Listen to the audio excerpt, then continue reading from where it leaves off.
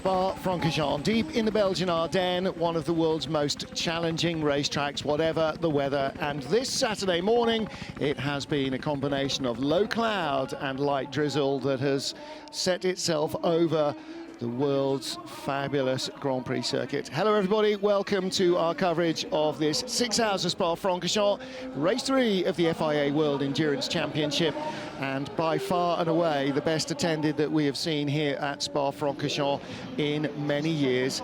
The arrival of Hypercar at the beginning of the season 2 years ago heralded a new dawn for the top class of sports car racing, and it is this season that it is really coming of age. We have more cars in the top class on the grid than at any race since the LMP1 era in Le Mans back in 2015. There are 13 hypercars at the front of the field, and we have a 37-car grid ready for action.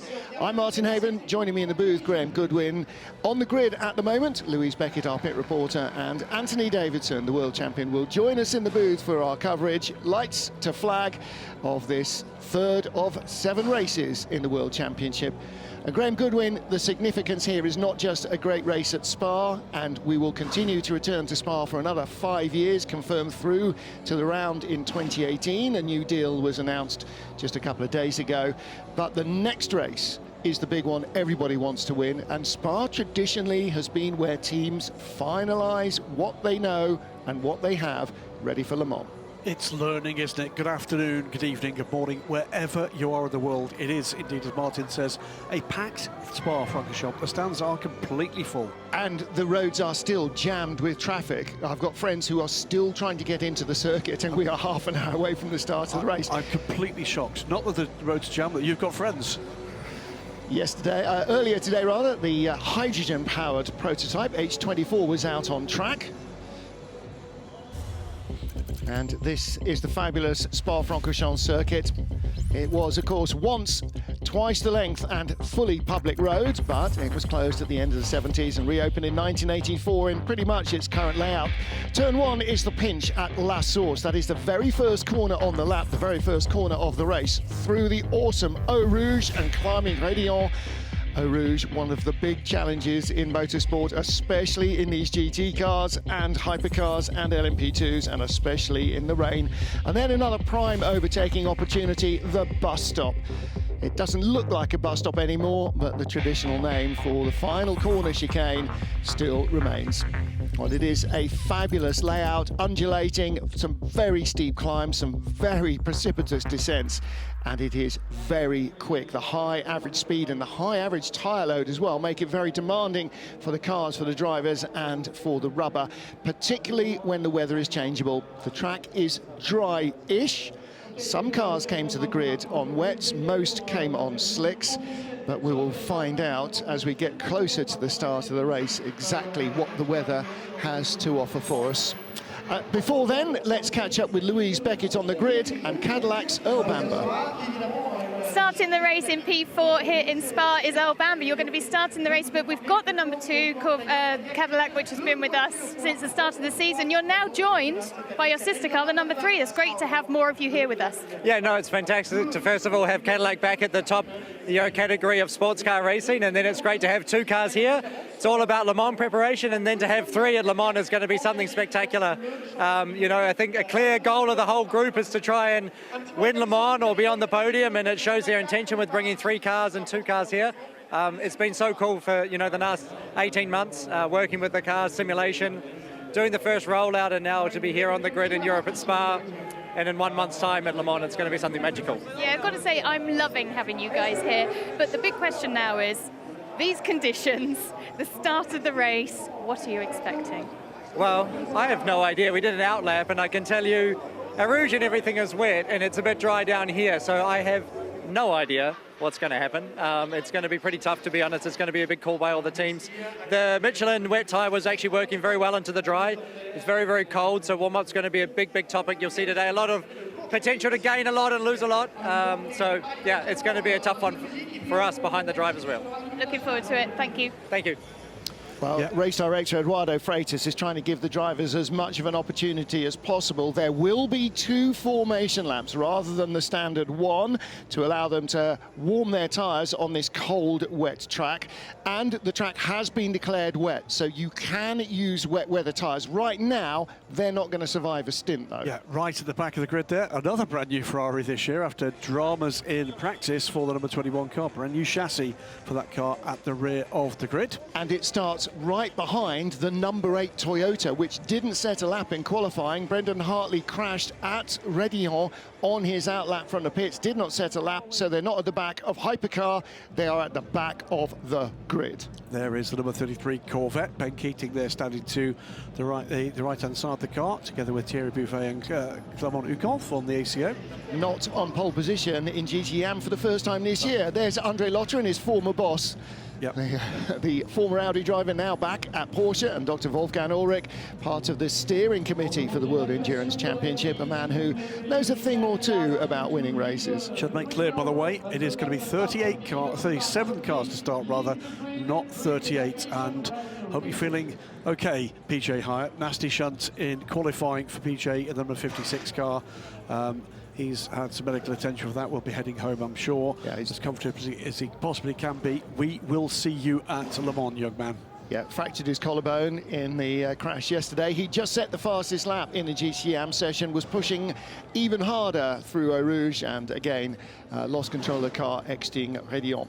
Well, Ben Keating, for the first time this season, not on pole in that yellow Corvette. In 3rd place in the GTE Am in qualifying.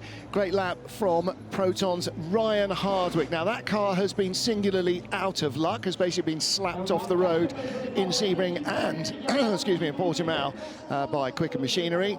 But he put the car 3rd on the grid. Sarah Bovey put the Iron Dames pink Porsche 2nd in qualifying, as she has been in the 2 previous qualifying outings in Sebring and in Portimao a fortnight ago.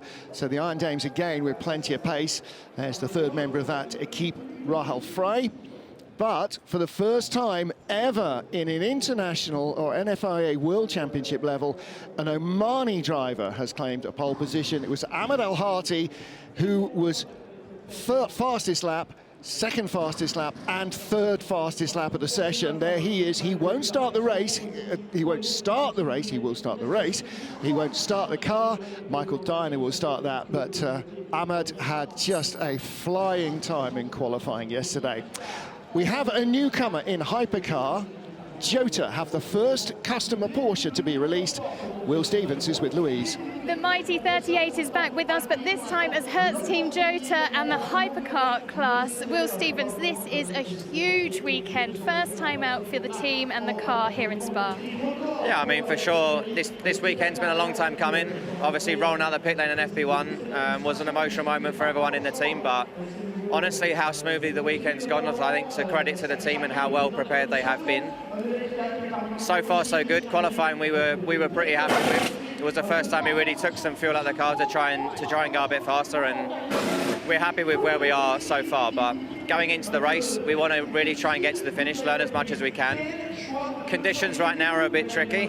We'd have liked a nice, easy race conditions-wise, but this is Spa. We knew we were going to be into this, so yeah, we just got to stay out of trouble, make sure we get to the end and learn as much as we can. All right, thanks very much. Cheers, thank you. Yeah, 7th on the grid, Martin, and actually on pole position pace from last year, Jota. That's how things have progressed. 6 cars ahead of them have beaten that pole position mark, and here in Louise on pit lane, the rain is starting to fall again. Well, Louise Beckett, you are down there in the thick of it. Apart from the hype and the tension, what is in the air? A lot of rain. It's really coming down now. How long are we until the start of the race? I'm not sure, but this is going to be very interesting. I'm just having a walk down now to see mainly slicks on these hypercars. Well, 9 minutes until they get the 5-minute board, so 15 minutes before they roll away. If it continues to rain, then all those slicks may be changed. Now, don't forget that the cars this year, for the first time, do not have tyre warmers to conceal the tyres. They're not in tyre blankets. They've not been baked in an oven. All of that is now illegal. So cars are using cold tyres, and so there is nothing to be gained or lost apart from grip changing from a slick to a wet. You can see on this Formula One starting grid how it's been ground across to allow grip when it is wet, because it's a slight downhill roll before you go up into the braking area at La Source. So we will wait and see. There are going to be a lot of last-minute tyre calls. A lot. There's a sight we have seldom seen, a Toyota at the back of the grid. It will be Seb Buemi to start the number 8 car after the really odd off from Brendan Hartley up at Radion. They pretty much surrounded the field. They're first and not quite last but one. In LMP2, the number 9 car from Prema, Philip Urgan starting in 6th place. David Heinemeier Hansen in the remaining LMP car from Jota in 5th. Sean Gelael, 31, will start in 4th place. Then Prema's Dorian Pang will be 3rd. Rui Andrade, you saw his Team WRT machine, the local heroes here, in 2nd. And on pole position, Tom Blomqvist will start the United Autosports car that he put on pole yesterday. Father Stig Blomqvist is here as well with some friends from Sweden, and Tom just putting in a massive effort in the 23 car. He didn't even get to drive it in the race in Sebring. It retired with an electrical issue before he had that opportunity, but they won last time out. He wasn't in the car last time out. He was elsewhere racing, but he's back with the team, and so he gets to actually do a racing lap here. Well, they're at the tail of the field, 13th in Hypercar, but 36th on the grid is the number 8 Toyota. Toyota lead the point standings from Ferrari, Porsche, Cadillac, Peugeot and Van Wall. That's how many brands we currently have in Hypercar, and more are on their way. And this is Brendan Hartley's outlap. Out of Eau Rouge, climbing through Radion, and then whoomph. Car loops away from him. Not a big, heavy impact. Probably didn't do much damage, but brought out the red flags. And Brendan clearly in passenger mode there. Had nothing further to say about that. Car snapped away. He felt very oddly from him. But nevertheless, they didn't set a time. So they're at the back of the grid, along with the number 21 Ferrari behind them, which is a rebuilt chassis, so that didn't set a time either.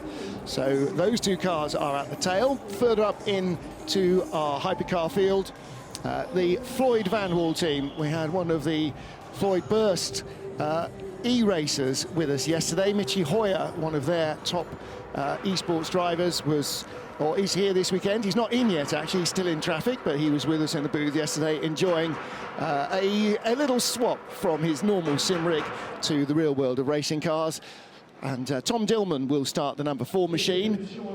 Ferrari yesterday nearly had 2 World Championship pole positions on the same day. They got pole. Charles Leclerc took pole for the Formula One Grand Prix, not the sprint race, but they had 2 shots. Both the 50 and 51 car could easily have been on pole position. Both had the speed.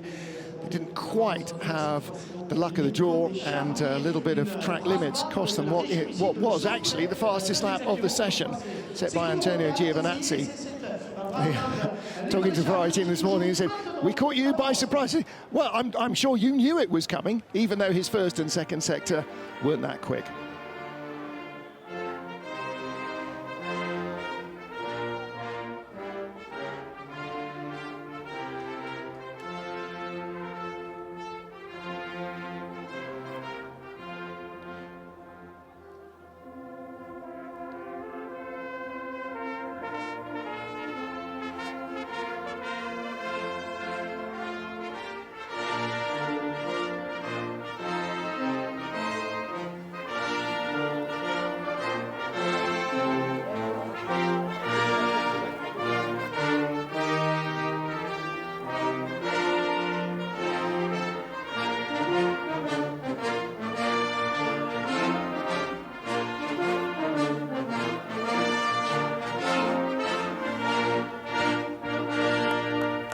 Vos applaudissements, s'il vous plaît.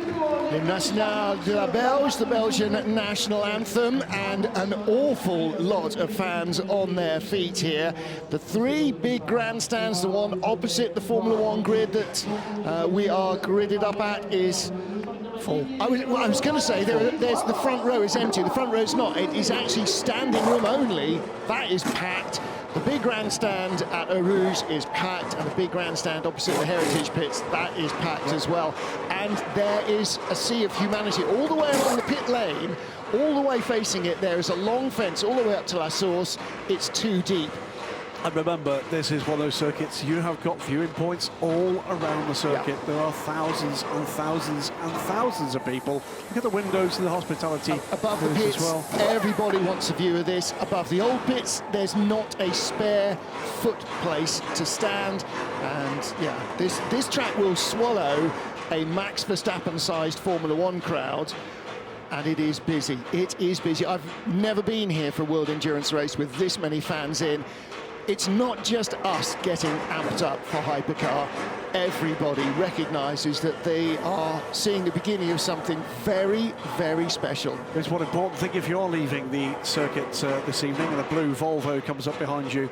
That will be Martin Haven keen to go and get his dinner, so if you just put to one side, that'll be very helpful. It is great to see fans here in numbers. It's particularly great to see so many families here in very large numbers, and they are very welcome indeed. And from the few people I've had a chance to talk to in the paddock and on pit road for the autograph session, absolutely mind blown at the level of access they can get to the FIA World Endurance Championship. Here's the Glicken House, one of two we'll see at Le Mans, and one of the additional drivers from their 6 drivers we'll see at Le Mans.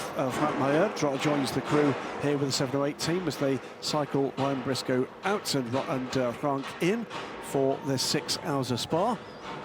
Race director Eduardo Freitas has declared the track wet. It's not streaming wet. It is starting to spit with rain, but that means that, well, you can see there on the Jota Porsche Hypercar, you can use wet tyres. Also, rain lights must be on in low mode, and there will be 2 formation laps confirmed for the start of the race. What dramas await for this effort? Hertz Team Jota in Hertz Racing Gold on board the number 38, the mighty 38 Porsche. This is the car they probably want to beat the most. It's the factory car. Identical machinery, different liveries, different drivers, different teams, Porsche 963. Well, when there were 962s, that was always the deal. You wanted to beat, and if you didn't beat the Rothmans Porsches 962s and 956s, you probably weren't going to win. DHL responsible for delivering the Centenary Le Mans Trophy. Not quite sure. We need to come up with a name for their autonomous buggy there. It says FE-Bot on the back. Jack Aitken joining the lineup in this car. Renger van der Zande will start it, and Sebastian Bourdais, whose dad is probably the most enthusiastic parent on the planet. And he's here. He's here as well, a former Le Mans racer himself. Brand new Cadillac for the number 3. A brand new engine after dramas in practice with this car, but the caddies, you know what, look really convincing. And if you're up there, lucky enough to be up trackside at Radion, you're going to hear 16 cylinders Americana in close formation with the 2 Cadillacs together on the grid in 4th and 5th position. Yeah, that is 2 V8s. They don't have a V16, I mean, you know, but they don't. There's Earl Bamber ready to start in the blue-nosed car number 2. So Renger van der Zande will start behind him. They are 4th and 5th on the grid, and he's gone for wet, so they have split their options. Now, it's entirely down to the teams what they do. I'm hearing that Ben Keating in the Corvette is starting on wets, but Cadillac have split their options. I know a number of teams with 2-car lineups sent one to the grid on wets, one to the grid on slicks, and then the drivers would confer with the engineers going, what was it like on slicks, what was it like on wets, trying to inform those decisions. But as we heard from Louise Beckett earlier, it is drizzling on the grid, so it's not heavy rain, but it is definitely falling. We have precipitation. Antonio Giovinazzi, coulda, woulda, shoulda. Yeah, coulda, woulda, shoulda, and so too Miguel Molina. In fact, Giovinazzi did set the fastest time in qualifying, but he had run out wide over the gravel traps on the Exeter Les Combes, exceeded track limits, so he lost his fastest lap, went from 1st back down to 3rd place. Miguel Molina had more pace than anybody, but got jammed up behind one of the 2 Hypercar Porsches, was unable really to release the car. At one stage, it looked like he could have been very comfortably clear on pole position. In the end, didn't happen. But again, this is a team that is 2 races old. They are a test team. learning to become a race team. This is our pole position sitter. It is the other of the two Totas, one at the other end of the grid, as Martin said earlier. It's the number 7 car, and again a pole position for the Toyota Gazoo Racing team. But one bullet in the gun at the lead of the race here, and all sorts of dramas can and probably will happen in the first 3, 4, 5 minutes of this encounter. Well, as we said so often at Le Mans, only one car can actually win it. Yes. You only need one to win. It does reduce your chances, but you do only need one to win. And Toyota, of course, well, you know, we talked about Ferrari. 50 years since Ferrari have raced officially in the top class of sports cars. That Toyota team's been racing without cease for 30 years. Copy that. It may not be the right call, but it is the safe call. I feel pretty good about it. Yep, copy that. We'll just wait for that safety car. Well, Ben Keating, very sensibly, I think, not necessarily rolling the dice, not being brave, being sensible. Anthony Davison joining us hot foot, wet foot from the grid in a moment or two. We'll have first-hand call. How wet is it? How rainy is it out down there? It's, well, first of all, it's very cold out there. Your hair's dry. I wonder what you were patting. Yeah, it's, but yeah, it's just, it's miserly, I would say. Okay. That's a good British terminology there. We're seeing we're seeing differences of opinion. We've seen the factory Porsches on slicks, a Cadillac on slicks, and the other one on wets. We've seen a Jota Porsche on wets. The wets aren't going to last a stint. I honestly don't know what I would do as a driver right now. I spoke to Tom Blomqvist. He was saying, look, on the way to the grid, the worst part of the track is where we're actually standing here, looking over the pit straight through La Source Turn 1 and on the run down towards Eau Rouge. After that, he said, after you've done Le Combe at the top of the hill, things start to get much better. 30 seconds, under 30 seconds to start the formation lap. Clear the grid immediately, clear the grid immediately. This feels special. I don't know why, but it does feel special. It feels special to be here. It feels special, this grid, another record grid of hypercars, and it feels special to be here in front of a big crowd at one of the best racing circuits on the planet. So the CEO of the Circuit de Spa-Francorchamps.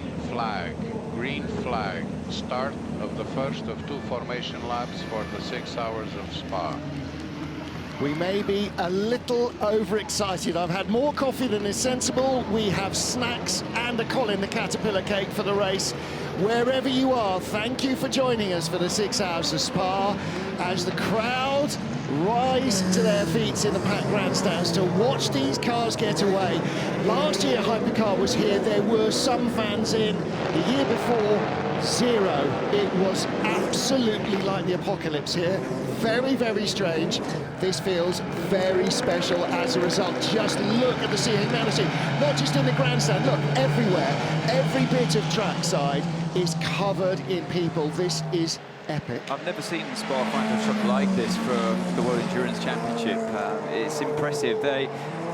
Maybe they're onto something. They know, like you say, Graham, I think we're in for a good thing today. It's, you know, the Toyota starting right at the back there after the problems, the crash they had in qualifying on the cold tyres up through Eau Rouge with Brendan Hartley driving the car at the time.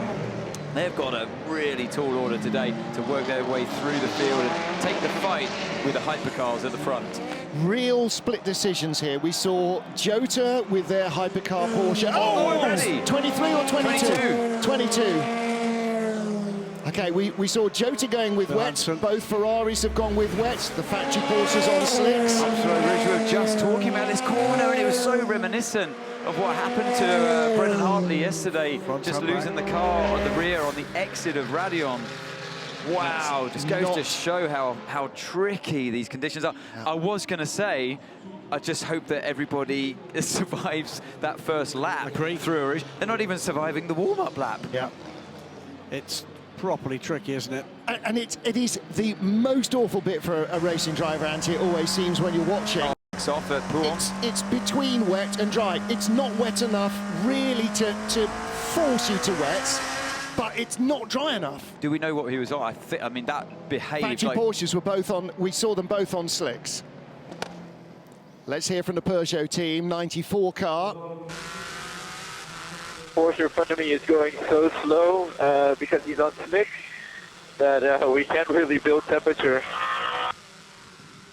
And the problem in the formation lap, Anthony, is that the Porsche can't go fast enough. You can see him there squirming just as he tries to light the tyres up, but everybody else can't go fast enough behind him because you can't pass. So they're all struggling. 77 goes off at the top of the hill. A couple of cars spun there on the outlap. Claudio Schiavone's in the gravel. He managed to get round on the run to the grid. And I think it's all the drivers on slicks, isn't it? I think they're the ones... He's going to get away from that. Well, that's good news because we don't want the safety car to stay out too long. Well, to give an idea here, the safety car train on this formation lap, safety car is now coming through to complete the lap. The final runner, albeit without Claudio Schiavone, is further back, is in turn 8. The biggest problem that's is... how tippy-toe everybody's being. The biggest problem is that I don't think the circuit, in terms of the weather, how damp the track is the problem. It's the temperature. Yeah. What's Schiavone? Oh, no, it's the other car. It's the 77 car's been around. So that's at least 4 cars in trouble. Well, every one of these is a position that number 8 Toyota has picked up on the first formation lap. So Ferrari, we are told, are on wets. Yeah, there we go. Confirmation, Giovinazzi definitely is. I think it was the right call. In this temperature, it was the right call to be on the wets. That radio message from Ben Keating, it may not be the brave option, but it's the safe option, 100%. 100%. I do, yeah, that's the word, isn't it, Mark? It's survival today. Yeah. If you can survive this enduring endurance race, then you will get a podium from it. If you have nothing go wrong, then you'll get a podium out of this day. Safety car's got to be quite careful here not to catch Claudio Schiavone. I think some of the cars genuinely are having a difficult time to keep up with the pace of the safety car. Yeah. Now, Cadillac number 2, Earl Bamber, is on slicks. Okay, probably be like 500 laps before we check the ship. It's dry, correct, but it's dodgy. I beg your pardon, number 2 is on wets. Number 3 was on slicks, wasn't it? But Earl's saying, you know, we're going to have 4 or 5 laps of this. You were chatting with Bruno Carrera, our safety car driver, down on the grid, and he was relatively relaxed because whatever the weather, he's still got all-weather tyres on the car. Well, it's funny, I spoke to him and he was saying, well, this is going to be a tricky one. I spoke to Yannick Dalmas, 4-time Le Mans winner, of course, and he said, oh, it'll be slicks, don't worry. Just soft compound and slicks, they'll be fine. Well, that's the thing. Maybe he would have been fine, but... There are slicks, soft, medium and hard. For the hypercars, yeah. And you will absolutely be on a soft. Whoa! That was a rotation. That was a rotation, wasn't it? That was a quick Jean Alesi spin turn from the 83 Ferrari. That's Luis Perez Companc. That would have got a bit more tyre temperature in it. Yep. So this again. Oh, and again, it's Redion, just as the car's going light, it just starts to lift away the rear end. Look at how slowly the car starts to go around, but very lucky not to hit anything there. Yeah, at that stage he's going, it's not coming back, I'm on the brakes. You know, that is hyper slow motion. And, yep, 77's gone around it again, so that is the car of Christian Reed, the team boss. Now, he is super experienced. You cannot believe that car is on wets. He must be on slicks. Extra formation lap has been added. So the race clock will start as they come to the line here at 12:45, Central European summertime. And so further formation laps. Let's hear from Eduardo. Okay.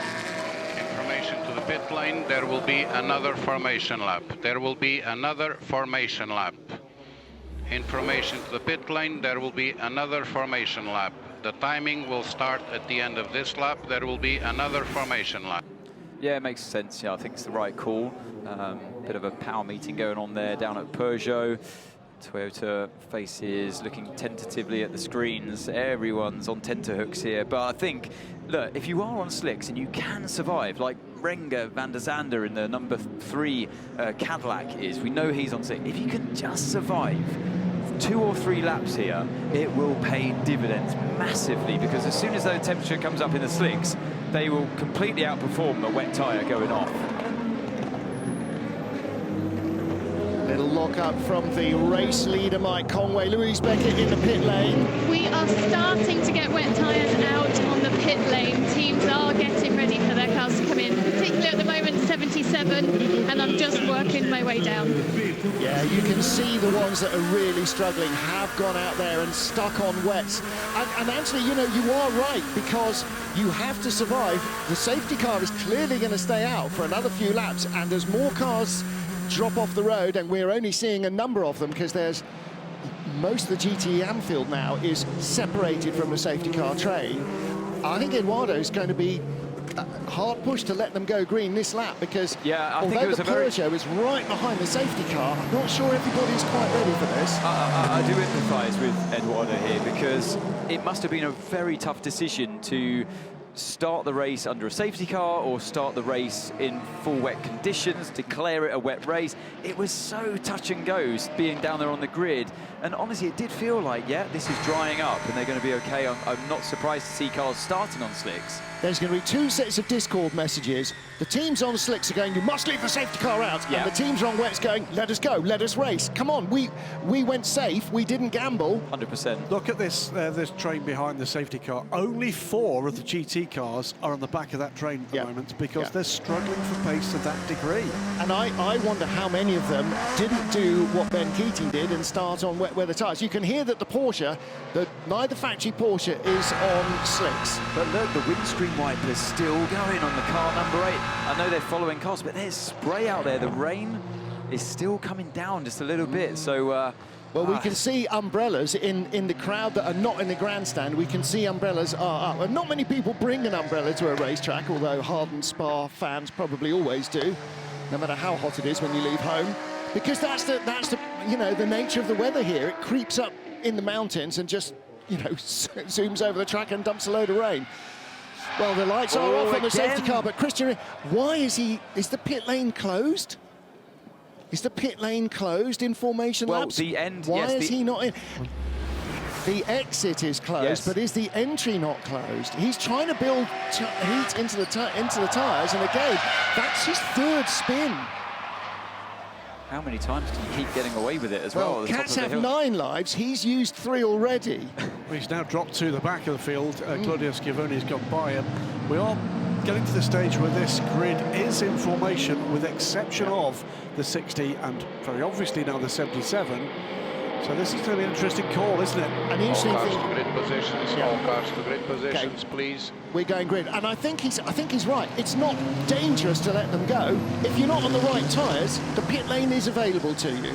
You can change that you can choice. come in and you can just sit at the end of the pit lane and let the whole train of cars go, and then the green light. But by the time you've changed tyres, it'll be green, because the whole train of cars will have gone pretty much. There are 2 outlying GT cars, but everybody else, well, Christian Reed is the last of them, Claudio Schiavoni behind, but everybody else is in the safety car queue. And now when you're on wets, Ferrari are going, OK, let's go, Forza Ferrari. And a lot of people in the grandstands will be doing exactly the same. You're going to see that yellow Cadillac drop severely backwards, and anyone else, therefore, that's on slicks at the start of this race.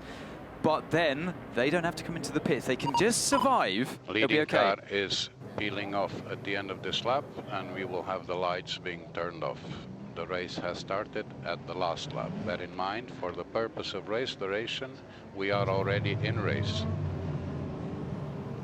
We go green in Spa-Francorchamps after an extra formation lap. It is the number 7 Toyota, Mike Conway, that leads the field to the line. Is he on wets? I don't think he is. I think he might be on slicks. The Ferraris behind are definitely on wets. Nick Nielsen, Antonio Giovinazzi challenging into the first corner, and Conway is trying desperately to hold on. The blue nose Cadillac is on wets, the yellow is on slicks, and the Jota Porsche on wet weather tyres has jumped both the factory cars and the yellow caddy. So our lead group, Anthony Davidson, is that Toyota on slicks and doing a great job holding on? Yeah, I would say so. The twitch just is the giveaway, and the Jota overtakes it around the outside up the Kentwell Straight. But if Conway, like I said, just survive these first few laps, you'll be okay. Number 2 Cadillac. Bamber for second on Nick Nielsen. Can't get around the outside. There is the Jota car, the gold car of Antonio Felix da Costa. We know he started on wets. They will have built more speed, but of course the track is not soaking wet. The Peugeots are on wets. They're coming past the Toyota. And at the moment, If you're the number 8 Toyota, by the way, Sebastian Buemi that started last, you're going to gamble. You've got to gamble, haven't you? Oh, and there's the number 7 car off. He goes, and the Cadillac is staying with Toyota. He's doing a phenomenal job, actually, Renger van der Zande in that both yellow. on slicks. Yep. And the factory Porsches are both on slicks as well. Oh, trouble for 88. The 88. It's Ryan Hardwick. Yeah, started third in GTE Am. He spun on the opening green lap. Nobody yet into the pit lane, so Christian Reed and Claudio Schiavone have stayed in the race. It's this part of the track, though, however, where it is dry and the corners are too fast for wet tyres. They're going to very quickly start to lose those rubber blocks on those wet tyres and get into quite a lot of trouble with them overheating. So again, there are two sets of prayers now going up to the heavens. Everybody in which is going, please just let it drizzle for another 30 minutes till we get to a pit window. And everybody in slicks is going, please make it dry out so we can come back and give these guys a good kicking. Absolutely. So yeah, look, you can see here how car 7, number 6, who I believe is on the slicks as well. Yes. They're all going round, almost nose to tail. They're in the same boat here. And sooner or later, there's going to be a switch around. Yep. Maybe the hunted will become the hunter. Well, just in a matter of laps. 23 United team, they're leading. Their sister car went off with Phil Hansen on the formation lap. I think 23 are on wet tyres as well. They were ready for both United cars. In GTE, though, look at who's leading. Ben Keating in the Corvette on wets. And again, the deal is the same for him as in the other two classes. If you're on wet tyres now, boy, you had better make good use of it, because once the track continues to dry out, the slicks are going to come into their own and they're going to start reeling you in hand over fist. Leading back in LMP2, in contention with the rear of the pack in Hypercar here, as all of that comes into play as well. Really intriguing part of this race. Dorian Pan leads in a 63 Prema car from Tom Blomqvist. Now, Blomqvist has got previous here. The first time I remember watching Blomqvist was in Formula Renault, and he won a wet-to-dry race. Rob Wickens had won the day before when it went dry to wet, and both of them were outlying gambles on the wrong tyre, and the weather came to them. Let's see if he can do the same here in the pole-sitting 23 United car. But Ferrari 1-2, and there is Toyota versus Porsche. That is for 7th place now. The pole man Mike Conway just holding off the Porsche of Lawrence Vantor. Yeah, Vantor's doing a great job here, putting a lot of pressure on Conway. I think he must have gained a lot through Eau Rouge and Le Combe, and Van der Zande as well in the number 3 Cadillac. Well, the fastest cars in Sector 1 are on wets. That's the wettest part of the track. The fastest cars in Sector 2 are likely to be those on slicks. Let's hear from the 51 car, our race leader. Okay, Nate, we have telemetry back now. Really good job. Let's try and manage these tires as well as we can. Look for the wet, look for the wet. Thomas Floor in the gravel, looking for the wet as well. Turn 6 and gets away as the number 8 car on the Hansen said Buemi has cleared the GT field, now starts to make his way into and through the LMP2s after that start for the back row of the grid. Hard to tell on this part of the track, because you're right, Anthony, this is the least wet part of the track, driest part of the track. This is probably slick weather, slick tyre from Les Combes all the way around to maybe Blanchimont. In fact, even here, it's still looking like a slick tyre track. Interesting moment. Fastest middle sector of the race is the number 3 Cadillac on slicks. Yeah, it's starting to come their way. There's a yellow flag at turn 5, 6. Schiavone off again. 6 again. The middle sector is the downforce sector, isn't it? That's where you need the grip most. Schiavone piffing but not paffing correctly there. It's unfortunate, it just couldn't reverse enough off over that curve, and I fear he might be beached here. I think could be safety car. It is safety car. Now then, if you're on wets, well, it's kind of you're good stuck. news in some ways. It's bad news because it allows the slick runners to catch right back up, but that was inevitable anyway. The pit lane entry is closed, don't forget now. New rule for this year, as soon as there's a safety car or full course yellow, pit lane entry closes. So Christian Reed in the 77 Porsche, despite 3 spins in the safety car queue in those formation laps, could have come into the pit lane and went, no, I'm going to stick with this. That's his experience of 20 years of racing GT Porsches. I'm going to stick with this. It's not wet enough yet to force me in. Conway, I think, had managed actually to overtake the 94 Peugeot just before. Yeah, here we are riding on board actually with Mike Conway, looking back at the Peugeot. Which was on wets. Yeah, so it was just starting to cross over. Yeah. What a time for the safety car to come into play. This could be... So the restart will naturally fall back in the favour of the wet runners. But look, from the offset, the track, in terms of the dryness and the wetness, it still favoured the slicks. It's just the temperature didn't favour the slicks. So as soon as you could get them up to temperature, you were quids in, really. On board with Gus Menezes. There is the pole-sitting Toyota of Mike Conway right in front. We are in 7th place. The Toyota back up to 6th. He had slipped down to 7th place at the start. That was at the start, wasn't it? Conway did so well to hang on to that one. Even as I asked the question, that shot answered it. Is he on CS? He's on slicks. Yeah, but being brave and holding on. Let's hear from Louise Beckett in the pit lane. I have to say there's less activity in this pit lane than I expected with that safety car. Not many teams are moving to look like they're going to change tyres, but also there's more rain coming down in this pit lane as well. Ooh, okay. I can just see that, Lou, actually. Yeah, if you look to the grandstand, Martin, out our commentary box window, it is starting to fall. Louise is right.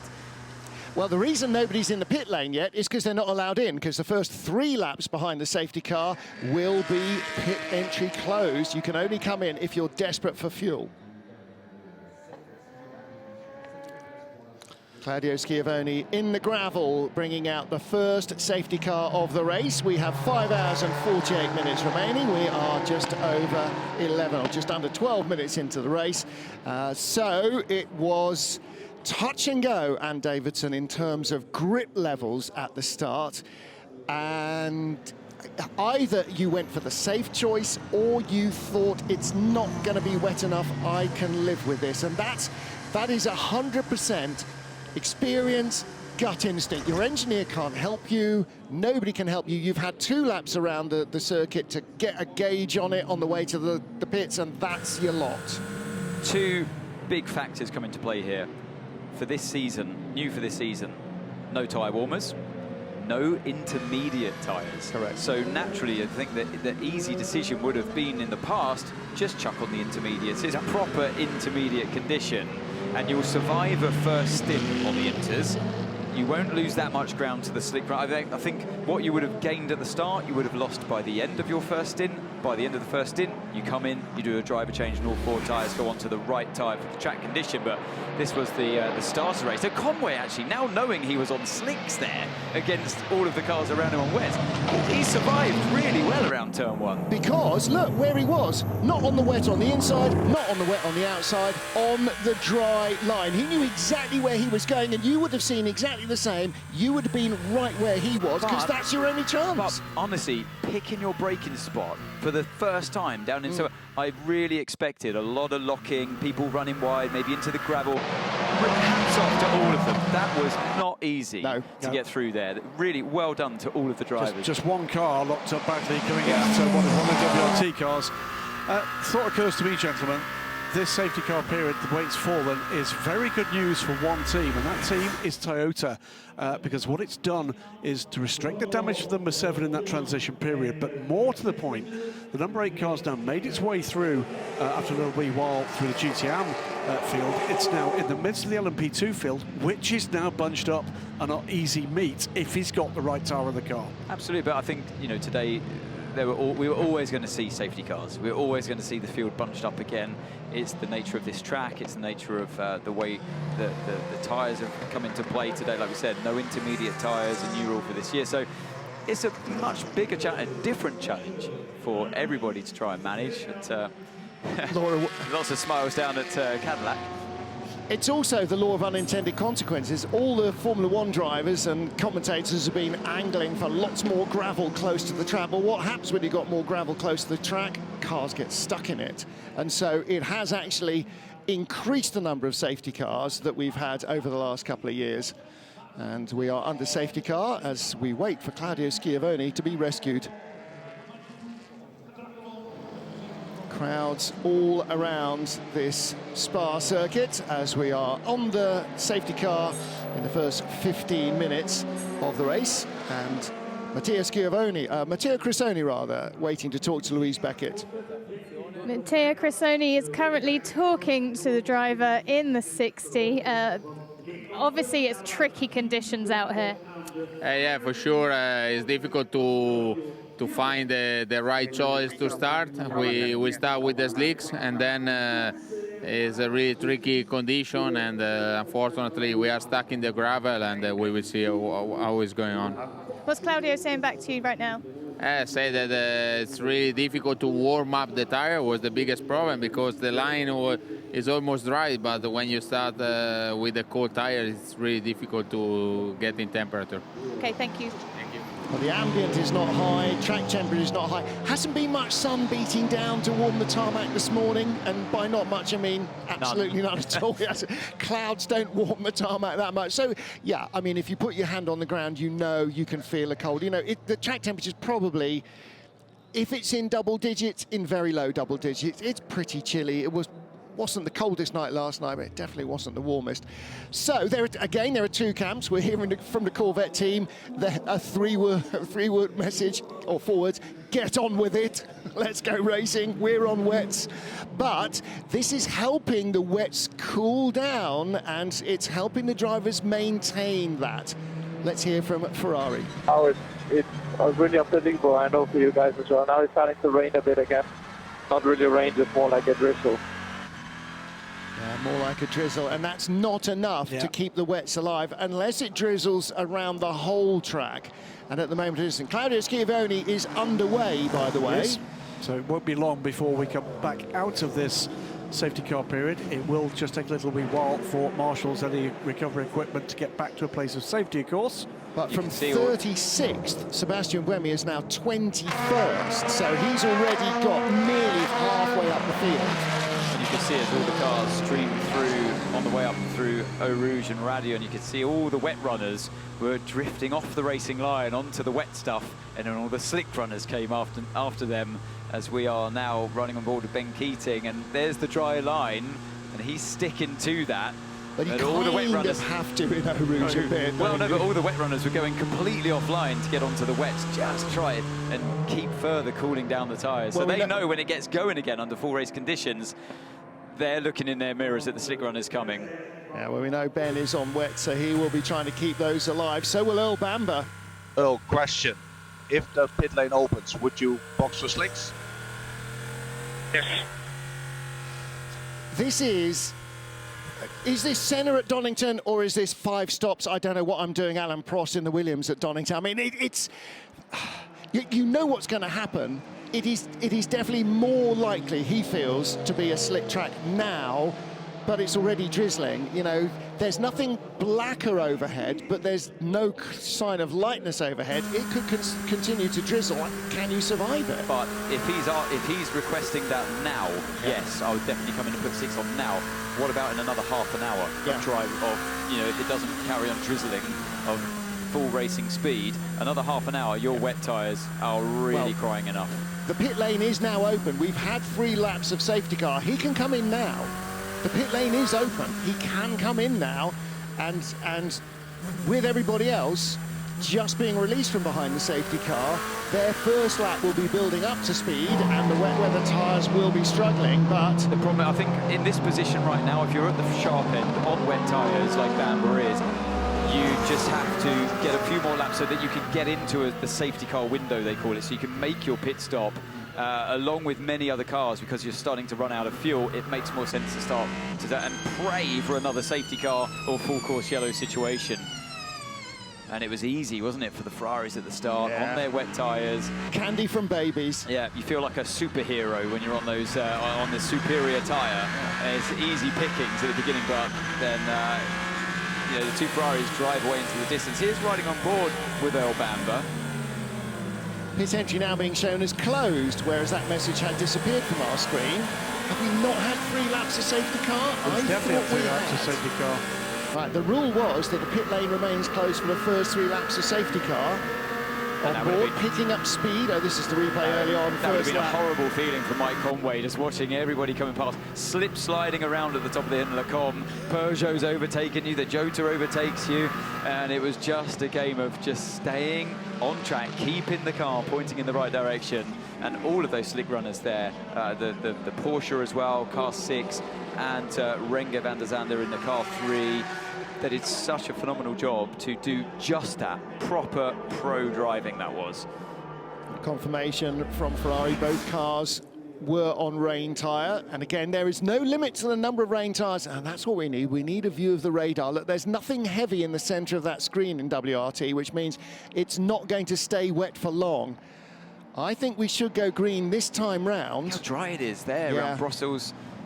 Well, you can see a sheen on the road from the headlights. The headlights are reflecting off the track, and that's not off the tarmac, that is off water, but there is a very dry line. But look at this windscreen. Yeah, but it doesn't do enough. No. That kind of drizzle, you can easily drive through on a slick tyre once it's hot enough. Yeah.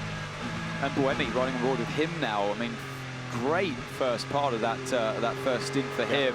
A real good job to get through unscathed, you know, no damage to the bodywork that we can see. A great solid job. Then the safety car, just for that, like you said, Graham, brought them right back into this race. The safety car is coming in at the end of this lap. Safety car is coming in at the end of this lap. Right, who is going to break for the border and who is going to head into the pits? Earl Bamber in third place in the number 2 caddy. Will he come in, or will they say, no, just stay out, live with it until the number 7 Toyota is in the lead of the race? Live with your wets. So we know they've got about another, rough calculation, about another half an hour of fuel remaining in their cars. It'd be nice to see the energy graphics in the hypercar category. We sometimes see that pop up on our screens, and they've just got to survive until they're in, like I say, that window of safety car window where they can come in and do a genuine pit stop. Then you can maybe change a driver as well. It's got to fit within your strategy for the race, basically.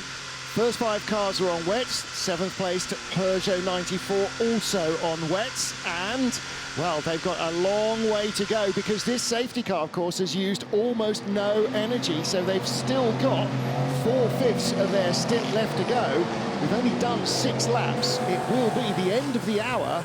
And that's another 40 minutes away. I don't think those, unless it rains, Ant's shaking his head, so they're not going to last, are they? No way. You're going to see the wet runners dramatically slip down through the field in this race, but in the beginning you're going to see them bolt again because, you know, the tyre temperatures come down under a safety car.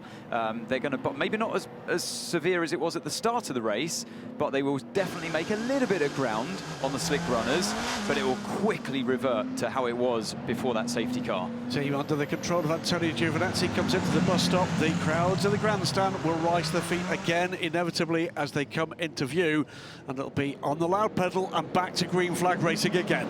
Green, green, green. We are once more racing at Spa-Francorchamps. Ferrari 1-2, and watch the number 7 Toyota, the 7th car in the queue. Really important to see how Mike Conway fares. All the temperature will have vanished out of the tyres. Behind the safety car, they were doing barely 100 kilometres It's already an hour. good. The slick's already good. Look, Conway's pulled away from the Peugeot. The Peugeot's under attack from the number 6 Porsche. Yeah, the Porsches were both on the slick tyres, whereas Hertz Team Jota, we know, were on wets. Gus Menezes looking back at the Peugeot. Here we come. Yeah, it's dry up the Kemmel Straight, and you can see everybody hunting the wets on the outside there, and the slick tyres keeping firmly on the dry line up the middle. That makes you think the Glickenhaus and the Van Wall are probably both on slicks. Here in GTE, it's Corvette's Ben Keating on wets that leads from Tomonobu Fuji, and there's Fuji-san looking for the inside. Is he on slicks? Did he just make a brilliant start? Keating can't hold on, even with wet weather tyres. Fuji is on slicks, isn't he? He's got to be on slicks. And these guys will be at least another 40 minutes in the car, probably more like 45 minutes. Keating's going to have to pit early, and here comes the number 7 Toyota, right up behind the 93 Peugeot for 5th place. One thing to mention about Tomonobu Fuji, he's the gold rank driver against the bronze in Ben Keating. So that's another factor here. Yeah, but Keating drives like a gold, never mind being ranked as a bronze. Look at this, Conway all over the back of the 93 Peugeot. Yeah, now the tyres are being chewed up by the dry track, but the Peugeot's being chewed up by the open door of the Toyota behind him. Here comes Conway. There's Ben Keating. He's being passed by everybody. He's going to have to pit. He's going to lose so much time before the pit window opens for these guys. That's he 21. has to get rid of the tyres now. That's the 21 from the back of the grid in the hands of Elise Tabal. That's the rebuilt 21 car started on the back row of the grid. Conway's done the Peugeot. Yeah. Elise Tabal made a great start. Conway's moving up the order. How long can you hang on? The writing's up. Look at a Peugeot. It's like it's selected reverse. It's the track. It's the lack of traction. Yeah. It just goes against you everywhere. Oh, that was an aggressive chop across, wasn't it? But the Peugeot reacted. Conway's done. The Jota. It's too late. They should have been in at the end of the safety car. It's too late. Everybody on wets now is just giving free time to their slick shod rivals, praying it's going to rain. It's not going to rain soon enough to save you. That call, do you want to come in, Earl? He should have been in. And look at that again. That's Porsche on wets against Porsche on slicks. That's the purest example, if you like, we've seen so far of the difference in pace at the moment. Little bit of spray on the Kemmel straight. This is where, see now, this is where strategists on the pit wall earn their money, and why idiots like me aren't doing that. Because I'm going, no, you've got to be in the pits, but it is actually, is it raining more at the back of the track? Swap of positions there. Mike Conway finds his way past Bamber. Buemi is 2 LMPs away from Michael Christensen in the tail of the LMP, the Hypercar field. Look at the speed difference, though. Look where Conway's got to, just in one corner compared to Bamber, and now under attack from the and the slicks, unsurprisingly, getting prepared, and you're shaking your head, Martin. But, yeah, wasted a lap. They should have peeled in off the safety car queue. If you ever needed a demonstration as to why racing cars have slick tyres instead of like your road car, this is why. Look at the extra grip they have in these conditions. And also why your road car has tread. I present you the 3 formation laps with cars flying off everywhere with no tread, and that's why, because there's nothing to take the water out from under the tyre. This is given the lead for the Tota. And you're faster everywhere in these conditions when you're on the slick tyre. Even in a straight line, the tyre has less resistance, so you can just sail past. And Ferrari 51 there, doing all he can to protect the position. Box. But you're fighting the inevitable. You're going to die. Go into the pits. No, he doesn't. Why are you not going into the pits? Because I think they've got to get it to someone else. Second car's in, 50. 50, that's probably He's coming from 4th, Nick Nielsen. No, both. Come on, you've got 2 to pit crews. Absolutely. So you're just giving away that performance to the sister car now by only pitting one of them. Caddy number 3 is up to 4th place, the yellow nose car. Lawrence Van Tor is 3rd, but Giovinazzi has been left out there in the Ferrari. This is going to cost them 10 seconds they didn't need to give away. Meantime, P2 leader Tom Blomqvist is up into 8th position overall as these teams pit. Next car behind him is Sebastian Buemi in 9th position. Buemi's in the back points, of the grid, remember. 9 laps in. And then they've now, unfortunately for the slick runners just going on, they've got the painful process of what the slick runners at the beginning of this race had to go through in trying to warm them up without the tyre warmers, of course. Yeah. What they've also got is all the traffic, because they're dropping down the real world order, and they will emerge behind GTM cars. Yeah, 50 heads out. Jota, Penske Jota is in the pits, and the 51 Ferrari is in as well.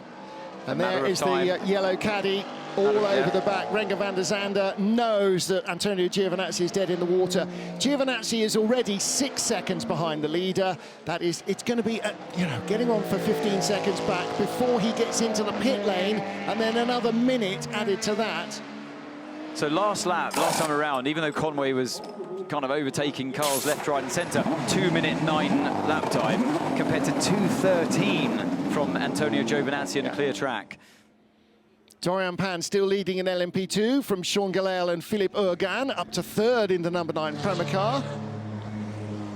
And here are GTE Am leader, D-Station from AF Corsa, and the Iron Dame still in 3rd place. But again, there's the number 2 caddy out of the pits. They're barely able to maintain progress at Les Combes ahead of the GT cars, driven by bronze-rated drivers, and they're being passed in both mirrors. There was a Porsche there. Nick Nielsen cannot find the traction. I mean, it's painfully slow. Coming out to the grid, this is what it looked like with everybody on their new tyres. Brand new tyres for Nick Nielsen, brand new slicks. 94 car there, what drove around both of them, and that's out the bits. Yes, it is. And so getting much more heat into their tyres faster for 94. I'm not sure how they've managed to do that. They must have been on slick. Yeah, I saw the slicks going on the Peugeot. 51 are doing fuel as well. I'm assuming 50 did, but we didn't see it. It did. Paul di Resta, by the way, lost 30 seconds in that pit stop. It was 1 minute and 32 in the 93 car to under a minute for most of the other hypercars in that pit stop to change the tyres. Well, here comes Buemi. Yeah. And Buemi is now up to 7th place. I mean, unbelievable, turn of good fortune for the Toyotas. Look at the Ferrari trying to get moving off the pit apron. So both Peugeots, the number 2 Cadillac, the Hertz Team Jota car, and both Ferraris started on wet, and it didn't work with them. So the car 21, you would have seen at the top of your screens, has a penalty for causing a collision. The 30-second stopping. You see it just scrolling through at the top of your screen at the moment. That was the collision with the 54, the sister car that destroyed the original 21. Enzo Diego Alessi at that stage. It is Ilus de Pau at the wheel of 21 now, but now under pressure from the Tota. There's the number 5 car. Yeah, Buemi all over the back of Michael Christensen, and Christensen behind Tom Dillman. Now, Dillman made a good start in that green-nosed Floyd Van Wall machine, and there is Ben Keating. He's in for slicks as well. It was the safe choice, but it didn't turn out to be a fast choice to start on wet. The weather could have gone either way, and the way the track was, at least he survived. He's lost time, but he has survived. Long way to go in this race, but this will affect the fuel strategy as well, of course, and the fuel the cars when they came in for that change of tyres. So when we get to this phase of countback, we're going to have this batch of cars on a different fuel strategy to the rest. That will play back into it. And for different reasons, that's exactly what we had at Portimao, isn't it? Cars that were out of sync with the others. Here's our LMP2 group. Tom Blomqvist there is the race leader, number 23 United Autosports car. He put it on pole, he leads the race. Nothing happened in between, obviously. Prema's Dorian Panin second now, ahead of Sean Gallel and Philippe Urgan and Gabby Aubrey for Vector Sport. Yeah, Corvette Racing in and out with Ben Keating. Change of tyres there, precisely as you called it, Matt Davidson. It just ebbed and flowed away as the field came under the control of the safety car. Maybe a lap, maybe 2 of any kind of grip before it's time to give it up. But we're not. Buemi's not making any inroads into these two. He's been sat behind them for an entire lap. Can't get by. I think it's because the number 5 Porsche is trying to overtake. He's held up by the Van Wall in front, so a 3-way fight. Buemi really had nowhere to go down the Kemmel Straight that lap. Well, Buemi following along, but he is already up into 7th place overall. Buemi's experienced enough, of course, and he's already just relishing with this opportunity that he was given by the safety car.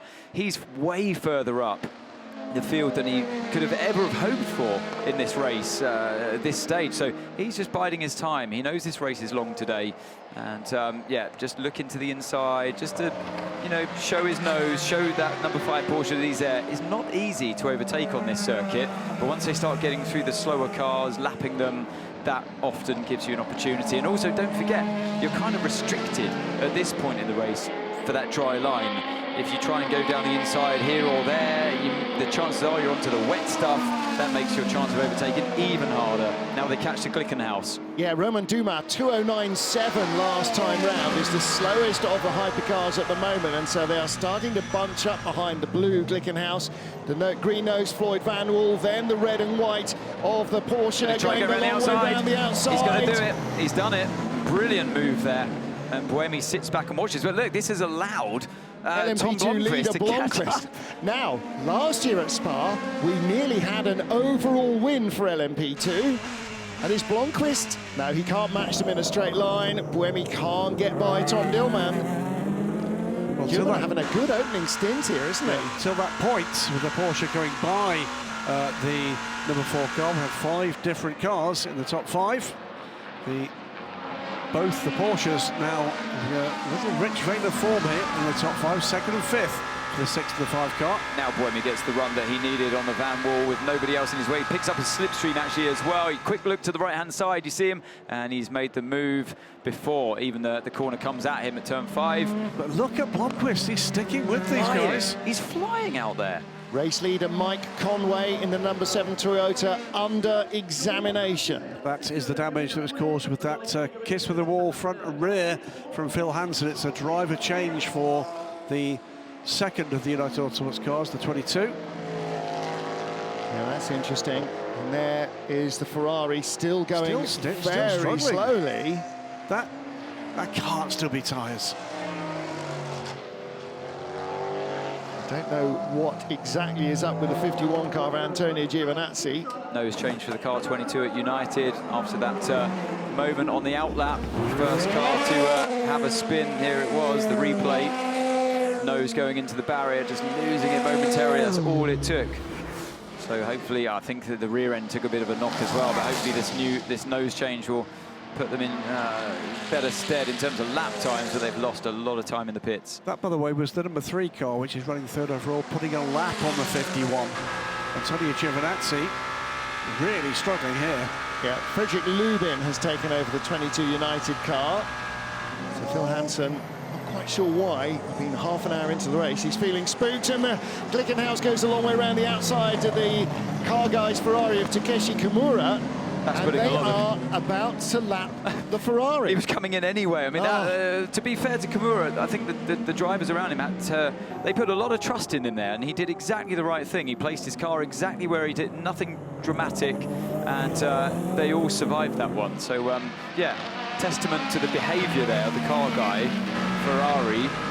They managed to clear him pretty cleanly. Is this simply the Ferraris really struggling to get heat into these tyres? Their pace is just, it's nowhere. I don't actually... It can't be, not after so many laps of dry running. I mean, it's not his outlap. He's been out there for 2 or 3 laps. They have more of an... They can't possibly have put him back on wets.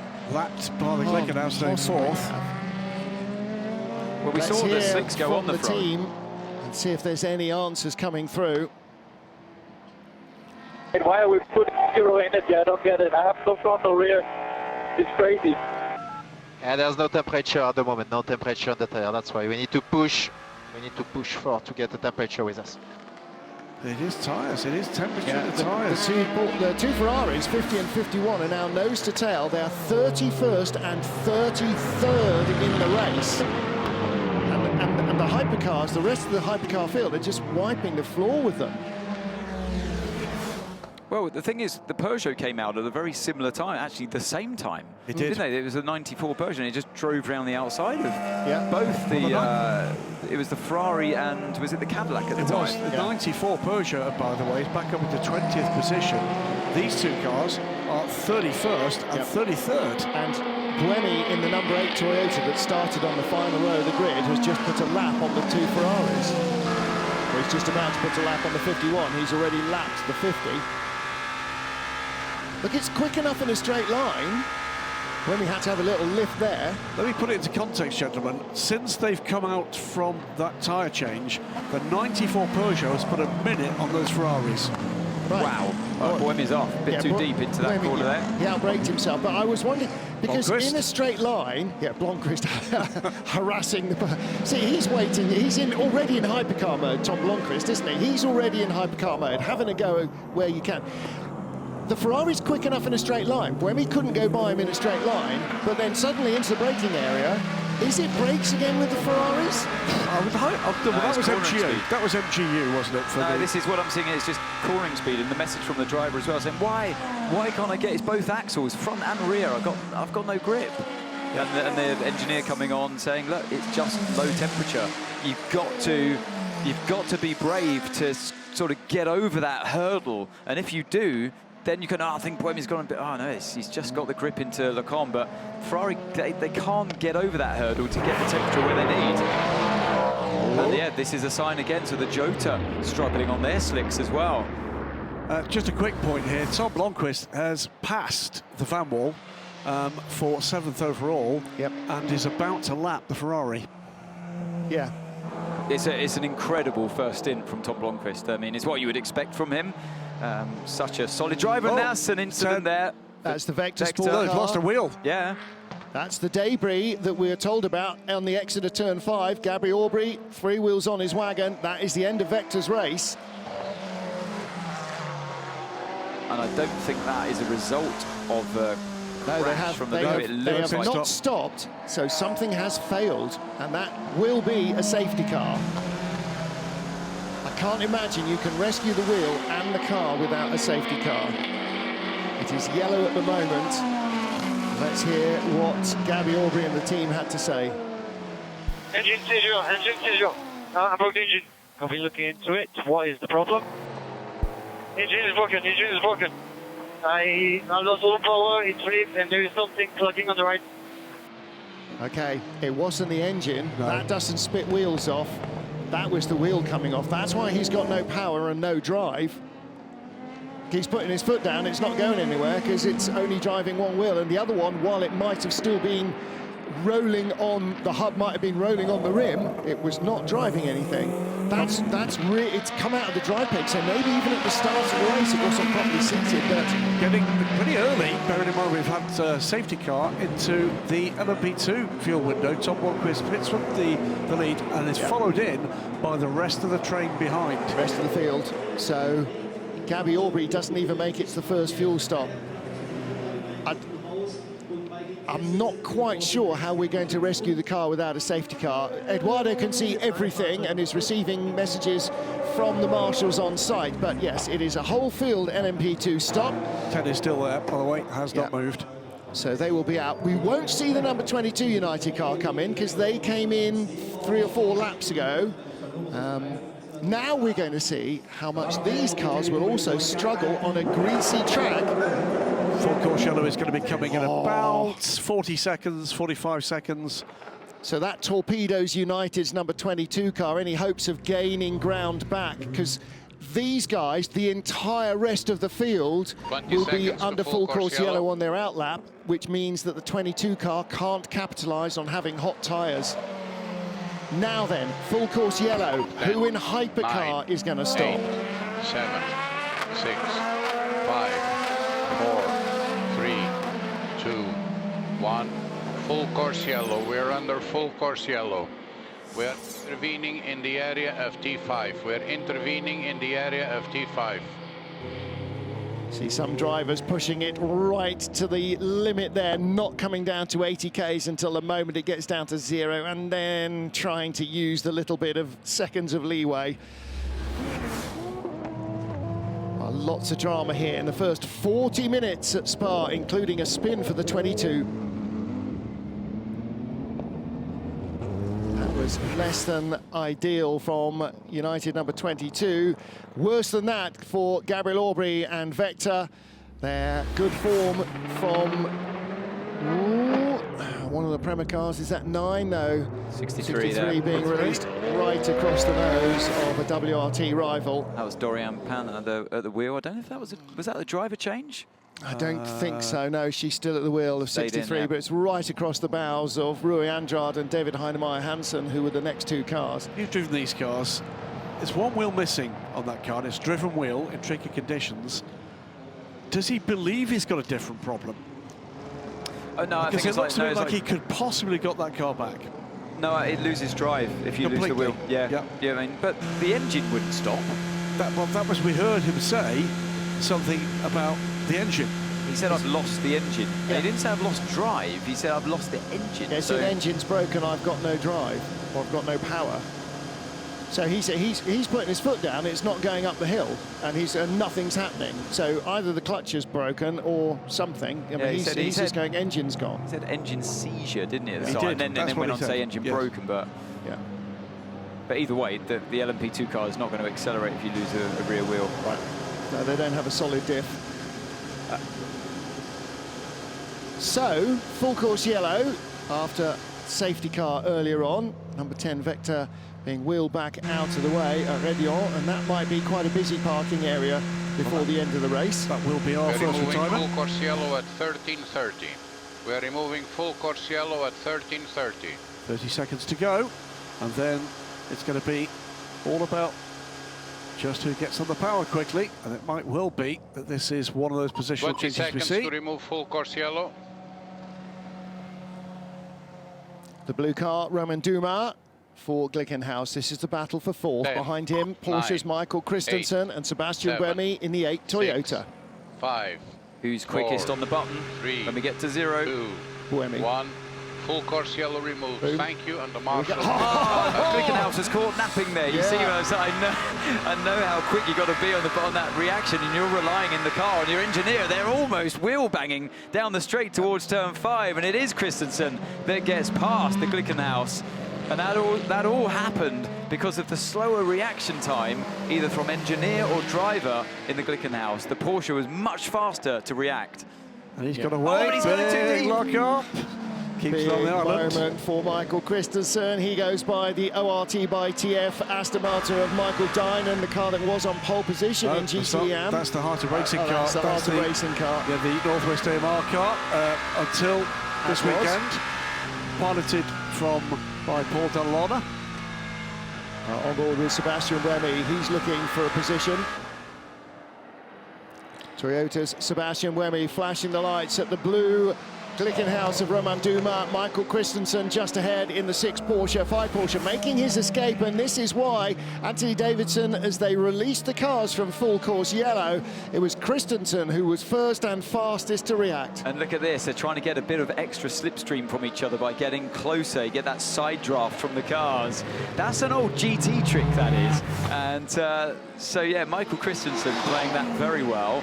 And I'm sure the stewards are going to be looking very closely at who pressed the button for the full course yellow to release the car's speed, as Buemi now challenging Dumas. He's got it covered. The wise old hands of Roman Dumas knows exactly where to place that car, and Buemi's going to have to think again before the run down towards La Source. He's seen a puff of smoke as Dumas gets on the power on the exit of that final corner. Buemi looks to the inside. Dumas thinks about defending, but no, because it's wet on the inside. You're not going to think about coming past me there, buddy. You're going to have to wait until we get through Eau Rouge. I don't think Buemi's going to make a move into Eau Rouge. No, Dumas puts it car again into the middle of the track. Look at the dry line through which he knows he's safe through there. Buemi's got to get the best run he can, and that's the run he needed. A small mistake from Dumas off the track momentarily, and Buemi now can go down the inside and mount the move on Dumas. He's on a bit of a wet track. It's going to be hard to break, but he gets it done.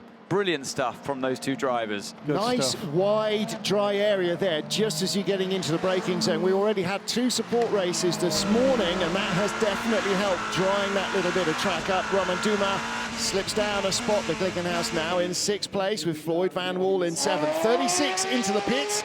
The 2 Alpines, 35 and 36, were first, second and first in LMP2. They stopped a little later than their rivals. They did. They were the outliers, if you like, for the major pack. So a little bit of race-leading glory in LMP2. They're now on pit lane. The 23 Tom Blomqvist cycles back into the lead. LMP2 is now in 8th place. As through traffic comes the number 7 in the lead of the race, Mike Conway. And as we came back to green, 12 seconds to the good. Okay, why would you leave your cars out when everybody else stopped and there was a full course yellow? Yeah, okay. I see, that's why I don't do what they do. Mike Conway leads, Tom Blomqvist in LMP2, and Tomonobu Fuji for D-Station is our GTE Am leader. We are 48 eventful minutes into the 6 hours of Spa-Francorchamps. Wherever you are, thank you for joining us. Do not go anywhere. And by the way, if you're enjoying this, and whether you do or do not have tickets for Le Mans in June, our next stop after Le Mans will be Monza in July.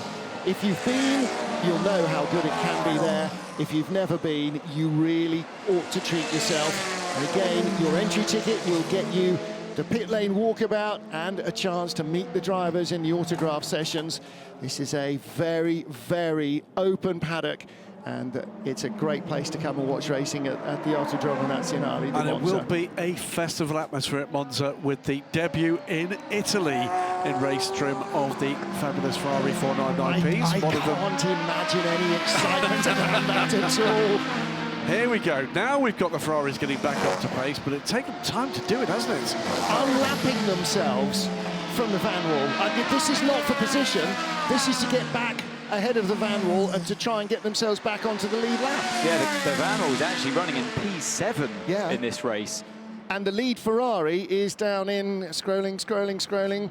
25th. Wait, one caller. 26th and 27th Ferrari right now. Started on wet, looked like heroes early on. Onto slicks, had nothing like the speed of everybody else who changed. The two Peugeots, the Hertz Team Jota, the Cadillac, they've all gone. The Ferraris struggle to bring their tyres in. I'm wondering if the Ferrari put the medium tyres on. Quite possibly. Rather than the softs. I think anyone that dared to start on the slick tyres in this race, they started on the soft tyres. I think maybe it would be really interesting, something I wish for, that they can, that we might see in the future. I think we're going to visible see different compounds. I think will really spice things up for the fans watching on. Well, all Ferrari have told us is they were both changed onto slick. I did actually talk to the Ferrari guys this morning, and they were saying, where are you getting your tyre information from? Because in Portimao, you said we were still on the hards when we were on mediums. And I said, well, the only information that we get is on the graphics, and that comes from RFID, the tyre laser sensor at the end of the pit lane. Battle for position here between the two Cadillac of Earl Bamber and the Peugeot Paul Di Resta. Now, both started on slicks, both had to change. So these guys are coming back up the order, so it is for 9th place. And they are a lap behind the leaders. Yeah, 9th place in class, 17th overall. Correct. To give you an idea, the damage that was done to the fight back from the Ferraris about getting those tyres up to temperature, we saw that Ferrari going by the Van Wall to get the lap back. In terms of the race overall, 26th position, 25th at that point was the 83 car, 4th in GTE Am, 20 seconds further up the road. What's really encouraging here, though, is the fight between Buemi and the Michael Christen car of number 5, Porsche. Buemi's not, it doesn't look that much faster. No, so I think really it's really encouraging pace from Porsche in only their 3rd race in this new era they find themselves in sports car racing. Yeah, I think there's an awful lot of talk in the background about whether a change is needed here, a change is needed there before them on. These are all very, very new cars for my taste. Let's see what we've got. Let's see just what we've got at this stage of the history of Hypercar. I've asked Toyota what compound the number 7 and number 8 car are on. Cadillac telling us that Earl Bamber is on the medium. So that means they're going to go long and go double on it. So there's now that you've had to be forced off the wets, out of sync with everybody else, all you can do is go long. And, you know, it's like, right, we're no longer a 3-stop strategy, we're on a 1-stop. We've got to go long, you've got to stay out of the pits, you've got to get that time back somehow. This race is in many ways all over the place, almost impossible to call at this stage for the chasing pack in Hypercar, and for that matter, a couple of cars that a little bit out of sequence, including the Corvette of Ben Keating is making his way back up through the order as well. It's fascinating stuff. And it does give us a flavour, doesn't it? So we take a look here with the brow with the Tota over the curb. A flavour of what we might see if we get mixed conditions at Le Mans in, what is it, way too soon for all of these teams coming. It's going to be an amazing event, a world-class event every year, never more so than this year. 13 hypercars here, 3 more to come to be added to this field, again at the Le Mans 24 Hours. Mike Conway now is, I can see on my circuit map, making his way through the LMP2 field. And the number 6 Porsche is 14 seconds of Laurent Pastor, 14 seconds behind. Iron Dame Sarah Bovey behind Ben Keating in the yellow Cadillac. So much so normal, except Keating is just inches away from being a lap back because he started on wets. Here comes Buemi. Goes to the outside on the Porsche before turn 5. I don't think he's going to make it round the outside. No, he gets pushed out a little bit wide. A crossover of lines here. It's going to play out on the exit of turn 7.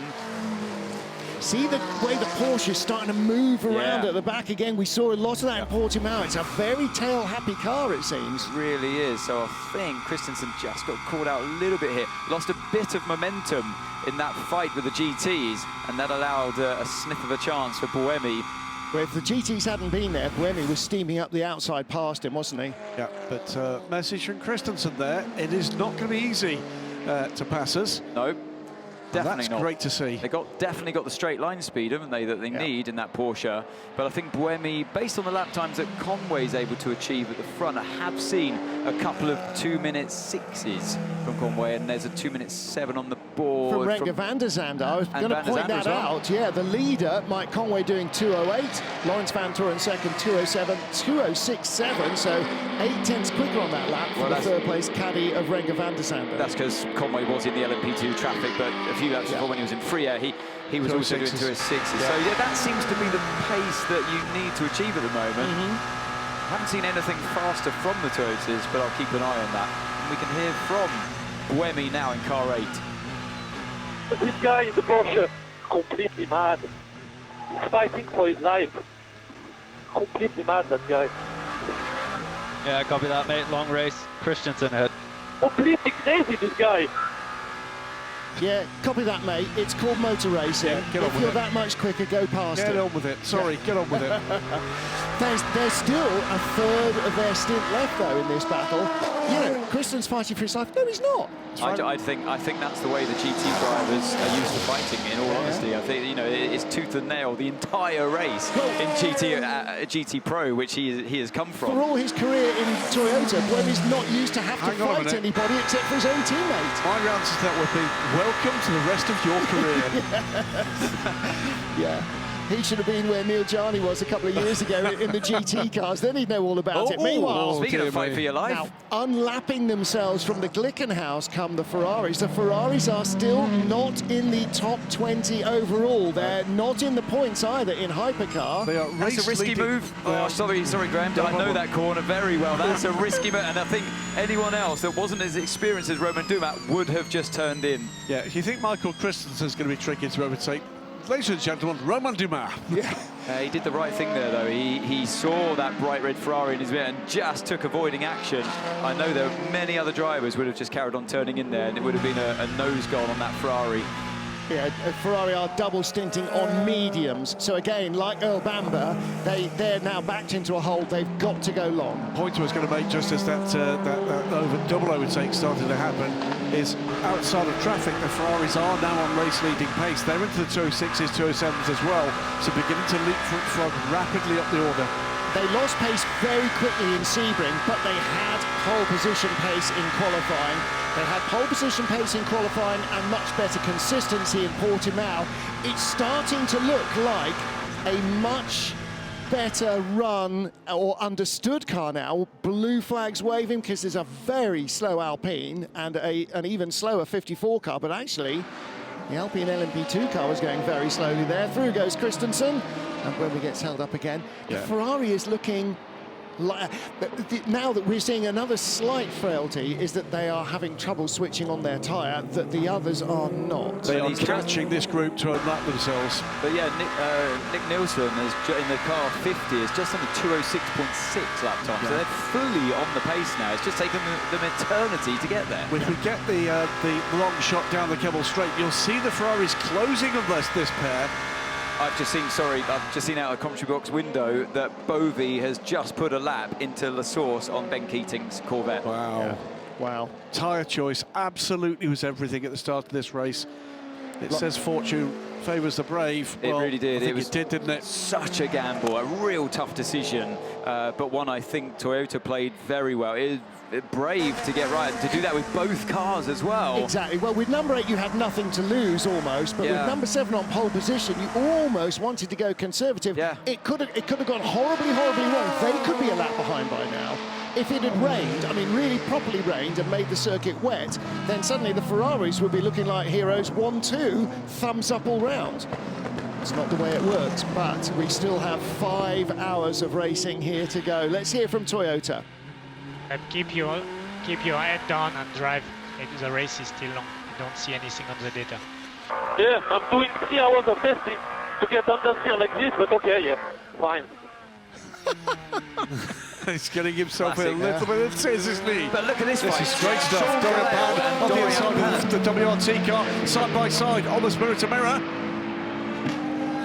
got it. Fantastic stuff from Sean Gallel. Right behind is the number 7 Toyota, the race leader, Mike Conway, not wanting to stick his nose into this at all. Oh, that was Dorian Pan overtaking Gallel. Yes. Amazing stuff on the run down towards Eau Rouge. Good stuff indeed. It is Tom Blomqvist that leads the class. And you're right, got me red and white cars mixed up there, not just Jota. She honestly, she's a revelation in LMP2 for me this year. She's the real deal. Aggressive. Real deal. Yeah. Proper action in LMP2 for second place, Dorian Pan. And making way through that battle as well was the leader. Mike Conway goes on. He's now 13 seconds to the good from Lance Vantour, with Vantour holding off Renger van der Zande in third. It is Toyota from Porsche, from Cadillac, from the second factory Porsche. Dorian Pan pulling away from Sean Gallel. We're on board with the Prema driver. Here's Sarah Bovey. Is this with the ORT car? This is the Iron Dames and Michael Dynan. This is for second place. They've just put a lap on Ben Keating. There is the yellow Corvette in the background, but Michael Dynan in the pole-sitting Aston Martin. Aston Martin lead as well with Tomonobu Fuji. No, they don't. This is for the lead. So where did Fuji go? He's in the pits. That's why he led coming up to this at the end of the lap. This may well be these cars coming to the end of their fuel window. Kind of early. They normally go over 60 minutes. I know we have just gone over 60 minutes, but we did have about 5 laps of safety car. Bear in mind, what they will try to stick to is the driver time window as well, so that's another factor here. So Sarah Bovey leading Michael Dynan right behind ORT, Oman Racing Team by TF Sport.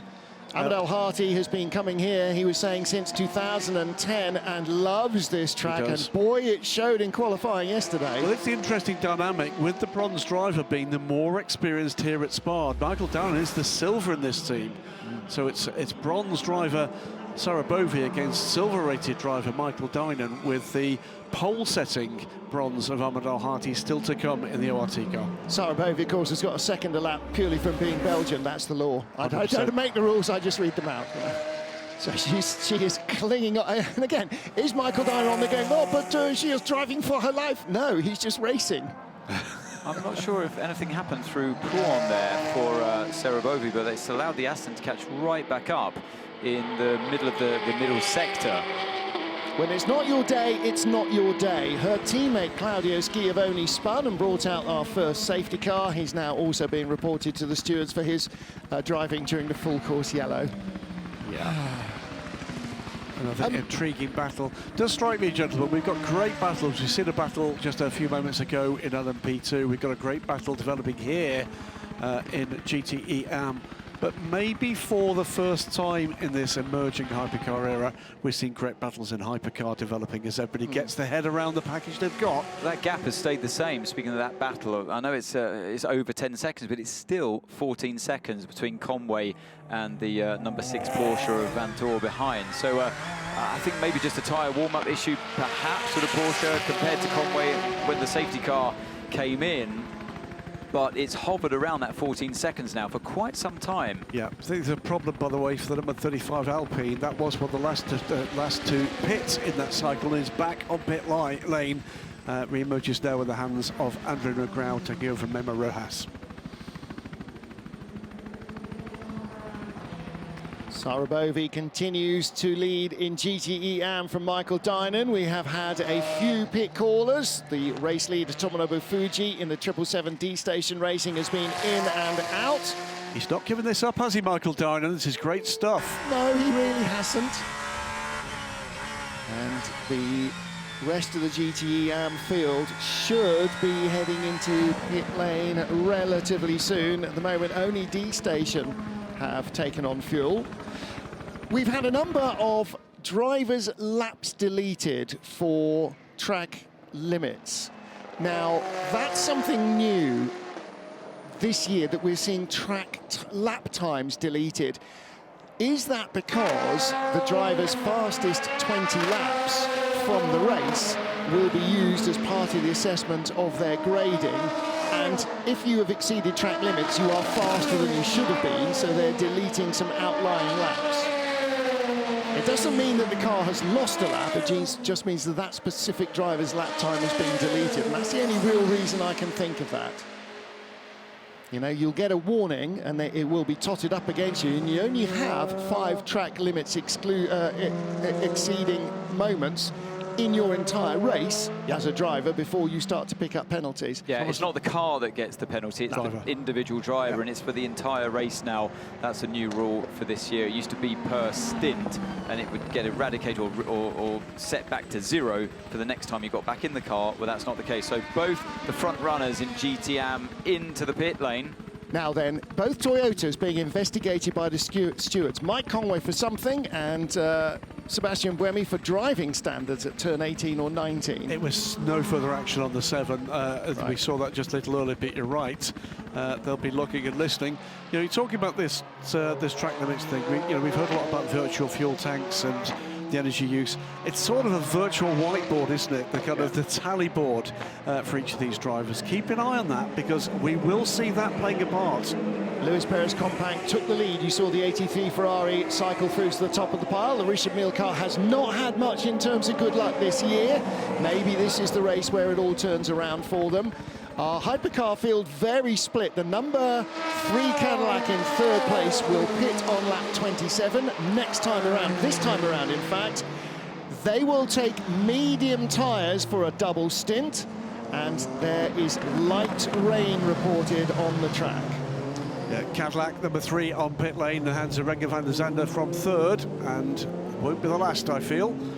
We're starting to see the GT cars come in numbers, and that was the number 5. I think that was the 5 Porsche following down pit lane. And I hear that Conway is coming into the pits as well this lap. Where is Conway on circuit? He's round at turn 8 right now. Yeah. Number 5 board being waved. Christensen is in, Van der Zande is in, so Toyota are 1st and 3rd after an hour and 6 minutes. And able to do one more lap, it seems, than the Porsche. Now, if they started on softs, can they double stint a soft, or will they have to spend time in the pit lane?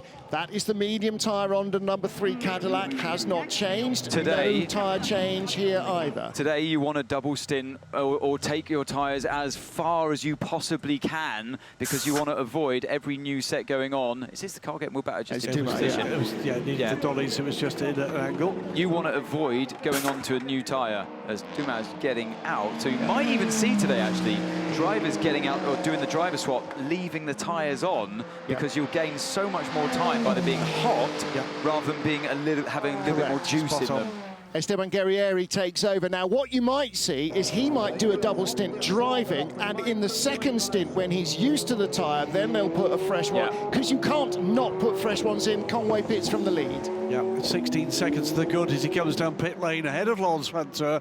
That's been a stellar spell from the Porsche Penske Motor Sport car that's not looked anywhere to this point in the season, but suddenly the scenarios that have panned out in front of us here are just played to them. I think a lot of the new teams coming into this WEC season, their main focus is Le Mans. Yes. You know, they knew their chance of what are we looking at, LMP2? That was a touch. 22 and 36. Aggressive stuff. 36 is Julien Canal on Frederic Lubin. That was for 7th place in LMP2. So if your focus mostly is on Le Mans, this circuit is in many ways quite similar to Le Mans. It's a high-speed circuit, so your car, if it's built for Le Mans, or your focus, your energy's on that race, chances are you're going to perform better here than you did in Portimao and Sebring. So I think that's what we're seeing with the Porsche at this particular race today. There's one other factor, which is both, well, oddly enough, Ferrari. It's the counterpoint to this, but Porsche and Ferrari tested here in the wet. No tyre change for Mike Conway, so if he's on the soft, they're double stinting. Toyota said, we are on slick tyres in answer to what compounds they were using. So as ever, Toyota being fulsome with the information level that they're giving us. Porsche lead at Spa. Lance Vanteur on home ground. Leads at Spa. He's 30 seconds to the good now from Seb Buemi, who, remember, started from the very back of the grid. So Porsche going longer on fuel than Toyota, because he has not come in this lap, nor has Buemi. Oh, off the track. It's the Van Wall is off the, just, I think. Guerrieri on warm tyres, not stone cold tyres. This is his out lap. Well, to be fair, Mod, I don't think we saw that car tyres. leave the pit. That's got to be cold tyres. That's cold tyres. 2:04 stop for the Glickenhaus. Let's watch 50 the Van Wall. seconds for the Van Wall. Oh, no, 2:04 for the Van Wall. 1:40 for the Glickenhaus. So he is on fresh tyres. Oh, yeah, that's cold tyres. In a straight line down the hill. Such a challenge. Such a challenge. It's easy to forget when you've got the tyres up to temperature. And did it make contact with the barrier? No, it did. Van Wall stayed out the wall. Oh, very good. I saw what you did there. Stop it. Here is Esteban Guerrieri. Yeah, a little bit of a Code Brown moment for him. And that was him straight out of the pit lane, because they come out just after La Source, and he is being very cautious. Not only is his tyres cold, but they're wet and grassy as well. Filthy, muddy by the look of it. No, that's Colin. He's not very happy. Looking as impressed as always. Leader in, Lawrence Vantor, born in Hasselt, within sound of the Zolder race circuit. Expressions like that is why he was a dentist and not a children's entertainer, isn't it? Former home of the Belgian Grand Prix. Lawrence Vantor is in. Does Sebastian Buemi come in? He does. Well, he's gone a lap longer than number 7. And that has won this race before for number 8. Happened 2 years ago. They looked like they were going to win last year until the car's hybrid system malfunctioned. Also in the pit lane is a Porsche. Or is that, no, that's it's the 8 car. So the top 2 cars, Vantor on pit lane, Sebastian Buemi on pit lane. Calm, Seb. Luis Perez Companc also in for the lead of GTE Am, which cycles Sarabovi to the lead ahead of Tomonobu Fuji. And here is Mike Conway up to speed. And in the lead again once more. So Mike Conway cycles back through to lead. 28 laps done and pushing on hard. That's his first flying lap. They've already used 6% of the energy in the car, according to the graphic. So you can see the tank filling there. Look. Again, I want the Euros prize for that. For the TotalEnergies Excellium renewable fuel that we're using here. Yeah, we don't say enough about that, actually. That 100% renewable fuel goes into these cars. It's quite incredible, the entire grid. So, you know, this year at Le Mans, you'll see every car on the grid, as we do for the rest of the championship, running on sustainable fuel. We don't say 100%. It's more than any other category I know. Now, the other thing that we need to talk to Total about before we get to Le Mans is, compared to 10 years ago in LMP1, how much less fuel are we using per lap now than we were then, with or without a hybrid? I mean, it's insane how economical they are. The track is getting a bit more wet. It's a bit damp. Copy. It is, Anthony, time for big boy pants on, isn't it? You have got to survive this. Again, you can't be forced into the pits unless everybody is. You just want to, you have to stay out there and ride through the rain coming down. And it's not a great time, obviously, therefore, to be doing a pit stop and putting brand new tyres onto your car. Yeah, so Sebastian Buemi on an outlap, Lawrence Vantor on an outlap. Buemi jumped the Porsche in the pit lane, and that is because they were 18 seconds faster. 2 potential problems looming. We've got car 25 at the ORT by TF car and the 4 Van Wall under investigation for white line.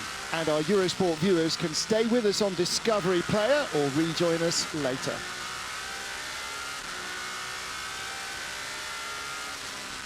Well, let's not speculate about how tricky it's been at the start of this race, because it has been tricky.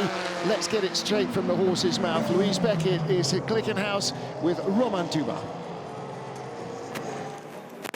Romain Dumas, did you have fun out there? Yes, it was fun. I mean, for sure it was not easy.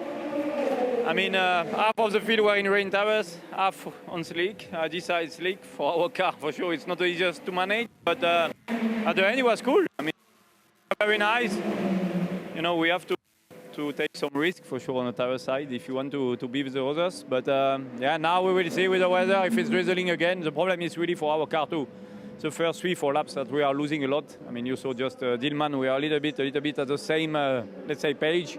So we will see. You're leaning on your wets. Do you think you're going to need them? I don't know, you know, in Belgium it's always crazy, but for sure I think if the meteor still like that, you know, difficult for us, it can only be somehow an advantage. So I like this condition, so it was fun, and we will see now for the next 5 hours. You had some nice moments with those Ferraris on track. Yeah, but they were, I can't keep them. I mean, it was easier to stay with the Porsche than the Ferrari. When they went around me, they were much faster. So yeah, but it was okay. I mean, it's nice racing, you know, completely different car.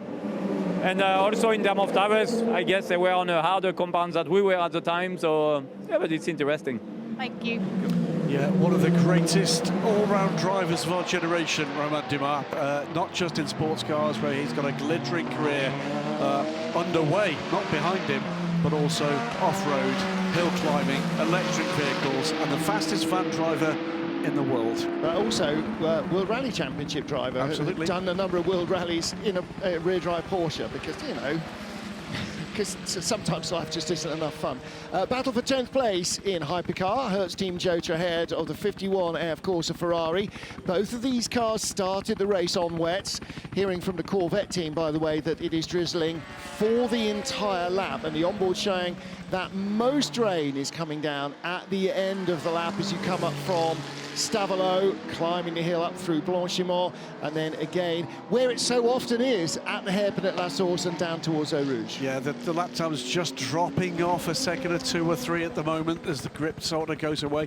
This is an intriguing battle, Ant, between the Hertz Team Jota car number 38, one of that batch that came in and did that tyre change, 10th in class, fending off the number 51 Ferrari. It's Antonio Felix da Costa ahead of Antonio Giovinazzi, and how encouraging must this be for Hertz Team Jota? The very first weekend with this car, never mind race, they've not tested before coming here. The car shut down, massively encouraging for what I believe is one of the most important important efforts in this FIA World Endurance Championship. Well, it goes to show that any top-level LMP2 team, if they've got the funding to do it, they can now buy a hypercar and go and play with the manufacturers, and you know, that car split the two works Porsches as the Ferrari has a look down the inside of Blanchimont. Not going to make it sick there, but Antonio Felix da Costa's off the track on the exit of that corner. The fight continues down to the final chicane. Is the Ferrari going to drive round the outside? Yes, he does. So look, it is encouraging. First race for them. They've just got to get through this one. Yep. Good move there by Giovinazzi. They've got the speed at this point in the race, but they're still fighting the same battle on track because of the work that Felix da Costa did earlier on when they came out the pits and put the slick tyres on. And the critical thing for Hertz Team Jota, having not run or even tested this car, is every single lap counts, because it's data they don't yet have that they will need at Le Mans to be competitive. But that Ferrari is quick now. It's yes, it is. Some incredibly fast lap times, and it was interesting reading into what Dumas said in the interview with Louise there in the pit lane. He reckons that they went onto a harder compound tyre as well, and would make complete sense why they struggled so much to get the tyres up to speed. Can they triple a medium? I reckon you can today. And they might even be on the hard. They've got the 3 tyre compounds available here, don't forget, not like the first 2 races. So this track's always rewarded a harder compound tyre. Right, so if Ferrari went out on a hard slick, is that why it took them so long to get... So they might go 3 stints, 4? I reckon you look after them the best you can, and you drive a swap and leave those tyres, those hot tyres on your car. Wow. Because I reckon every outlap, I reckon we'd be horrified at how much lap time you're losing on an outlap. I think it's around a minute, at least. And you risk crashing the car. And then this next lap isn't much quicker either, because it's like mizzly and drizzly. On the inside Cadillac goes number 2 Peugeot. Cadillac, on the 94 Peugeot. Now these guys, that is for 6th place. It's encouraging for these guys as well. The Cadillac has looked fairly convincing from the very start. And started on wets, and so did the Peugeot. Now the number 3 Cadillac that started on slicks is 2nd, but that's Bamber just going up to 6th place. They're on the lead lap, and despite that pit stop. I think the Peugeots are on the soft tyre. It would Is that starting to go away already? Wow. Well, it's been to say dramatic first hour is probably to underplay it a little bit. Let's take a look.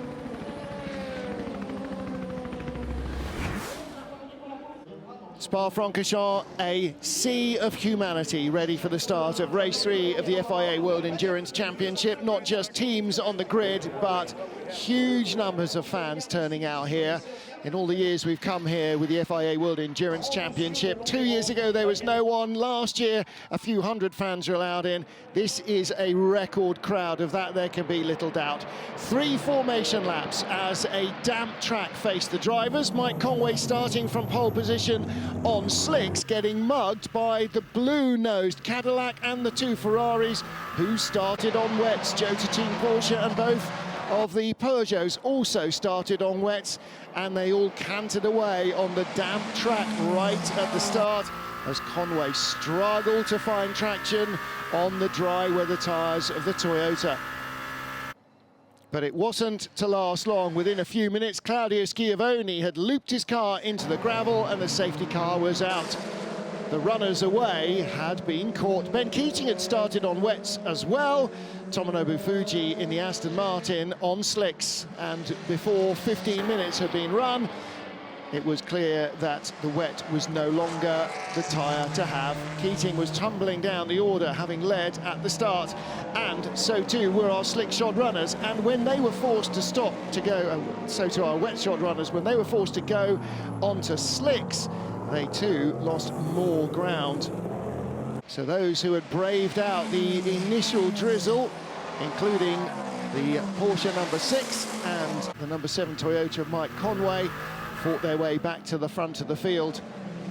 The Ferraris, the Peugeots and the number 2 Cadillac all probably left it at least a lap too long, knowing the inevitable was coming before they surrendered and headed in for dry weather tyres. Their option now was to fit the hardest tyre they thought they could survive on and go for as long as possible, as those who had somehow weathered the storm on slicks raced away, including Sebastian Buemi. After not being able to set a lap in qualifying, the number 8 car had been started 36th on the grid. It was into the top 10 by the time we had a full course yellow as Vector's car spat a wheel off. And towards the end of the first hour, you can see the Glickenhaus being caught and passed by Buemi in the number 8 Toyota. And as the pit stops started, Toyota incredibly, after an hour of racing, 1st and 3rd, from basically 1st and last. 83 leading in GTE Am, 23 leading in LMP2, and the number 7 Toyota of Mike Conway remains at the top of the pile in Spa. Well, Ann Davidson, when you come to Spa, you sort of expect the unexpected, and that's exactly what we got. But look where the number 23 United Autosports car is, 5th overall, and it hasn't rained heavily yet. They've done an incredible job, haven't they, in that leading LMP2 car. But it just goes to show as well how topsy-turvy it's been in terms of which tyres went on the cars at the start of the race, and how they're all playing this tricky weather condition combined with the very difficult warm-up phase, particularly on the Hypercar tyres, as more LMP2 cars come streaming out the pits. Interestingly, with their wipers going, absolutely 9 to the dozen. 63 back out in 5th position. Danny Kvyat brings out the Prema Racing car. The 31 from WRT, 6th in the hands of Sean Gallel. Andrea Caldarelli in the 9, and the Jota 28 in the hands of Pietro Fittipaldi. Just going to add one qualifying comment. You said about the amazing job that United Autosports had done to have that car in 3rd place. I'm going to add the word again. Absolutely magical stuff from the United Autosport stuff. Does Tom Blomqvist know he's not in a hypercar? Does he just think that everybody's got one hypercar now in their team? Because he's driving it like it's a hypercar. On board with the 6 Porsche. This is Lawrence Vantor in 3rd place, challenging Sebastian Buemi to try and get by him. Oh, no, it's not. Yes, it is. Questioning what I'm seeing. It is Buemi in the number 8 car. Yeah, great stuff from Vantor. Porsche will be very encouraged by this. We're also seeing as well the team's getting the opportunity to learn what works with these tyre choices now, and that's something else they've not really had the chance to do in these changeable conditions. This is all going to be really valuable moving forward. Why is Buemi struggling, Ant? They didn't change tyres. The number 6 Penske Porsche did. That had a 1:26 stop. That's a full 4 tyre change. Again, might be that, yeah, just that reason that fresh tyres. Yeah, fresh tyres now able to switch on properly. Fastest first sector of the race goes to Antonio Giovinazzi, now back up into 9th position. A full fat second quicker than anybody else can go. As we watch the Prema, this is WRT. So 2:06.1 last time around, and getting us within 3/10 of the fastest lap of the race, but critically, 1 minute and 48 seconds off the lead. Blomqvist rejoins in the lead, still in LMP2, stopped, took fuel on, didn't lose the lead. That's how far ahead he was, as Sarabovi hangs on ahead of Tomonobu Fuji. So Sarabovi was seconds to Fuji-san, was several seconds behind before the pit stops. It looks like the Aston Martin is in really good shape here. It was sort of completely out of the equation in Portimao. Different track, oh, as the Peugeot outruns itself. Different track, very different nature to the track, and the high ambient speed and maybe the low track temperature suits the Aston Martin quite nicely. That was the 94, by the way, running wide and lost a position, I think, in that. Oh, he's come into the pits, 94, so was that Gus Menezes? Box, what? No!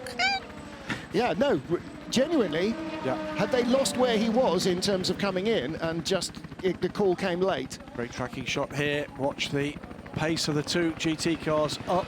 Oh, he was really wide there, wasn't he, Fuji-san, over the turn 4 apex curb. And he's got to be careful with that because we are seeing lap times deleted. Yeah, they were quickly on that one. It's already popped up on the timing screen page. It is a new fastest lap of the race for Antonio Giovinazzi, up to 6th now with the latest pit stoppers, a 2:05.658. In fact, Fuji-san being pinged for 2 laps ago, where he clearly did the same thing. Well, it's just racking up the penalty. You know, you get closer and closer to the penalties. The jokers that you're allowed. Number 2 Cadillac, Earl Bamber is in. And that will be for fuel, because they're out of sync. So too the 51 Ferrari, so too the 38 Jota. And they are cars that started on wets and now have to fuel because they topped up as well as changing onto wets earlier on. Here's a great example of just the difference in pace we're seeing at the moment. That 2:05.658 from Giovinazzi in the number 51 Ferrari ranks up against the fastest lap of the race so far for the Glickenhaus, now running down in 15th in the hands of Frank Mayer. Their fastest lap of the race just done by the Frenchman. It's a 2:09.0. Yeah, 2:09.30 for him, and 2:09.9 is the fastest lap of the car ahead of him. That's into Europol's LMP2 car, Fabio Scherer. But the point being, the difference in the fastest lap between those two cars in the same class is more than 3 seconds. Yeah, and the Glickenhaus is not quite as quick as the fastest car in LMP2. And that is the performance dropping away. They haven't been able to test and develop the Glickenhaus since last year, so it's effectively going backwards in the hypercar field. Side by side between, I think, a WRT. Yeah, it's 31. Is that still Sean Galale at the wheel there? Again, toughing it out through a rouge. Robin Freins and Freddie Lubin in front of him, and behind Freins, they're running nose to tail, is the second WRT car of Louis Delatraz. It was a heck of a run-up through Radion from Freddie Lubin. Delivered a bit of a message there to WRT, man, that he wasn't going to be bullied at that point. That's launched him right onto the rear end of the 63 car. So this is Kvyat with the 3 blue lights, then Lubin, then Freins, then Delatraz. And you saw Rui Andrade, who's just stepped out of the car, looking at that going, oh my goodness, look at this. Well, Freddie Lubin should be pleased with that aspect of the lap, but now in really illustrious company for what is a provisional podium position at this stage of the race. You saw the 51 Ferrari, you didn't see the 38 Jota Porsche hypercar, but they're both in the pits from 5th and 6th. Of course, they'll drop back down to a sort of 15th overall now because they are fueling completely out of sync with all the others. This looks like Mikael Jensen, car 93, in trouble on his outlap, so taking it very tentatively on those cold tyres.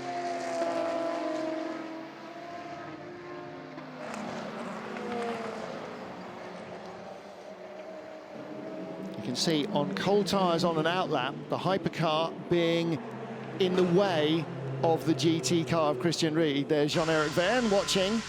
And he is riding on board with his teammate. Oh, get out of the gravel. Look, there goes Christian Ried. Boom, straight by. Of course, Ried had 3 spins behind the safety car in the formation lap, so was it 4 on cold, slick tyres, but he has managed to keep the car on the island just about and keep going as our battle in LMP2, squeezing through with the green highlights.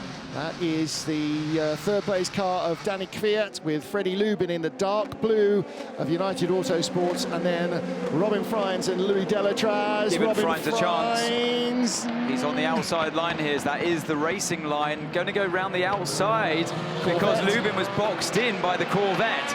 What a great move by Robin Frijns. Opportunistic, of course, and gets the run down towards Eau Rouge as well. So that's the overtake done for now. Well, Frijns is a hunter-killer. You know, there's no question with Frijns. He was just right time, right place, though, and but he made the best of it. So, yeah, great stuff.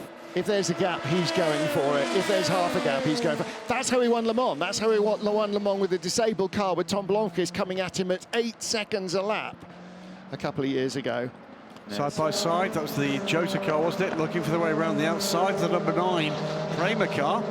Yeah, and that is the battle for 7th in LMP2. Andrea Caldarelli with the green highlights on his red and white Prema car, and in the gold of Jota, Pietro Fittipaldi. So there's been driver changes all over the LMP2 field. That's still the major outlier, by the way, in LMP2 is United Autosports in the hands of Tom Blomqvist, 6th overall. But heads up as well, by the way, to the other car in amongst the hypercars, which is the 34 car of Intereuropa competition. Now in the hands of Fabio Scherer, and with 2 of the hypercars in the lead group still behind it. And again, Scherer is flagging himself up. If you're looking for a hypercar driver, he should be on the shopping list. And here's the lead battle in GTE Am. Sarabovi giving no inch, no quarter. Tomono Fuji trying to ease her off onto the grass. Yeah, that's not He's coming over, he's coming over. He's going to get in trouble for that. He completely pushed her off the track there. So, yeah, you know, there's being hard and fair. That was hard, it wasn't fair. No. At least it wasn't on the Kemmel Straight, but they're accelerating hard out of the hairpin down towards Eau Rouge. She's now got wet, grassy tyres going to enter Eau Rouge. That could have ended very badly. The stewards need to have a word. And he's already been pinged a few times with track limits as well, so they'll come down even harder on him for stuff like that. So, that won't be looked at lightly. No, definitely not. So now car number 41, WRT, having a go on. This is Delatraz. And again, it's almost identical to the previous move. So look, well, apart from you haven't got the Corvette there.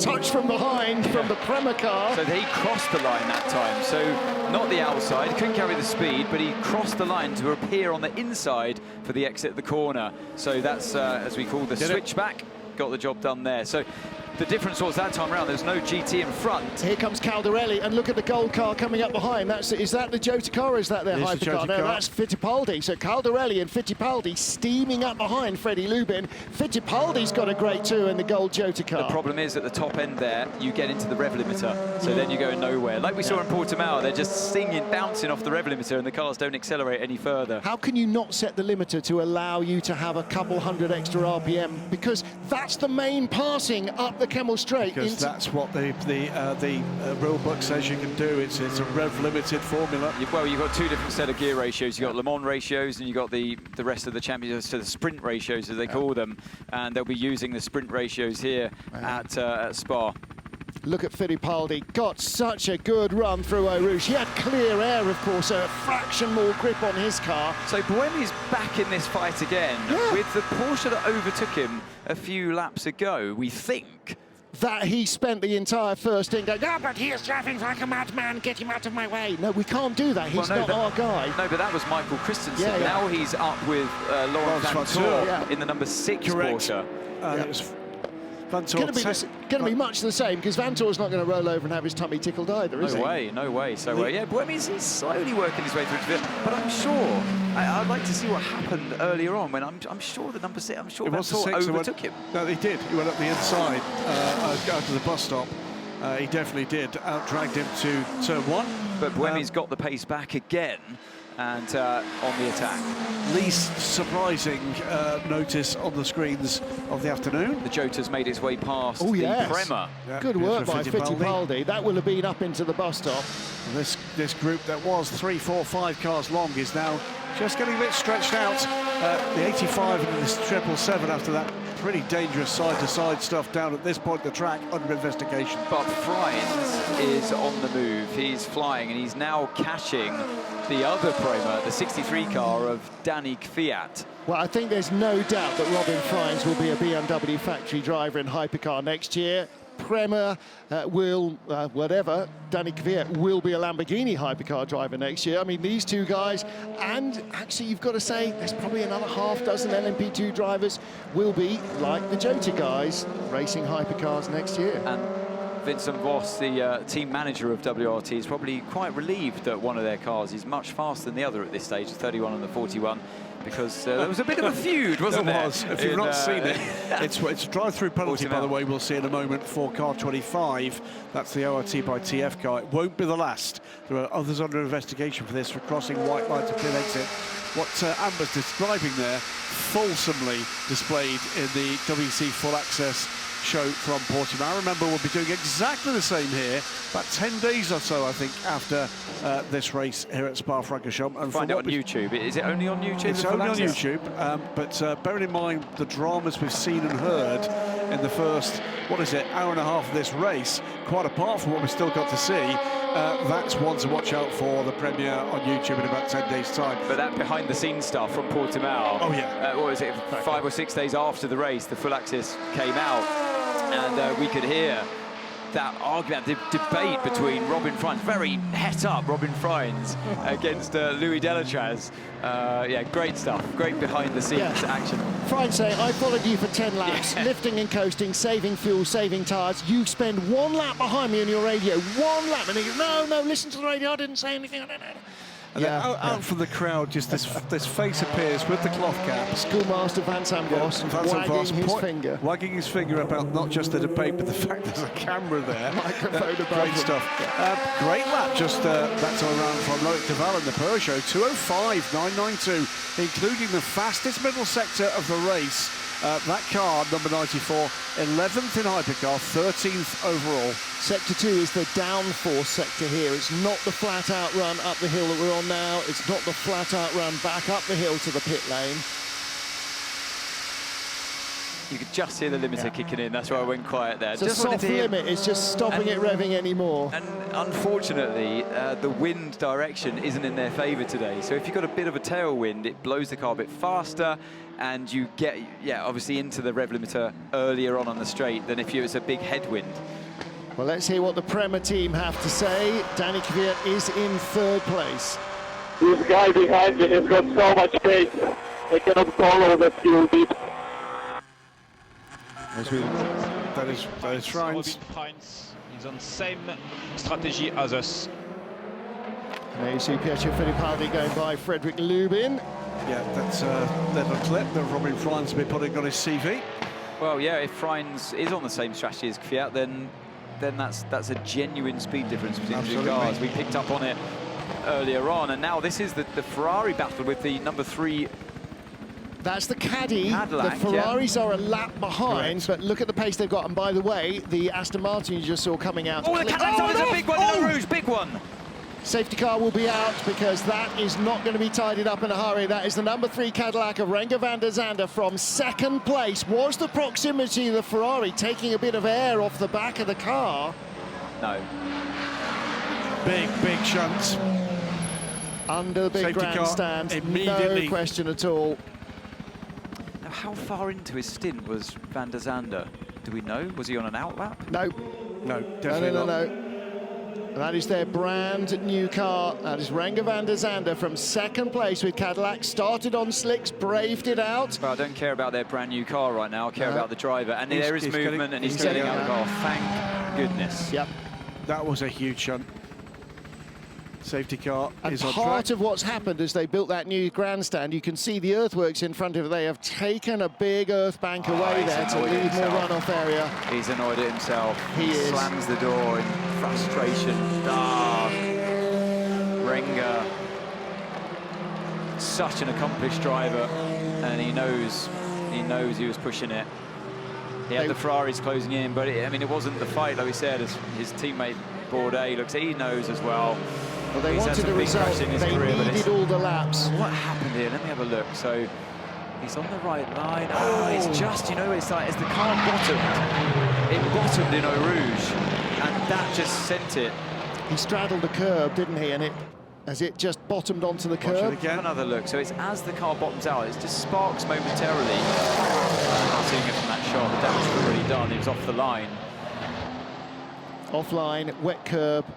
It's the reaction of the car as it compressed that took momentarily like the steering out of his hands. He was a bit of a passenger. I haven't seen the cars behave like that so far this weekend. I thought the corner was flat out for them in race trim, but well, I'm just glad that he was able to get out and wave to the crowd, but the car is definitely a bit worse for wear. You said sparked a little. From the forward view, it did look like that. From the rear, there was a lot of sparking. Yeah, there is a lot of sparking in there as they go over the curbs, definitely. Yeah, so he was complaining apparently on the radio. He said, yeah, the steering gave up on me, but the steering would give up on you if the car bottoms out, because it effectively becomes a surfboard. It takes your wheels off the ground momentarily as the car's plank is fully compressed into the tarmac. It lifts your wheels away from the ground, and then you won't have steering. Then it reattaches and you're out of position on the track. You get onto the wet stuff as well, and it's a recipe for disaster. Really sad scenes down there at Cadillac. He had driven such a great first stint in this race. He survived the hardest bit with the cold tyres on the wet track. And it just goes to show, if you're half a metre offline, you're over the curbs. Well, you know, there's a huge audience there, and we saw this in qualifying when we had crashes there and drivers got out of the car okay. Big applause from the crowd just to see that the driver is all right. Nobody wants to see anybody getting hurt. Once again, another magnificent display of one of the biggest advances we've seen in the modern era, safety. Yeah, that was a huge shot. New runoff areas up through Eau Rouge and Radion, of course, over the in the last couple of years. New tyre barriers, and that grandstand, of course, is in that position because of the new amount of tarmac and the restructuring of Eau Rouge. They haven't changed the flow of the corner. It's still as demanding as it ever was in terms of the flow and the precision you need as a driver to get through there, particularly in sports car racing, where it becomes the challenge it's cracked up to be.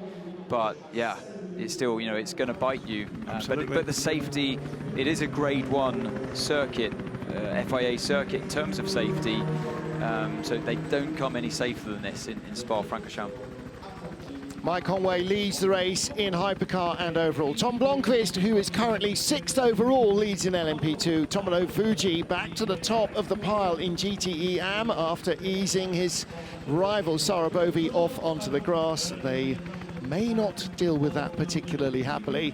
We are under safety car for the second time here. Let's catch up with the Cadillac team from car number 3. Louise Beckett is with Sebastian Bourdais. Sebastian Bourdais, I'm really sorry to see those pictures. As you just said, the most important thing is we've seen Renger get out of the car. Yeah, I mean, it seems to be okay. He said it's a little headache, but yeah, just massive shunt, obviously worst place for anything to happen, and apparently he said that the power steering just kind of locked up on him completely and the car went up the hill, so it's definitely the worst case scenario. I mean, it's your first round here with us in WEC. It's not been an easy weekend, has it, for the number 3? Yeah, after that little fire in the engine bay on what was it, Thursday afternoon. Yeah, definitely not an easy weekend, and the guys that worked so hard to get that car ready, and yeah, now this, it's definitely, the goal was obviously to leave this place with 4 wheels on the car, and unfortunately it's not going to happen. So it just puts a lot of extra load on the whole system, which is already pretty stretched. We obviously, this was the WEC backup car. So our car is still in the US, but yeah, it's gonna stretch the thing even more on spare parts and everything. Okay, thank you. Worth saying, by the way, this is Renger van der Zander's effective home race. He's Dutch, not that far down the road, and whilst he may not be a household name in Europe, most sports car fans will certainly know what Renger's done. Amazing career, in North American racing, and the two of them together have been a very potent force in the TotalEnergies Sports Car Championship and a whole range of machinery. Both of them, by the way, drove last season for Vector Sports as one of their pro drivers. Sebastian did some races for them, Renger stepping in as well, and you can see the real concern there, and you've been on the wrong end of those moments. That must be an absolutely horrible moment, not just because the race is done, but that is your crewmate, that is your teammate, that is your friend. You hold such a responsibility, you know, when you're behind the wheel of one of these cars.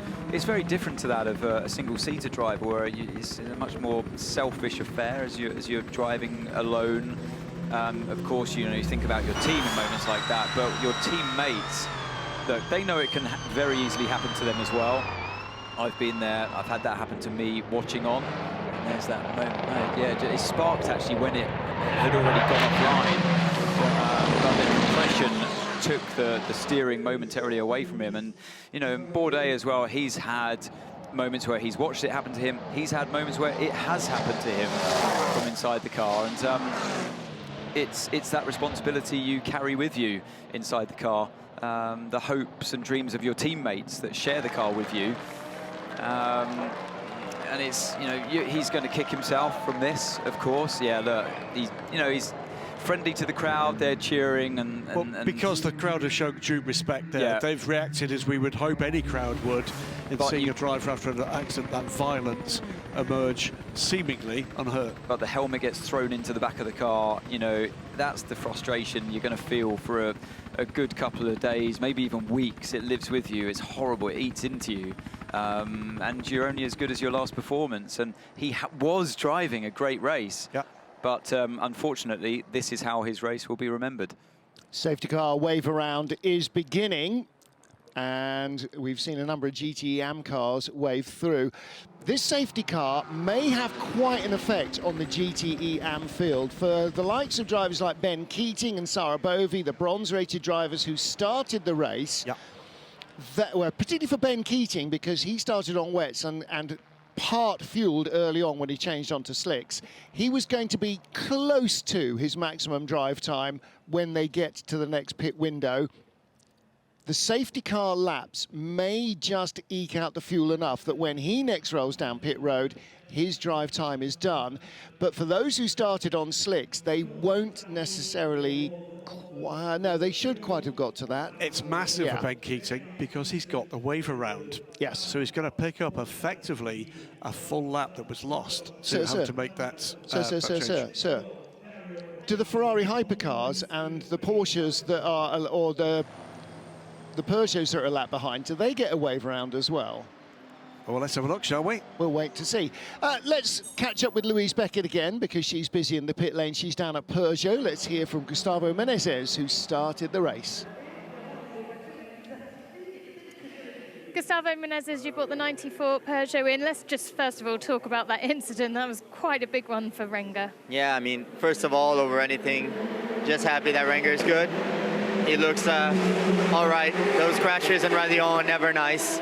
For anyone, the amount of damage is massive. But again, if his safety is okay, then happy to see it. Now, you guys were one of the cars that started on wets. It was such a difficult start to that race, and it's really divided the field. Yeah, I mean, this was the most typical spot weather we could have asked for. It was a bit of a gamble either way. For sure, now looking back, maybe it wasn't the best decision, but it was a safe decision. The safety car kind of brought back all the guys on slicks very quickly, so we lost a lot of track position. But I wouldn't say we regret it, because again, it can go either way, so it's okay. And for the rest of the race? Yeah, and the first stint I got back on slicks, it seemed like our performance was quite okay, so we got ahead of a few of the cars. I think now we'll see a lot of split strategies because of the stint lengths, all the safety car periods, so we won't really know where we are till the end, but we're doing our best, and I feel like it's been a little bit of a step since yesterday. Great, thank you. Thank you. They've looked better. They've not been challenging for the overall lead, but they've looked better from where we thought they were 2 races ago. This is a big step forward for Peugeot. It's the sort of circuit that the ground effect car was designed for. It's not actually the circuit, but 2 sectors of it are very close to what we'll find at Le Mans. Wide open, fast, And that's where ground effect works best of all. Let's hear from the number 8 Toyota, who are incredibly still in 3rd place. Are we looking better with the tires now, or it's still very problematic for us? So yeah, we do feel that it would be better to box for full service. So all things considered, just be ready. So, yeah, sort of a confirming call from Sebastian Buemi. The fire has gone from his belly for the moment. It was pretty wound up, said Buemi a little earlier. Let's have a little bit of a listen what's going on aboard the sister car, leading the race with Mike Conway. Yeah, balance is okay. To be honest, you make sure you keep the tyres clean. With this energy save is okay, but you got to push, keep the fronts clean and the rears. Balance is mainly understeer, so just chase it with the tool, and should be staying pretty consistent. Yes, altogether more cheerful aspect there aboard the number 7. That's 57 car just briefly there on pit road. That must have been emergency service. Would have been able to take no more than 5 seconds of fuel in that stop. Again, the overhead shot with the safety car. I wonder, that was Scott Hypercar who took over the Castle Racing Ferrari after Takeshi Kimura started. I wonder if they're on bingo fuel, it was almost an entire field GTE Am stop. Most of them started on slicks, so is almost everybody else in GTE Am then going to need fuel? Well, that's going to be interesting. The other thing to be interesting is where everybody is in terms of the overarching strategy for Hypercar. Be interested to hear from as we see, is this the overhead shot? It is, as we see the Cadillac into the wall, as we've seen earlier. Doesn't look any easier from that angle.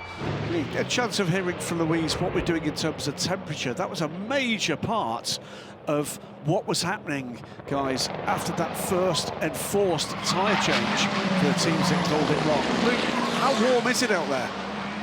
Not warm at all. I can't, it doesn't feel like it's changing, if I'm honest with you. It feels exactly the same as it was when we were all on the grid, just a little less rain. Yeah, she said ruefully there, less rain, but still as cold.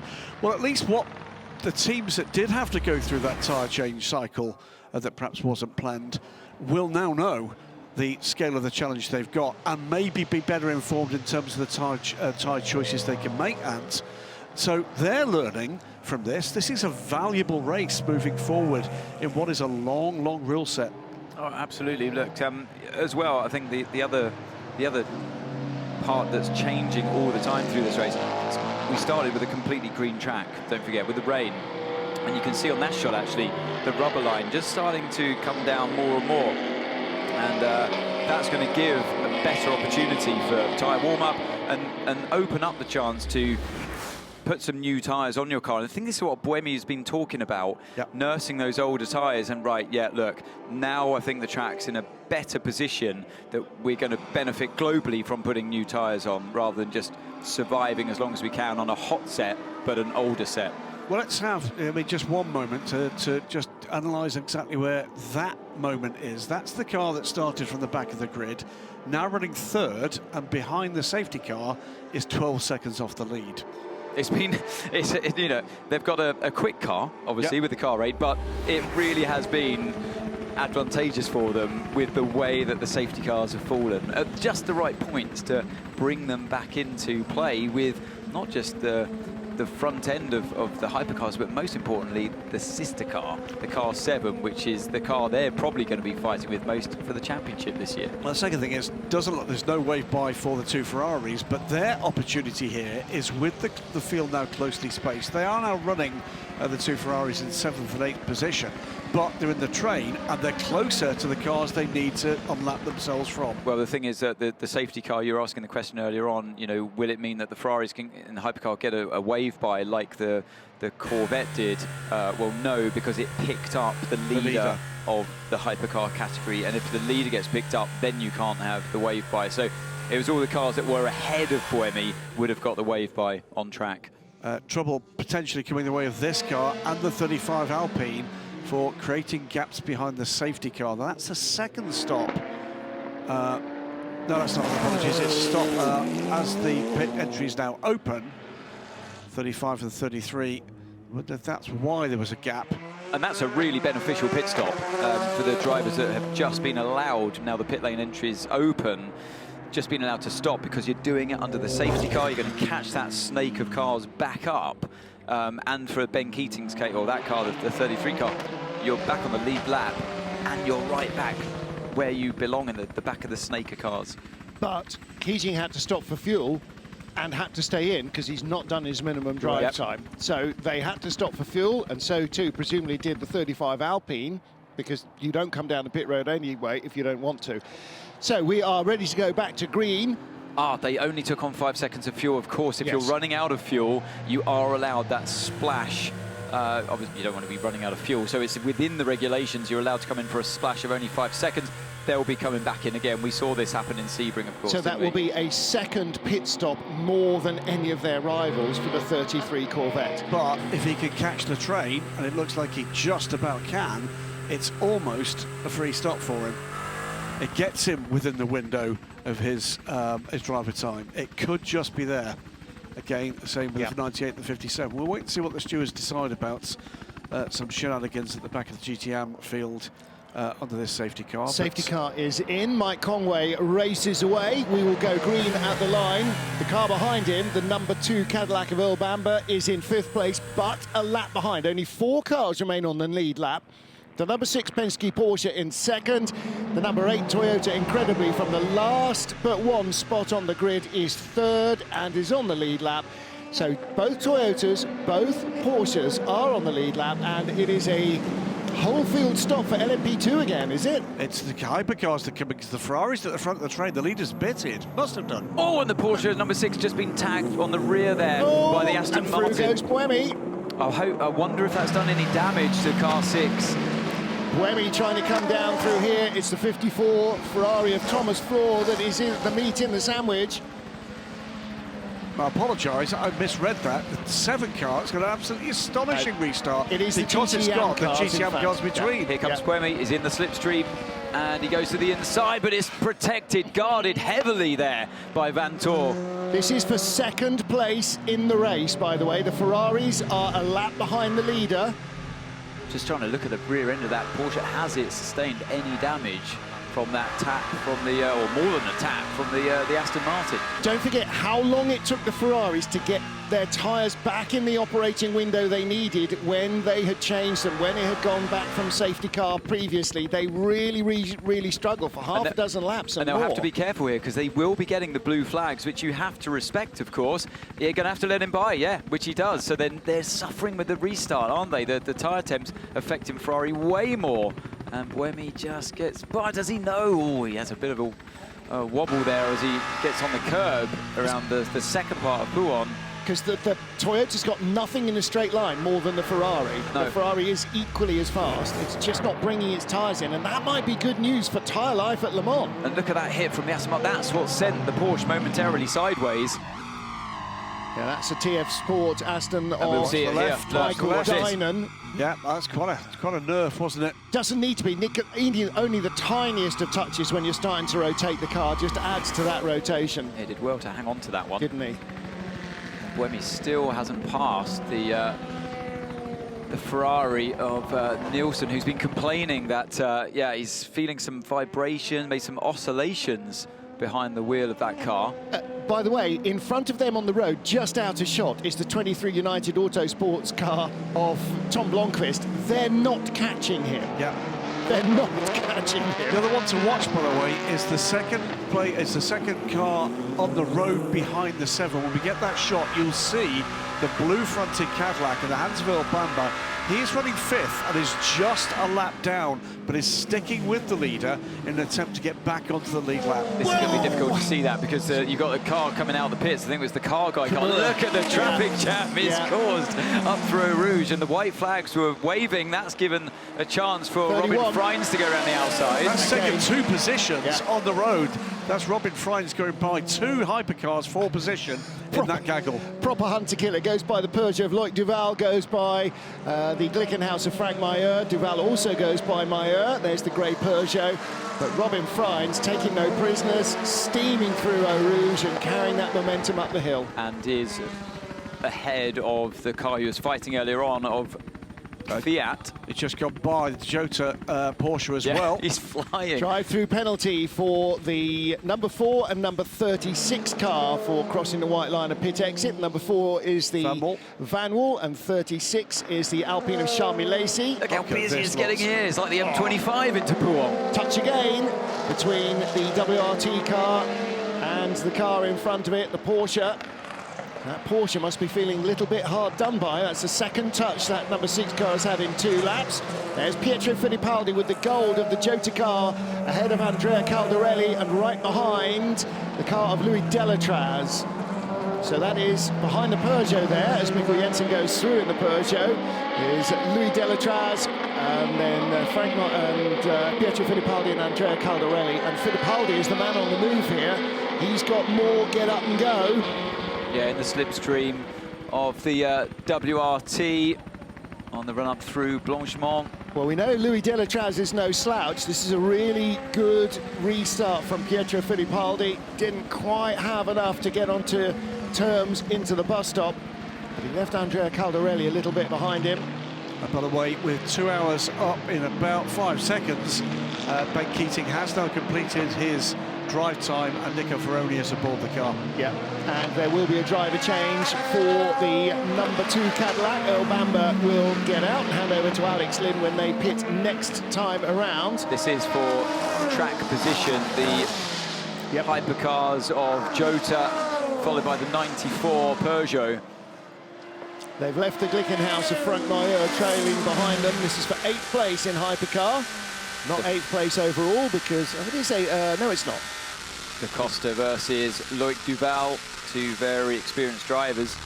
Da Costa chasing the WRT LMP2 car, and ahead of them on the road as well, the United Autosports LMP2 car. So although he's in a hypercar, he's still behind 2 of the cars that he would normally have been racing in a P2 car anyway. Robin Freins is charging 2:10 last time around, took 4 seconds out of Tom Blomqvist in the battle for the LMP2 leader, and 8th overall.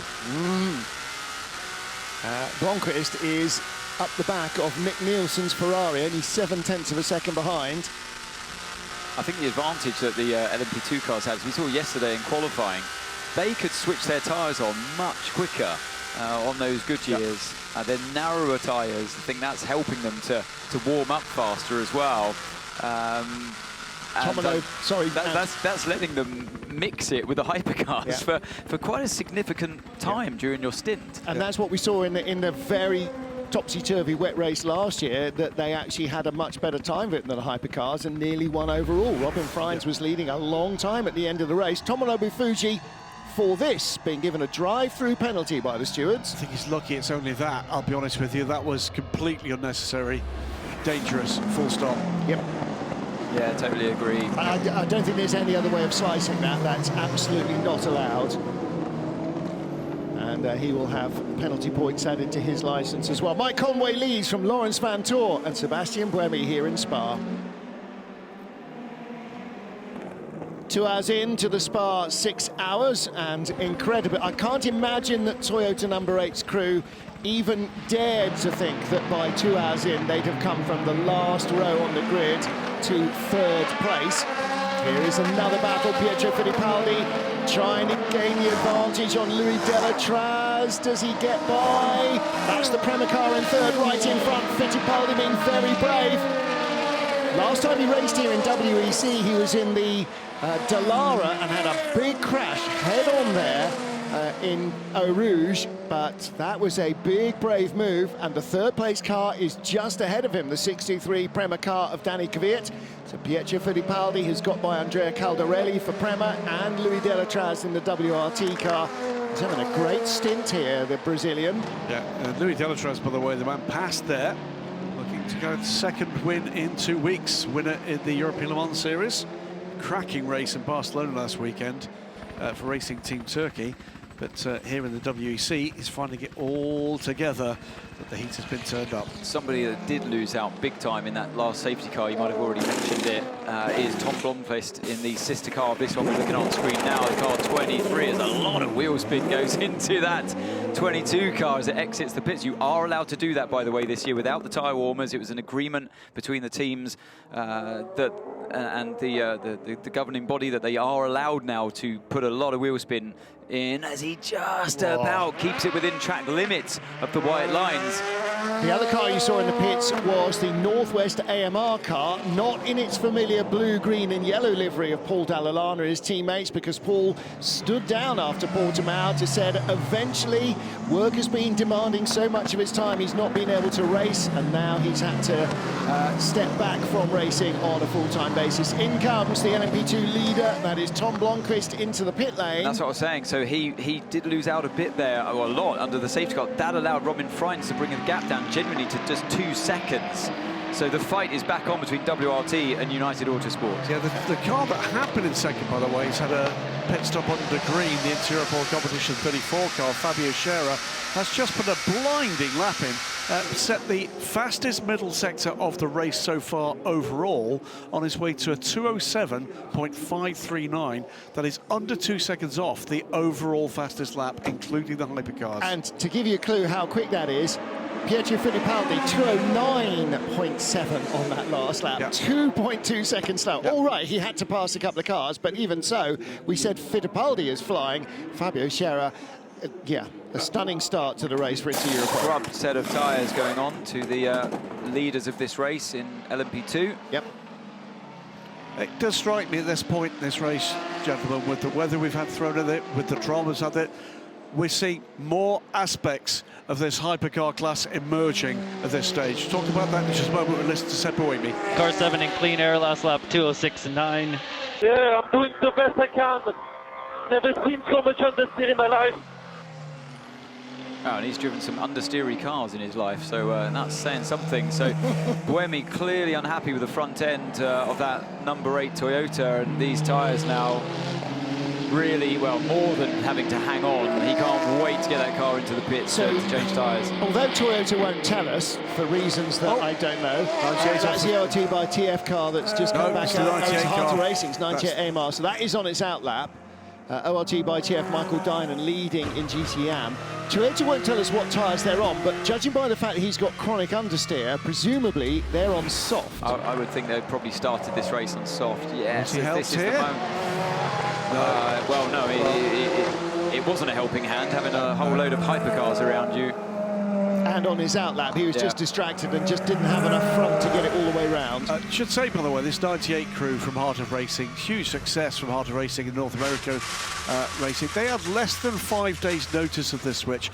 And before we go any further, I hope you're listening in and watching in, Paul Dall'Anna. Thanks for everything over the last decade. You've been amazing, and entirely his right to decide to step away. But the challenge for this Heart of Racing crew in what will remain the Northwest AMR programme is to get up and running with a car that they've raced in GT3 form, but not in GTE form. And in these challenging conditions, that lack of ABS and some of the electronics that exist in GT3 is a steep hill to climb. And talking of steep hills to climb, here's a Kemmel Strong. What a segue. Amazing stuff. So this is Danny Kvyat in car 63 with the ever-closing Pietro Fittipaldi in car 28 Jota.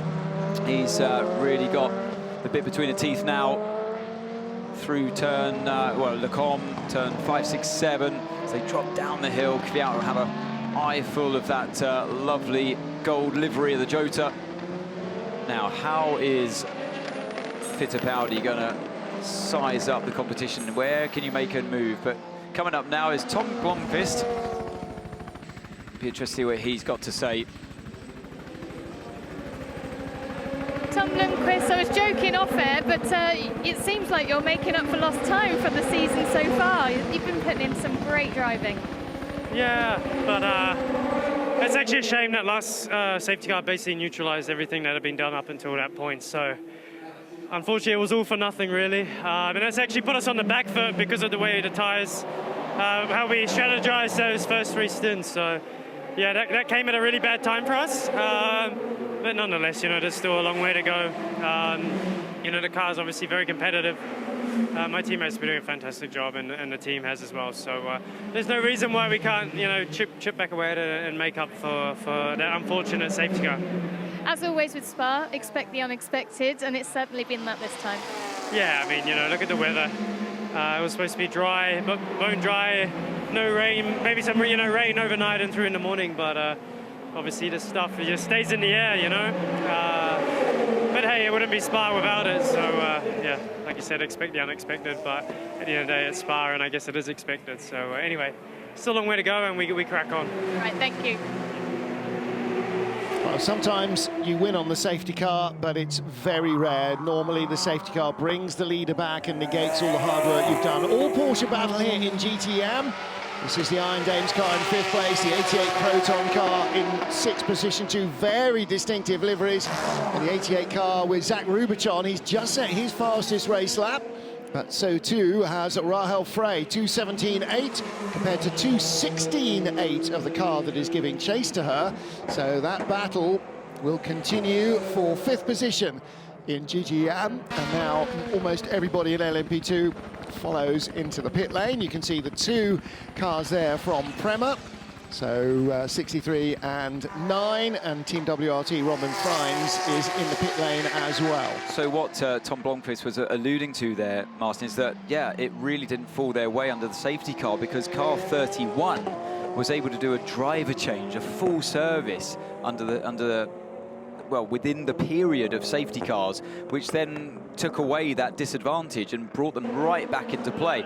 They've had effectively a driver change under safety car conditions, therefore, and that's not what 23 had the advantage to. So the next time they have full set, which they've just done, it's going to affect them a lot more than it did car 31. Yeah. And they also ran their silver driver at the start of the race. With all those safety cars, they lost nothing, car 31. Oh, what's this going on at Prema? Trying to reattach the rear bodywork. It's loose on the left rear, and now they're stopping the car again. No, go. No, don't do that.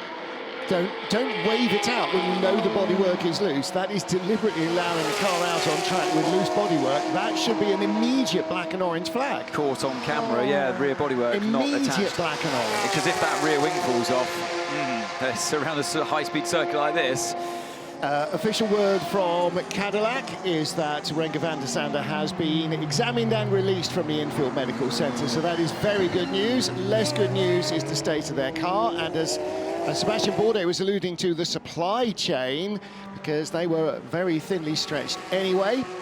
63 will have 5 seconds added to their next pit stop for unsafe relief. Now, that wasn't released what we were just seeing. That was where they were released previously with Dorian Pan chopping off the nose of the LMP2 So, yeah, so not this for is this the moment. 9 car, but that is got to be a black and orange flag. Clearly, they were trying to reattach the bodywork. It is clearly not attached properly. And these cars are not doing, 50 or 60 miles an hour here. They're doing 150 or 160. The wind there will rip off anything.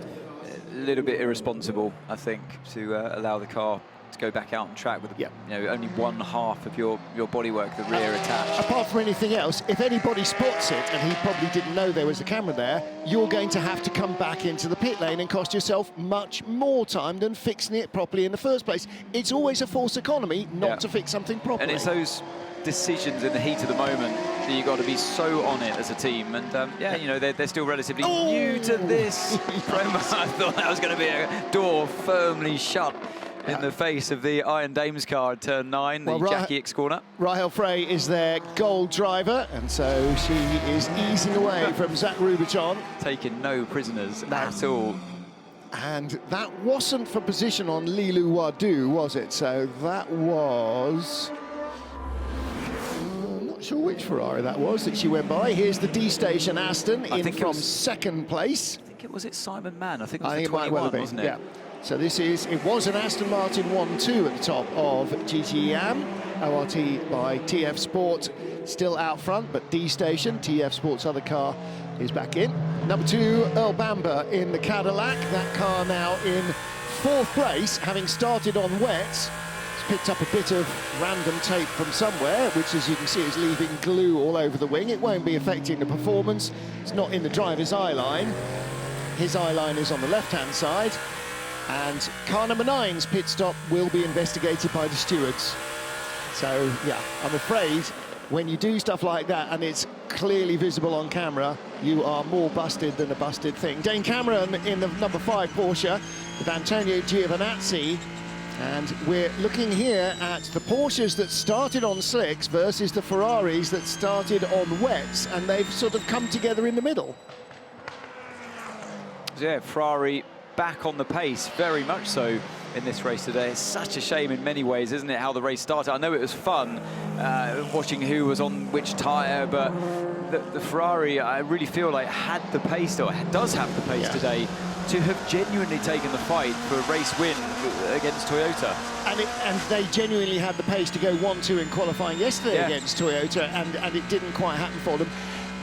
What this perhaps suggests is that the Ferrari might be quite light on its feet, and that might be a really, really good thing at Le Mans, because the one thing you want to do at Le Mans is keep the tyres on for inhumanly long periods of time. Now, if they went onto a hard rather than a medium tyre, that Ferrari could be on those tyres. He's trying to unlap himself there from the Porsche. The two cars are trying to unlap themselves in the leaders. That Ferrari could be on those tyres for a long, long time. But for that, what turned out to be wrong tyre choice, we could be sitting here with a 5 or 6 car battle for the lead. Well, it wasn't a wrong tyre choice. What undid all the guys on wets was Claudio Schiavone bringing out Porsche spun out of the bus stop. Has it spun or has it stopped? I can see Verglass-style lines coming up to it. All lights are off on the car. Not even the... Oh no, there's one on the cockpit side. Is that the other Porsche? Meanwhile, Ferrari versus Porsche, top of the hill. The Ferrari goes off. He's going to have to give that place back. Leaders in the pits. Sebastian Buemi leads the race for 1 lap. He's got 2% energy left. This is like Formula E. Sebastian Buemi will come in next time round. We better hope it's not, because this is extremely exciting. Both Porsches had problems in free practice too. One of them broke a drive shaft. That was car number 5. Car number 6 had its hybrid go. Yeah, he's been asked to do a power cycle, hence most of the lights off on the car. And so let's see if luckily he is way offline. Rebecca Jones there in the shades, or with the shades, the PR for Porsche Penske Motorsport. Oh, Kevin Est. Not off as well, the van wall. That might be the saving of Porsche's race, because that's not coming out in a hurry, is it? Is that Tom Dillman in the number 4 car? Oh no, it's Esteban Guerrieri, isn't it? So that's going to... And it's facing the wrong way as well. Is that a Piff Paff? Yeah, it's at Lecombe, yeah. Lecombe, okay. This is how it happened.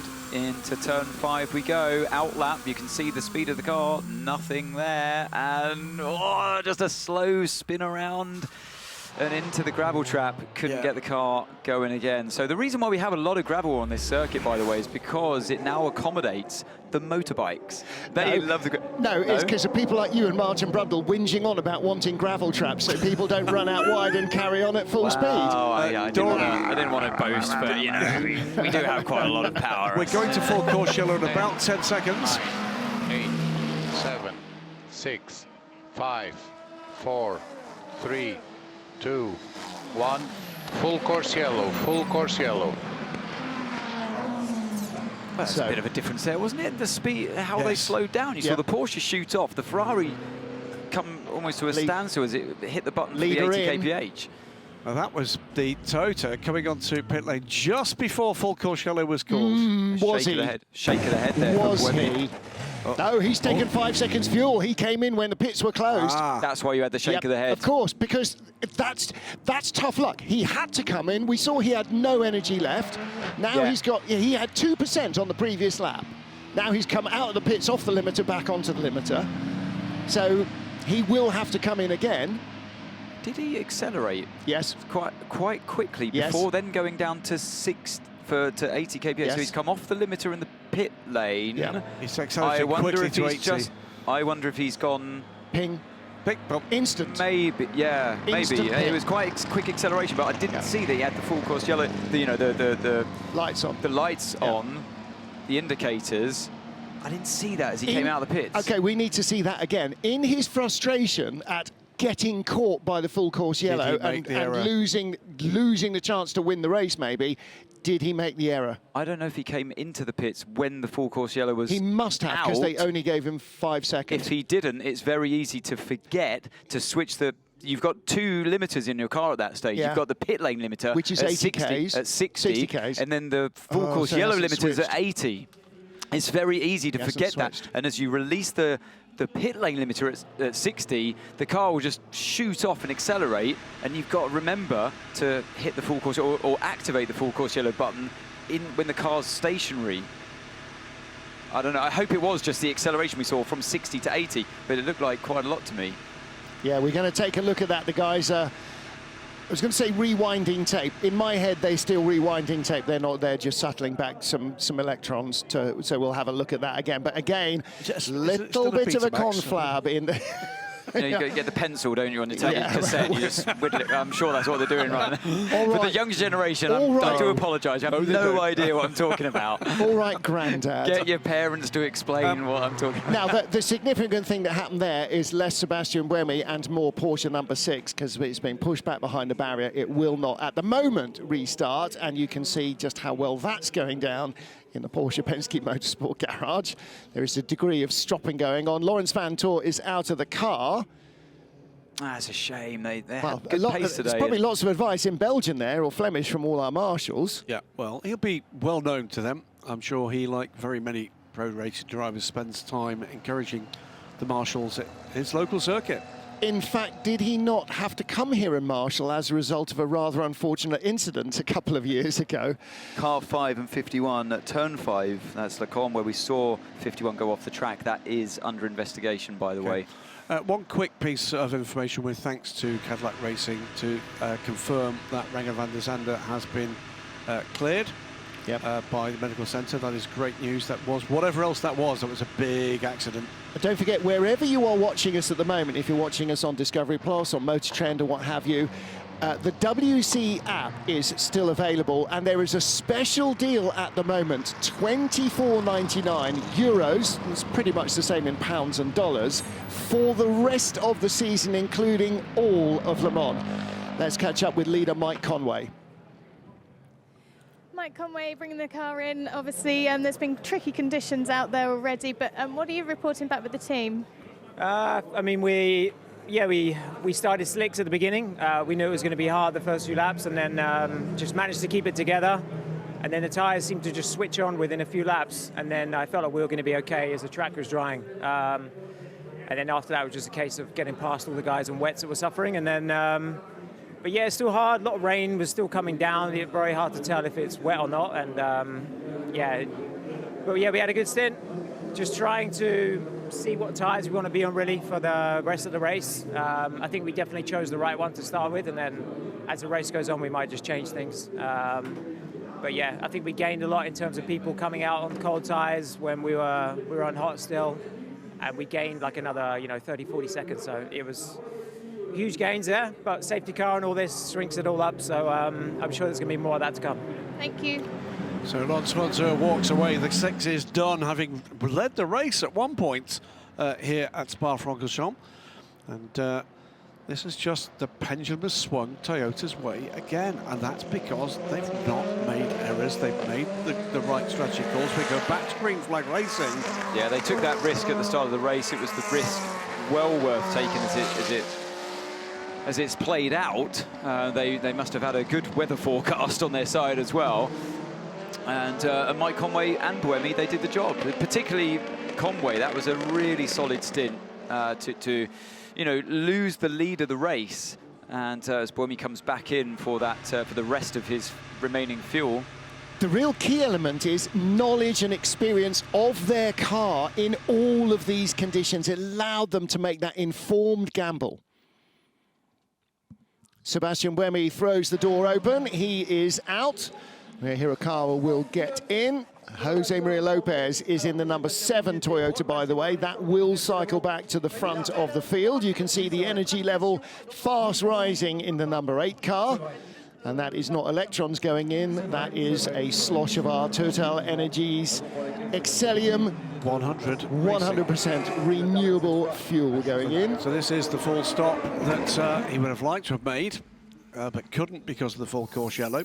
And look how many other cars are completely out of sync. Almost all the Hypercar field, with the outlier being the number 5 Porsche, and down to Glickenhaus and Foy Vangwald that are on roughly the same fuel strategy as the Toyota. So again, so much of this is not that it's a better car, it's a better understood car, and arguably still a better run car.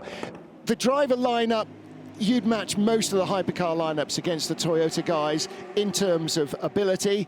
That's a very buckled rear. I tell you what, the potholes around here need filling in. That's like driving on the roads back in the UK. That has... where did he have contact with somebody? Has that survived an entire double stint like that with a broken rim? That would be worth asking. That is a wheel manufacturer who needs to show pictures of that rim and going, look what can survive a double stint on a Hypercar. 51 coming towards you, Louise Beckett, and 50 coming rather towards you, Louise Beckett. 51, Antonio Giovinazzi has been and gone. So that was the one with the buckled wheel. We're on board the number 50 car. Louise is at the wrong end of the pit lane. 'Twas ever thus, Lou, 'twas ever thus. Now, hang on a minute. Yeah, no, this is the 51 car. Yeah, 51. But it just said he was on an outlap before he came in. No. It did. I think the 50 you're absolutely right. On the outlap. Flipping did say he was on an outlap. That car is definitely on an outlap. You can see the struggles of car 50 through Le Combe. But I'm sorry, but Martin is right. 50 it did show he was on an outlap. 50 is not being shown as on an outlap. So that might be his second lap out, or have they lost tyre temperature again behind Did they full do course a yellow? 5-second emergency fill under the full course yellow? 51. It may have done. Oh, hang on a minute, let's have a look. This is their 4th stop. Yes, they did. There's problems struggling. Yeah. Can't get it on there, Jacks. That's costing them big time. Dear, oh dear, what is going on there down at Ferrari? Alessandro Pierguidi didn't have the best of times. I thought he was incredibly calm. Looks like your left front disc is blown. Yeah, I thought so too. He says as he sails off up the escape road. Can you imagine a Buemi being so calm in those situations? I will still admit to being surprised that car did not get the black and orange flag. Apparently they were monitoring it, and it's one of those things where very easy to see in terms of bodywork. Yeah, the wheel nut goes flying there. Yeah, that was chaos down at Ferrari in this pit stop. I think it was mostly caused by the air jack not being able to. Yeah, the air connector wouldn't connect, and so nothing happens until the car's off the ground. Lawrence Vantor, nothing you can do. KMDS, Andre Lotter. Did you press that one? Did you try turning it off and on again, sir? You know, I mean, it doesn't matter what your car is driven by. At some stage, it's going to go no, and that's it. We're going to see can't argue with 5 electronics. seconds added to the next pit stops for 4 cars. It is the number 35 Alpine, the 33 Corvette, the 98 Northwest AMR Aston Martin, the 57 Kessel Racing Ferrari for creating gaps during the safety car procedures. We saw they were all under investigation. It would seem that race control and the stewards have completed those investigations and have deemed guilt. This is again the 51 out on cold tyres. It looks like well, it is a massive problem, but it looks like the car is almost cruising to a halt, doesn't it? Two Peugeots fight each other. Here's the deal with 51. It came in, fuel and right rear tyre, came back in again, full service, driver change. Issue on front right tyre gone, lost a few seconds. So I think it possibly did have to have a 5-second, or they had to come in and change the wheel and under safety car. So you are allowed to change a puncture or a damaged wheel as well under the full course yellow. So they changed that one, and that would make sense why... That's a force majeure thing, Question. I have absolutely no reason for asking this question other than some other visual evidence. We saw another car with a damaged wheel. We saw a Toyota with a damaged wheel, as well as the Ferrari, we're now being told. Did we? We did. We saw the rim. Okay, I must have been looking at the Colin the Caterpillar cake at that stage. Yes, we have cake in there is a cake alert. Cake is in the booth. Louis, and the word is now out in the press room, so barricade the door. Louis Delatraz just ahead of Danny Kvyat. And the number 8 Toyota of Sebastian Buemi goes by them. 54 AF Corsa Ferrari is now Francesco Castellacci, and they are looking accusingly at the air hose, end of the air hose, the toggly woggly bit. That's too technical for our audience. However, we do have... For those of you that are new, it's the woggly bit. We do have a brand new fastest lap of the race. It's a mighty one at that, to 2:04.322 last time around. Let's watch this as the 51. Yeah, it's the other side. It's the 51 still struggling on the outlap. Easy pickings for the Porsche to find its way through. The sole remaining Porsche.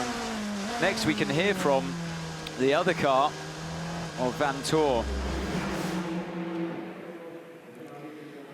Laurent Vantor, you're back with the team now. We saw the 6 stopping on track. You couldn't report back to the team because you had no power, so just explain what happened. I know as much as you do at the moment. I mean, it was just a complete blackout, shut down. I tried doing some procedures, which we usually try, but didn't manage to reactivate anything, so the car just went black, and that was unfortunately the end. It's such a shame, especially here for Spa for you.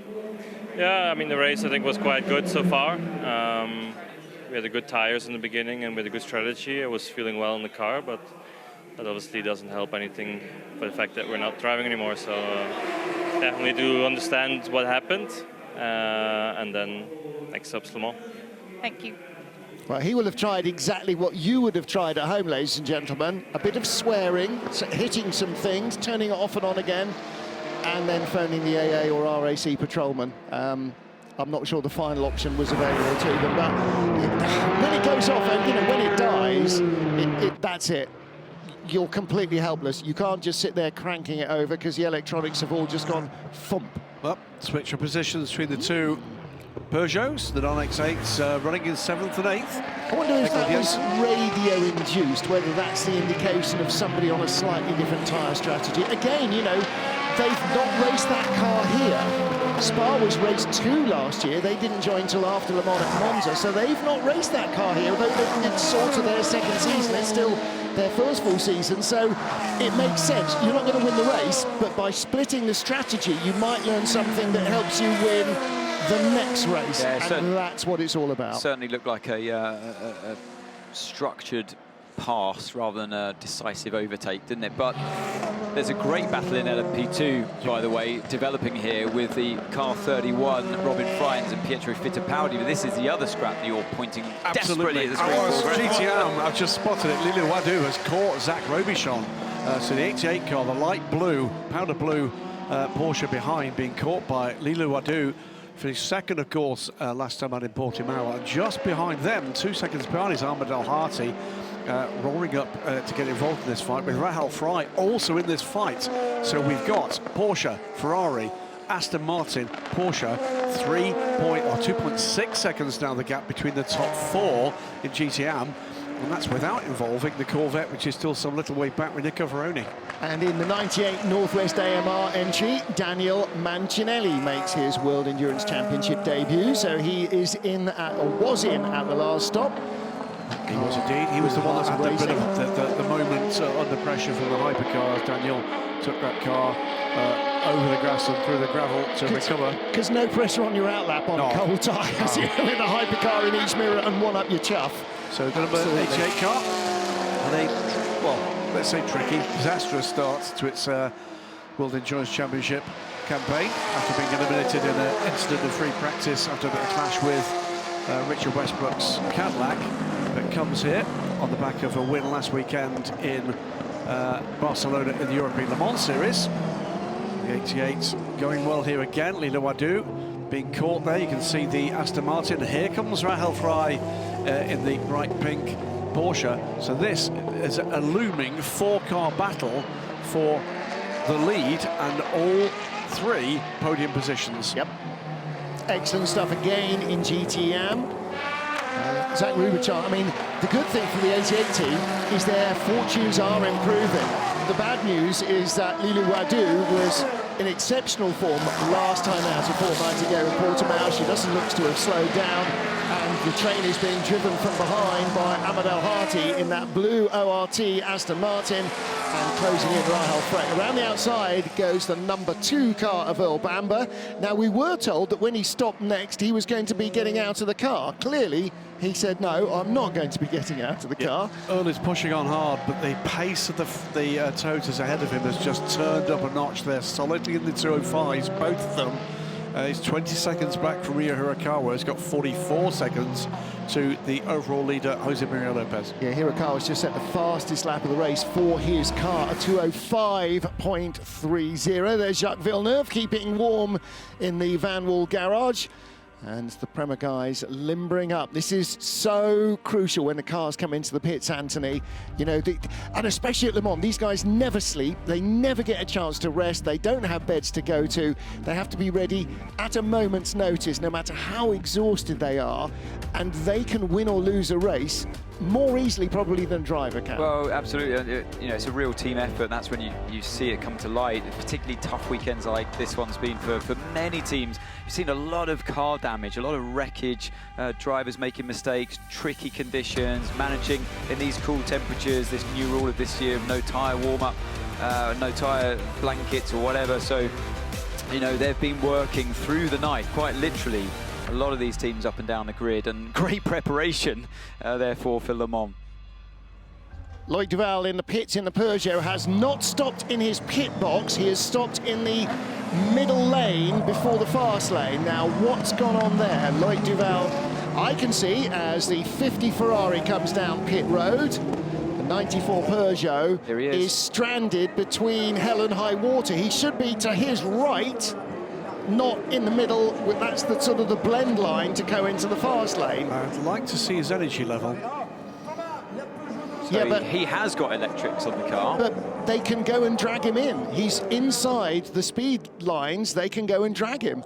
Now, where's their pit garage? Is he overshot? Well, they're just standing there looking at him gormlessly. Is the car safe to touch? Let's hear from the team as 93 comes in. I lost power. Well, it's not a red car. Look, it's got a... Restart. Try to restart. It's got green lights. So it's not a red car, so it's not do not touch. Correct. What are the team doing? Just standing there looking at him? Now he's started. Got power back. Can the car restart? Well, no, the headlights are on the whole time, so he's got at least electrical energy going through it, but it's not... More than Lawrence Vanthoor had. He had no lights at all. It was just somebody had pulled out the mains cable on Vanthoor's car. For those who are new to sports car racing, they don't have a mains cable.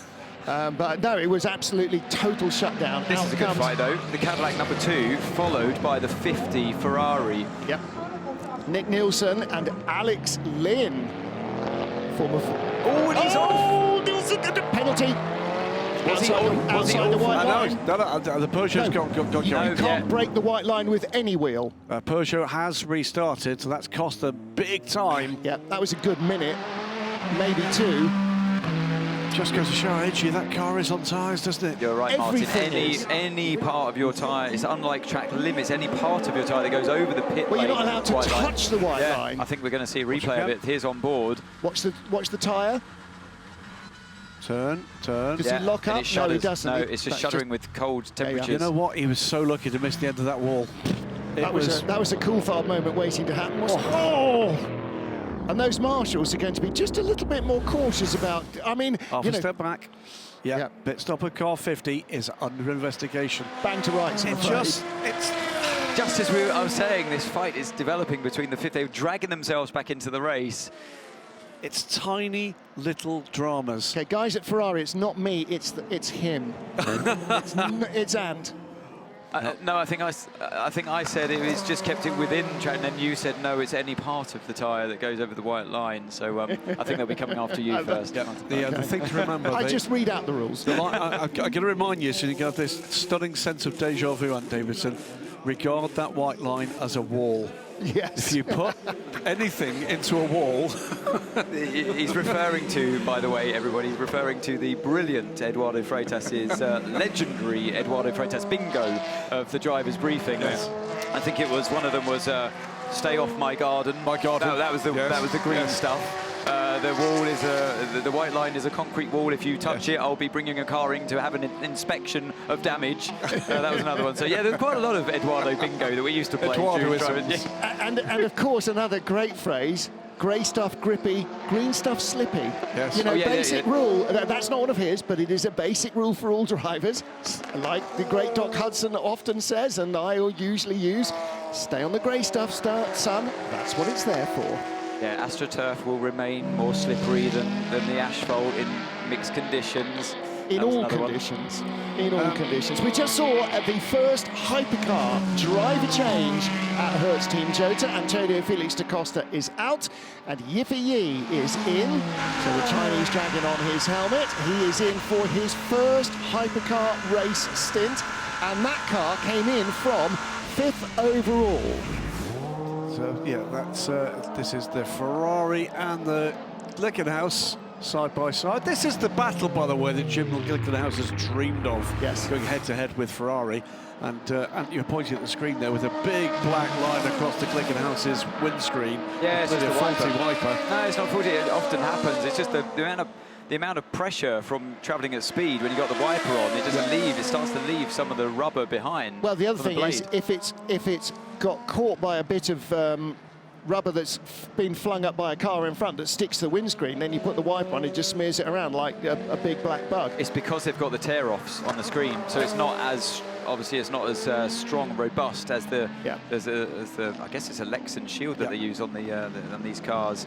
But look, here's this battle I was talking about before with Robin Frijns car 31, Pietro Fittipaldi in car 28, Jota. Pushing hard. Yeah, they're really evenly matched on lap times. Well, the last time around, it was 100th of a second, the difference on lap times between Robin Frijns and Pietro Fittipaldi. They've just gone by, and full position, by the way, on his outlap FIA in the number 38 Hertz Team Jota car. I was about to say, by the way... So Fittipaldi will have enjoyed that in the gold LMP2 Jota car, going by the gold Hypercar Jota car, and so behind them have gone the third place car in LMP2, which is Louis Delatraz and Danny Kvyat. That's the battle for third. Delatraz has just gone by Kvyat for third. So there is Danny Kvyat in 63, was third, now fourth. Yeah, LMP2 chess continues, doesn't it? It is, by the way, cancellation of the penalty we talked about earlier, 5 seconds to be added to the Kessel Racing pit stop. So that penalty has been cancelled. The other 3 still stand. That we talked through, the 33, the 35, and the 98. So all we need now is just another safety car to bring Rio Hirakawa in number 8 to close down that 46 seconds to the sister car, because it's stayed pretty consistent now, 45, 46 seconds. They've got the speed in car 8, but too much distance separates the top 2. Yeah, but yada. Look at the battle in LMP2, and this battle as well. The lead 4 cars in GTE Am, all covered by 1.5 seconds or so. It's they're still in the same order, but the gap is coming down. It was the last time I looked 2.8, now 1.8 seconds. Those top 4. It is Zach Robichon, Lila Wadu, Ahmed Al-Hati, and Rahel Fry. At the time of publishing, that graphic was correct. Our LMP2 leader is Robin Frijns, but with Pietro Fittipaldi's just had like reeling him in, lap after lap, corner after corner. There's Rahel Fry chasing the 3 cars in front. The pale blue car, bright blue car first, the Ferrari second, the Aston Martin third, pink Porsche in 4th place. That is your lead top 4. They're just about to put a lap on the last car in the field, the Iron Lynx car of Claudio Schiavone. Yeah, it'll be a second lap. In fact, I think it's the 3rd lap on the 60 cars. Had a couple of woes so far this afternoon. Engaging stuff in all 3 classes, but at the moment we're going to keep an eye on the GT battle as they close in on this little bit of traffic. Schiavone. Wadu's under pressure here. Al-Hati on the outside. Oh, and a change. No, not quite. Oh, but that's going to... Schiavone's on not on an out lap, but he's not on a quick lap, and that is just enough to allow Zach Rubicon in the turquoise-nosed car to go through the first form livery. Watch Al-Hati here, was looking to see if he could find a way up the inside. The Inter-Europol LMP2 is in play here as well. Yep. So far. And yeah, Wadu had to get that move done on the Porsche into Brussels, because she was under attack from Al-Hati. So it goes to show... Al-Hati was offline, sorry, and that gives Rahel Frey a chance to have a little attack down into Pouon, maybe a run through Pouon, and then a lunge into Piff Puff. This is fast cars so often affect the battles, don't they? I was saying Al-Hati, you know, he's doing a really more than respectable job being a bronze driver. Obviously pole position yesterday, a great lap. What are we looking at here? Kvyat goes too wide in turn 6. He's running out of tyres, isn't he? He is basically just slowly sagging down the LMP2 order. Just going back to Al-Hati, a bronze driver, you know, a great job keeping up with the silver driver of Lilou Wadu in the Ferrari. So, you know, putting pressure on her before. And Rahel Frey, obviously a higher graded driver. Again, a gold compared to the bronze of Al-Hati. Really shows the speed of that Aston Martin and the job he did yesterday, and is still carrying on the speed today. He said, we bumped into him yesterday, didn't we, Martin? And he's staying in the same hotel as us. And he's just like, look, I love this track. I've done so much time here. I really get this place. And the results, they showed yesterday, and it's filtered through into today. First came here in British GT, I think in 2000, either 10 or 13, can't remember now, but he's been coming here for comfortably a decade, and you know, winning races here, second in the British GT Championship, the result of race victories and runs here. So yeah, you've got a favourite track. Everybody's got a favourite track as a driver, and there's something about it there where you arrive going, oh, I love this place. I'm just going to do well. I know I am, and as a result, usually you're right. Yep. Second penalty, by the way. The 98's car 5-second penalty has now been cancelled for creating the gaps under the safety car. And watch for Ferdi Habsburg setting himself up.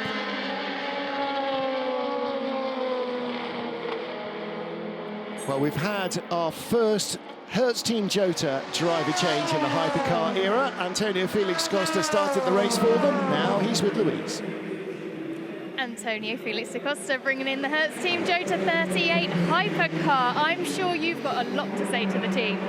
Yeah, the amount of things I felt, not only because it's a new car, and that was the first few laps I did in the dry, but also driving in the wet, track drying out, going to cold slicks. That was the first time I went out on cold slicks as well, so it's a lot to digest right now.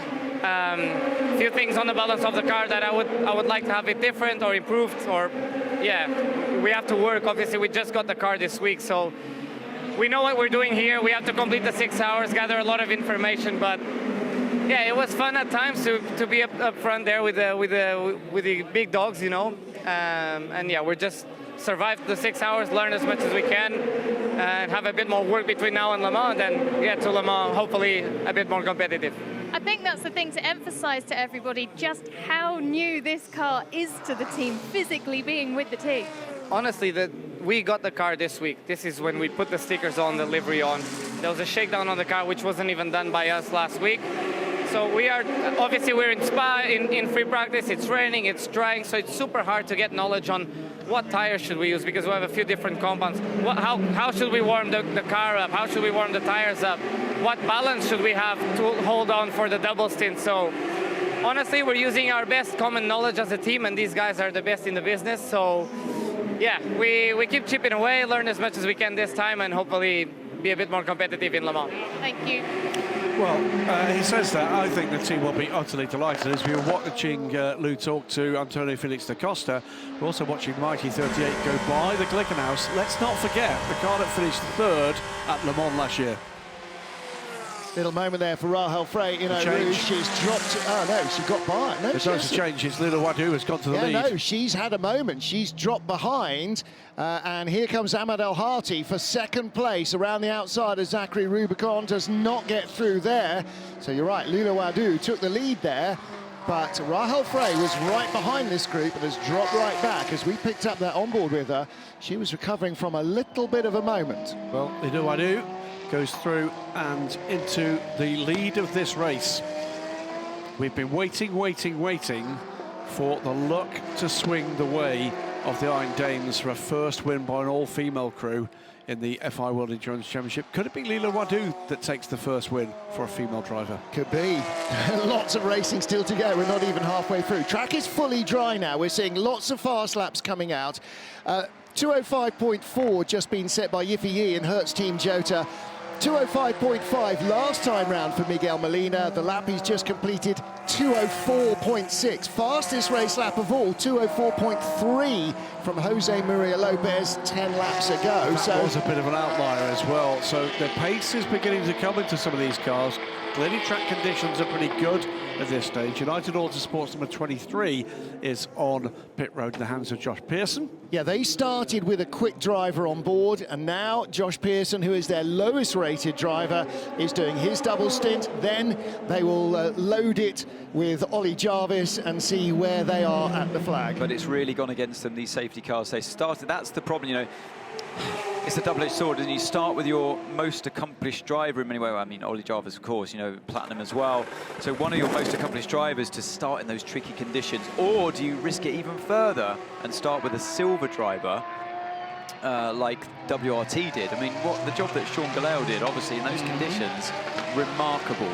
To start on those slick tyres and bring it home, and it really paid off. In the safety cars, I wonder if that's what WRT predicted. Lots of safety cars, you keep your silver driver in at the start when it's at its most tricky weather-wise, and then that paid dividends later on, because now, under full racing conditions and fewer safety cars and a drier track, car 23 have lost all of that advantage. They've now got their silver driver in, where all of the golds and platinums are finally out there. And they've got that in at the time when they've got the gold, platinum and green flag running. Exactly, that's the most important thing. So all of the time deficit that Sean Galeo suffered compared to the likes of Tom Blomqvist in the United at the start of the race, that has been completely eradicated when the safety car came out.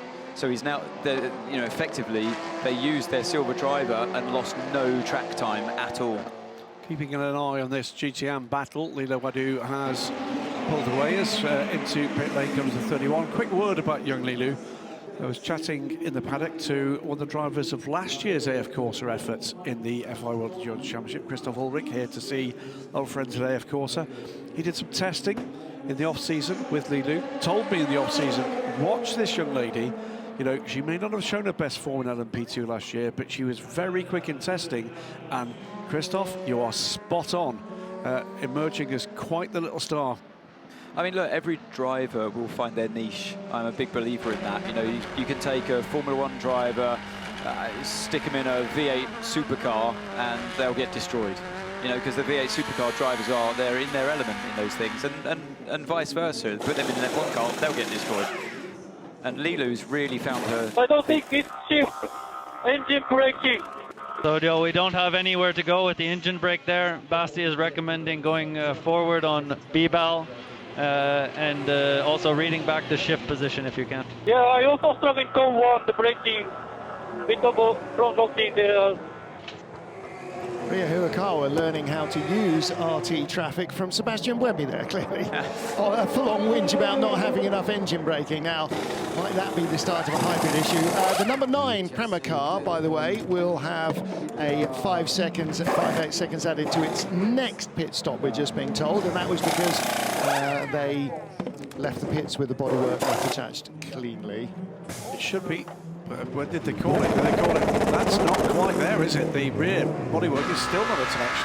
Well, it came up on the screen as the car was in the pit lane, so whether it's informed to us after it's informed, big breath off the throttle there for Rio Hirakawa. That wasn't because he was in danger of losing it in the corner, that's because there was nowhere to go as he climbed the hill with the Ferrari in front of him. Yeah, the 21 car that was, 5th in GT Am. Simon Mann some little way off that battle.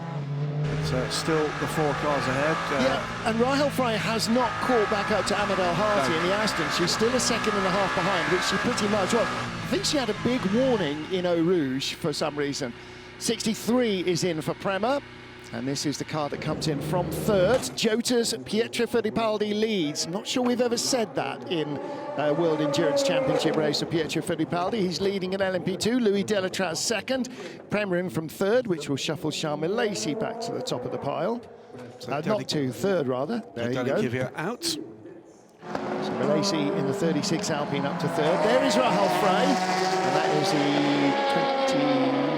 23 United car behind. I'm struggling to see where the mirrors are, but she's closing in now on the back of Ahmed El Harfi. This is the battle ahead of her for third place. I think some of this, as you look at the rear view screen, fantastic facility for these GT drivers with that LMP2 car going through.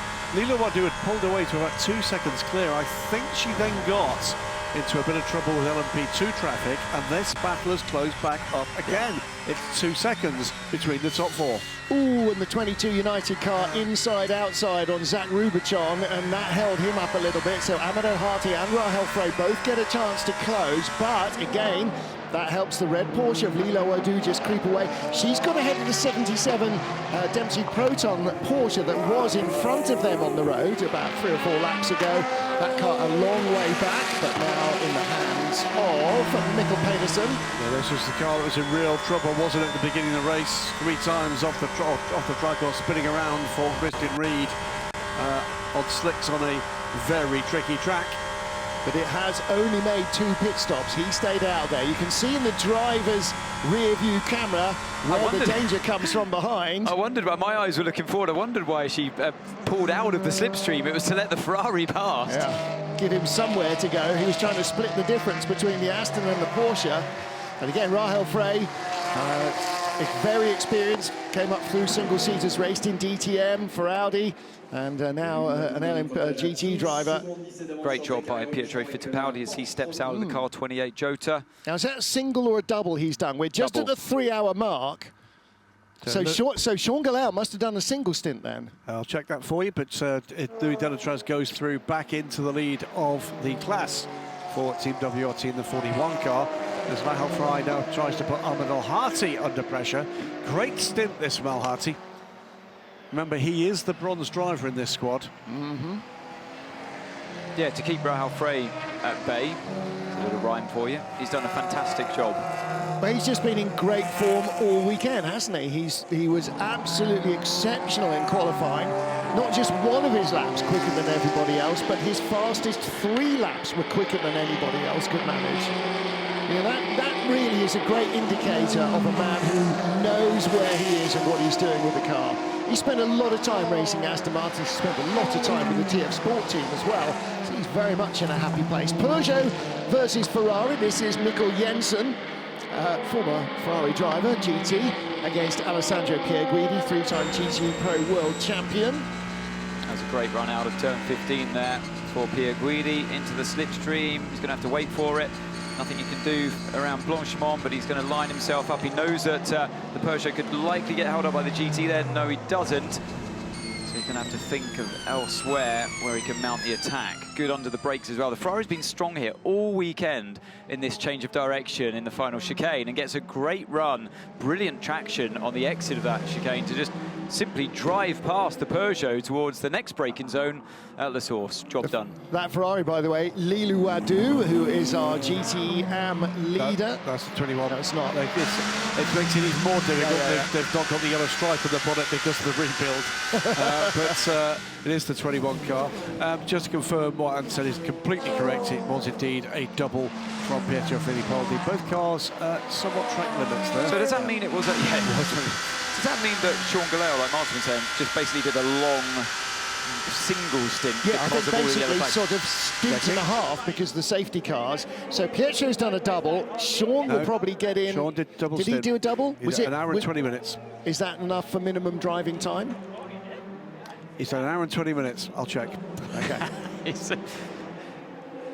was a great job overload. I mean, you can see what hot, sweaty work it is in these cars, even in a freezing cold condition like it is here in Spa today. He buried himself on pace. If he left nothing on the table, 31 car, that is currently Ferdy Habsburg in 4th place. And that's Josh Pearson in the 23. It's minimum driving time for a silver position. bronze rated driver in LMP2 is an hour and 15. So Sean Colletti's done. He's done. So that was a change for position. So Ferdy Habsburg up to third. Yeah, he'll be on fresh tyres, won't he, compared to Pearson, who jumped in the car quite a few laps ago now. He's halfway through his first stint. And that's the difference, isn't it?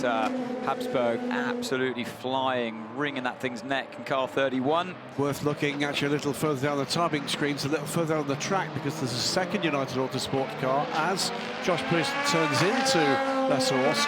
Coming out of the bus stop is Felipe Albuquerque, a couple of places back, but absolutely flying. There's an iconic helmet design, isn't it? Jacques Villeneuve sits and waits patiently for his turn in the van wall. And again, that Hello, little... Jack. Yeah, thumbs up. Wait, look at this. That little battle was gold, Ferdy Habsburg against silver, Josh Pearson. Yeah, just limbering up, getting ready to go. Corvette car crew, one of the best in the business when it comes to the pit stops, and there was that overtake from Habsburg. Not a traditional overtaking spot on this fantastic 7-kilometre circuit here in Spa, but hey, if you can find a space, you're going to go for it. Take it where you can get it. Exactly right. Second, third and fourth coming up the hill with the 50 Ferrari of Miguel Molina absolutely flying. Still not on the lead lap, but Molina in 5th position. Jacques Lecomte there from Labour Competition of old, and it's still his team, or they're not that operational in international motorsport, but they still have the equipment to assist the Corvette motorsport efforts here in Europe. So Zach Rubichon with the turquoise nose, right behind him Ahmed El Hati, our pole sitter.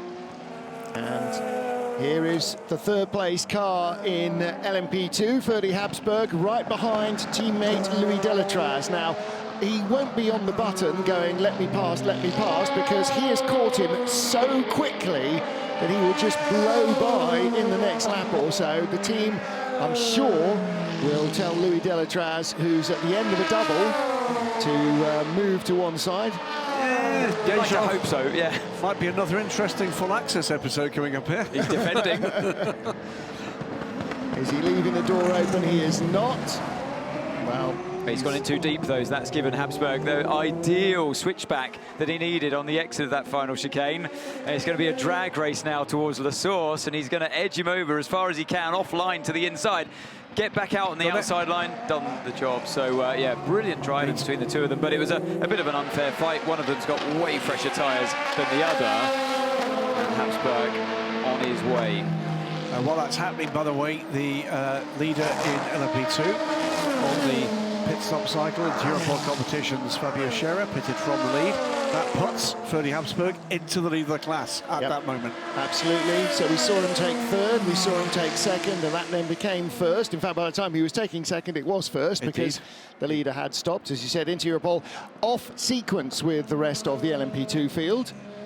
So I'm not sure how that's going to play out in the remaining 3 hours of the race. We are now past the midway point, 3 hours and 36 seconds, 37, 38, 38, and so on.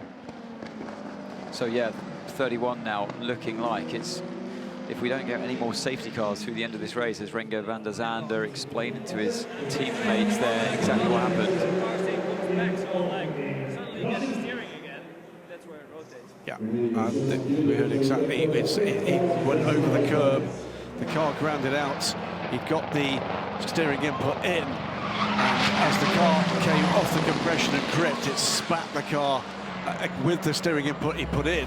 He'd lost the rear end. We have had drivers complain before that power steering systems lock up in under compression in Eau Rouge and just stop steering the car. Not that they don't assist you, they just lock the rack. Yeah. And that had the hallmarks of, we picked that up just about. Sounded like I had no steering, then I got steering back, but by that time, you're in passenger mode. Battle for 3rd place in GTE Am, halfway through the 6 hours of Spa-Francorchamps, race that started drizzly with a mix of wet and slick tyres.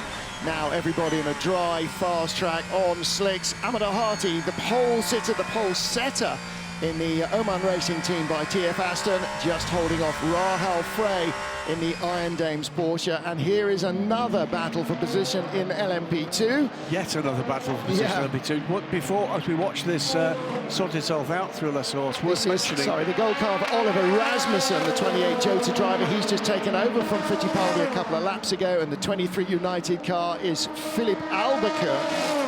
And we're going to hear from the 51 Ferrari team. Okay, man, next car ahead is the sister car. They're 25 seconds up, okay? They're 25 seconds up. We can get them. How is the pace when empty? Because I have passed traffic every lap. When you're free, it's as good or better than the others. The traffic is terrible, I see. Okay. The other car, by the way, is Alexander Pierre-Guidi. Here comes Rahal Frey from 4th place in that hotly contested battle in GTM. She'll be frustrated with not being able to get past Abedal Arti, but fantastic stuff from Lila Wadou. She's also on pit lane. By the time she got to the end of that stint, it was a 7-second gap that she pulled out, and that was in very few laps indeed after being stuck in traffic. Another pass here. Up the inside of the 35 comes the 9. That is for 7th at LMP2. And there's been a driver change. That's Ben Viscal, but again, they have a 5-second penalty still to serve, so he goes up to 9th ahead of Ollie Caldwell, who must be getting towards the end of his stint in the 35 Alpine. I thought it was the 35 had the penalty. I might be wrong. No, it was 9. For the that loose bodywork. One has got a penalty for an unsafe release, and I thought the other one was still that question over the bodywork. Either way, I was going to say it's going to be tyres only for Lila Wadou, but of course it's GTE Am, so rather fuel only, so they can have tyres as well. But she will be out on cold tyres. Rahal Frey is in, and she will have tyres and fuel as well. So again, the outlaps here are crippling everybody, trying to get those tyres up to speed. 77 comes out in front of her. That's the last thing she needed. Mikkel Pedersen trying to weave some heat into the front tyres so he doesn't run out wide over the white line, guarding the pit exit. Yeah, it's 1:22 on pit lane for the 83. Lila Wadou goes on to her second stint. Rahal Frey, 1:26, lost a further 4 seconds there. Race leader is Jose Maria Lopez in the number 7 Toyota, Ryo Hirakawa in the number 8. We heard him complaining he's not got enough engine braking for his liking, but they are in 1st and 2nd. Porsche Penske, the number 5 car, in 3rd. A lap back is the Caddy, number 2 in 4th place. And here is the 33 Corvette. The race has not gone the way that they would have hoped, because they started on wets. It was the safe option, the car's all in one piece. But almost everybody who started on slicks is also all in one piece. And change of tyres for Nick Varoni. He will stay in. That car is in 8th in class. Yeah, and away back as well. So the new leader in GTM is Zach Robichon. He pits literally as I speak, so Ahmed Al-Hati leads in the Aston Martin. Has there been a change? Yeah, Louis Delatraz. Louis Delatraz is back ahead of Ferdy Habsburg. Ferdy Habsburg, of course, being royalty, has got the gold of the crown on the nose of the car. That's obviously the reason why. So something must have happened, either traffic or as He definitely had better pace, didn't he, Habsburg? Yeah. So they haven't right. stopped. Has he gone off the track? Or, something's definitely happened there to Habsburg in the last few laps. Fastest man in LMP2 last lap round was in 3rd place, and that is Oliver Rasmussen in the gold Jota car. So that car's been flying in this race. But yeah, Louis Delatraz, we saw Ferdy Habsburg go by him, catch him, pass him, and dispose of him. And we thought, OK, that's that done. Louis Delatraz obviously thought otherwise. It is an odd one, because Ants looking puzzled. And I agree with him, because Ferdy Habsburg had visibly better pace and extended better pace. It wasn't just one lap. It had been a wee while that's Ferdy been catching him. It's got to be team for traffic, hasn't it? Oh, Ferrari coming on from the Never regions there. I think that's an unsafe... He's off the track. That was an unsafe rejoin, surely. Pretty much. Where did he come from? That's Miguel Molina. I thought I saw him. I thought he was going for the pit, but he didn't. He got off the track just at the pit in. Did he? Did he think he'd been called in? And did he? And they say no, it's the other car. Anyway, Dane Cameron was in and expected, but Miguel Molina. Yeah, the stewards again might be getting a bit hot under the collar with that. I'd like to see a replay of that, because he was nowhere to be seen as we focused on the battle between the two WRTs. They approached the final chicane. As they came into the bus stop, he was heading, I thought, to the pit lane, but it looks like either he's aborted that or he was actually going off. Because he was well ahead of them on the road. Yeah, a really strange way to go off and a place to go off. And clearly, whether or not it was elective or unelective, he joined in very close contention. As he turned right into the bus stop, he lost. Oh, that's why. He was forced in by the 60 car going into the pit lane. Yeah, so he's gone down the inside of the Porsche into the penultimate corner, and the Porsche's decided to come into the pits. So, well, good accident avoidance in the initial instance by Miguel Molina, but then shocking rejoin. I mean, he came firing in between the two LMP2 cars, and he did miss both of them, but even so... I thought once you've committed to the pit lane entry, you can't. He wasn't committed. He was forced into it by somebody else. But he was in the pit lane. And therefore... And he's come back out of the pit lane. And therefore, gentlemen... I mean, if you're doing it by the book, then... And therefore, he crossed the white line. That's what I mean. That's pit exit, not pit entry. Both count. But either way, he will say, I had nowhere to go. If I tried to go left, I would have spun the Porsche, the yellow Porsche. I avoided an accident. And I hope logic will prevail with that, because I completely agree. I mean, yeah, he did the right thing to avoid the car making contact. The Porsche had to come in. He found himself on the inside, the inside of the car. Who was overtaking. See, there needs to be more emphasis. It is under investigation. Of course, because it was an off-track incident. There needs to be more emphasis when you're coming into the pits. Stay on the right, coming into the bus stop. I mean, it's like on the road, you put your indicators on, you know you're coming into the pits, no one else has got a clue, stay on the right-hand side, that's the indicator. We're seeing it too late. We need to see the entry to the final corner, because I'm only assuming he was going down the inside. And by the way, here we go. See it here, watch this. Oh, so the Porsche ran wide first. That's why. Oh, and he wanted to cross the line on the... He did it. He couldn't have done any more. I don't think he could. He couldn't have done any more. By the way, the message we're seeing on screen is incorrect. It says the incident involving cars 57 and 50 at pit entry is under investigation. That wasn't 57, it was 60. But the rejoin... Habsburg will complain about. Correctly so. What we don't know is that Habsburg saw him coming. This has been Ahmed Al-Harti's been off track at some point. Most expensive lawnmower on the planet exits its pit box. Yeah. All right, well, he came in from the lead. He's actually not shown as being in the pit lane.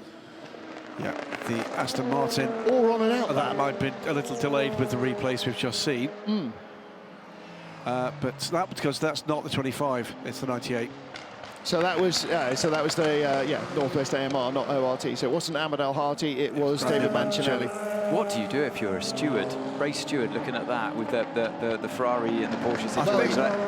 He's been forced into the pits. Yes, the Ferrari did nothing wrong. It was unfortunate. Well, apart from rejoining the track in an unsafe manner. The first aspect of it, totally agree. Not sure what else he could do. The second aspect, sorry. Well, he missed everybody and didn't hold them up. I think he got himself out of a hole quite cleanly, but I'm not a steward.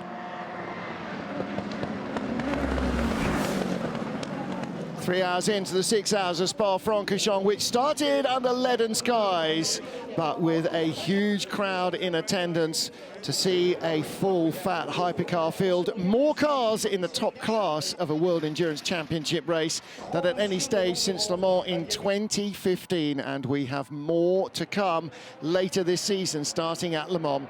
On wet weather tyres, the Ferraris monstering pole sitter Mike Conway, who was on slicks on quite a damp track with a little bit of drizzle at the start. The number 2 Cadillac of Earl Bamber also on wet weather tyres, and the 2 Peugeots romping away early on as Conway struggled to find heat and grip despite 3 formation laps, still struggling on the greasy track. But the woes of those who gambled on slicks were soon undone. Claudio Schiavone going off into the gravel, bringing out the first of a couple of safety cars so far in the race and closing up the field, allowing the wet weather tired drivers to be caught by those on slicks. And by the time they went back to green, the track was definitely dry enough for the slicks to prevail. The writing was on the wall, and through came the number 7 Toyota to regain the lead from the Ferraris, which, like the Cadillac, stopped too late to change onto slicks. The evidence was there, ready for all to see. But sure enough, eventually everybody did. Delays for Peugeot when they couldn't get the hose on to get the car up in the air. And the Ferraris then struggled to bring their tyres in to get them up to operating temperature. A further problem with the full course yellow for the number 10 Vector Sport car, which shared a wheel, our first retirement of the race. And lots of battles on a still greasy track. You had to be brave. Sebastian Buemi was the number 8 car, coming from 36th on the grid up into 3rd position before the end of the second hour. Number 6 Porsche battling to try and keep the 8 car behind. Took a long time to get through. Then the D station car, Tomonobu Fuji, easing Sara out onto the grass. Sara Bovi, the local driver, not happy with that. Second safety car, big accident. The Cadillac of Renger van der Zande, it seems its steering locked up in the compression at Eau Rouge. He was a passenger into the barriers. He is okay, but the car definitely not. Then on cold tyres, Esteban Guerrieri spinning, and the number 6 Porsche losing all drive, bringing out another full course yellow. The Toyota at the head of the field. The racing continued to be frenetic in LMP2 and in GTE, with Zach Rubichan losing the lead to Lila Wadu and almost losing second to Ahmed Al-Hati. Ferdy Habsburg moved into the lead in LMP2, but that has been retaken by his teammate Louis Delatraz. ORT by TF Sport lead in the GTE class, but it is the number 7 Toyota on pit lane that was the race leader. Mike Conway back out now, and full course yellow here of 2 hours and 45 minutes and a fraction more of the race remaining, and a chance to do a little bit of housekeeping. There's some pink bodywork that can only have come from one car, 10, the Iron Dames 9, car. 8, 7, 6, 5, 4, 3, 2, 1. Full course yellow removed. Thank you very much. In the race director's office, Eduardo Freitas. In the pit lane, Louise Beckett. In the commentary position, Martin Haven, Anthony Davidson and Graham Goodwin. And Anthony, another little full course yellow there for recovery and clear up operations. Pachito in the number 7 Toyota, getting in and out of the pits without losing much ground, still has the lead over teammate Ryo Hirakawa. But again, we're seeing the battles in all the other classes, the regular suspects. And again, Toyota's knowledge of their car in all conditions has just allowed them to just wriggle free of their opponents in Hypercar, who look like they've got pretty much the same pace. Exactly. I really believe that Ferrari have got, when their car's fully up and running, tyre temps up and everything, I really think it's got the same speed as the Toyota. I would have loved to have found out if this had been a dry race from start to finish today. It would have been so interesting to see what they had, but I do feel that every time they put new tyres onto the car, it's the Toyota that's got a huge advantage somehow over the Ferrari's warm-up capabilities, or lack of warm-up. So, yeah, I think Ferrari, it's a day that kind of what could have been. Toyota rolled the dice with the strategy and at the start of the race by starting on the slicks. Ferrari decided to start both their cars on the wet tyre, not even risking on one of them to start on the slicks. Maybe they'll look back and think, yeah, you know, Toyota, to be fair, they played that right, they understand their car better. But then again, with the Ferrari's lack of warm-up, it would have been even more difficult than the Toyota struggles at the start of the race. So it is that double-edged thing, you're quite right, isn't it? It is that call they made on the strategy, but throughout the race, the drop-off of pace as the Ferrari's just unable to get the pace of that tyre early enough has been massive. Well, you wonder what tyre they're running, whether they are running a harder or the hard tyre rather than the medium or maybe the soft. Out of the pit lane, the ORT by GF Khan of Ahmed Al-Hati. Again, I beg your pardon, that's the Northwest AMR car of Daniel Mancinelli. They look similar, don't they, to blue Aston Martins. Meanwhile, though, in LMP2, I saw that the Jota car is catching the leaders as Delatraz leads the way. Has caught them. There they are. Mancinelli, by the way, in that incident, was trying to overtake the Corvette in front of Nick Varroni. So that was a battle for position. He just outbraked himself a fraction. Number 8 is in the pit lane now. So Ryo Hirakawa will lose further ground again to the number 7 Toyota that leads this race. But Toyota 1-2, you know, you can never count them out. They are so strong Their knowledge is so good, their driver lineup is a match for anything else.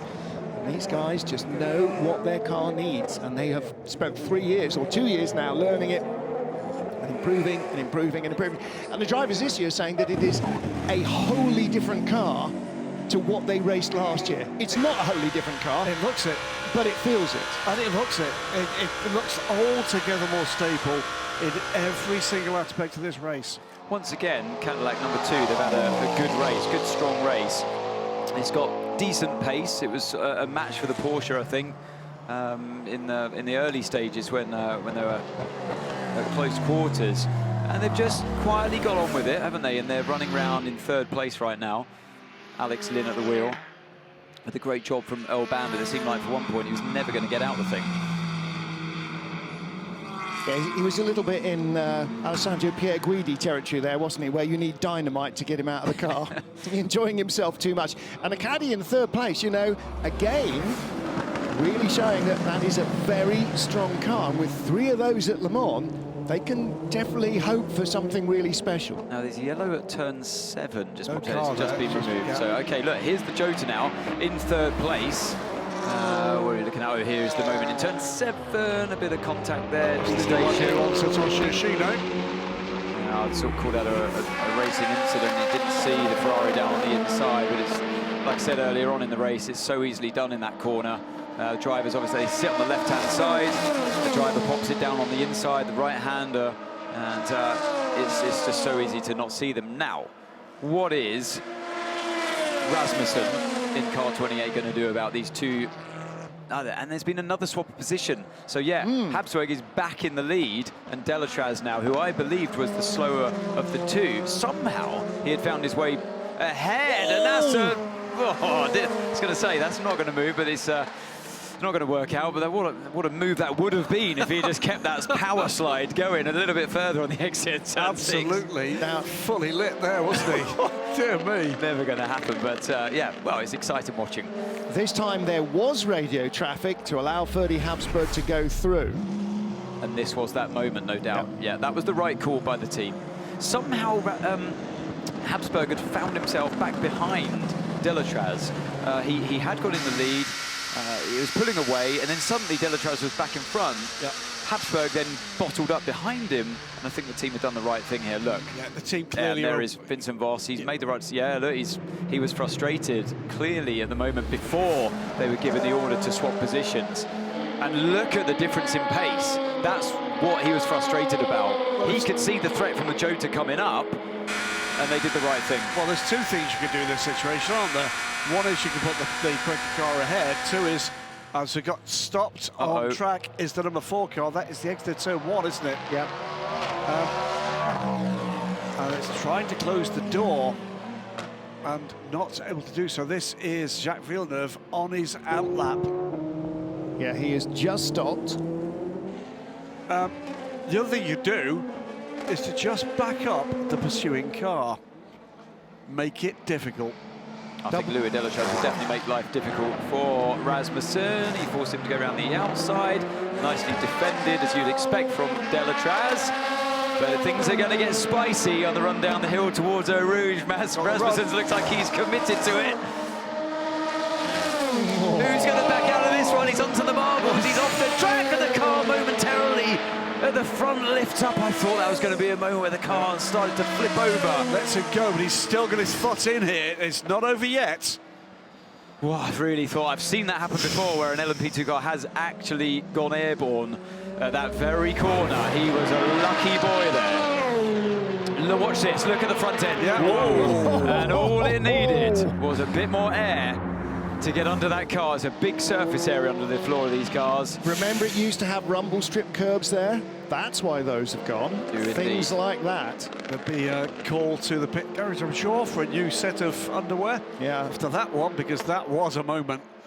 That really was. The steering would have gone light in his hands and everything. He would have been seeing more My steering sky. went light there, guys. Well, try keeping the tyres on the road. Door is still open on the van wall. It is not going to close. Yeah, look, you see JV with his hands there in the door frame, just trying to keep it shut, stop it flapping around. He's coming back at a very pedestrian pace, watching the mirrors. go. It does happen occasionally. You slam the door and it doesn't catch.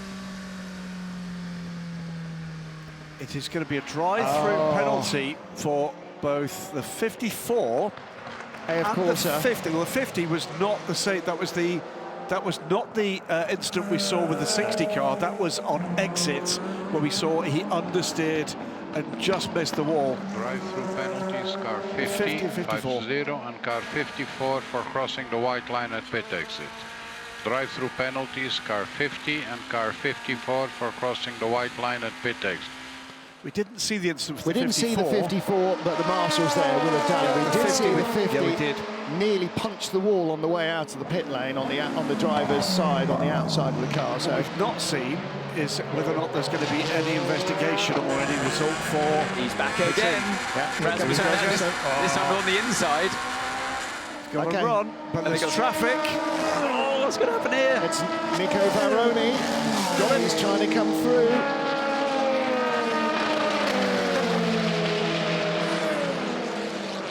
Here, Rasmussen under real pressure.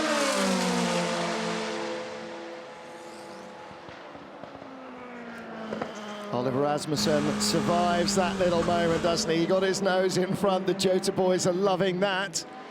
And that was, yeah, it was well played by Barone, wasn't it, in the number 33 Corvette. Where do you place your car on the run towards Eau Rouge? I think we're going to have another look at, no, this is another overtake into La Source. Is that Ben Viscal? It's Mirko Bortolotti on, that is Albuquerque.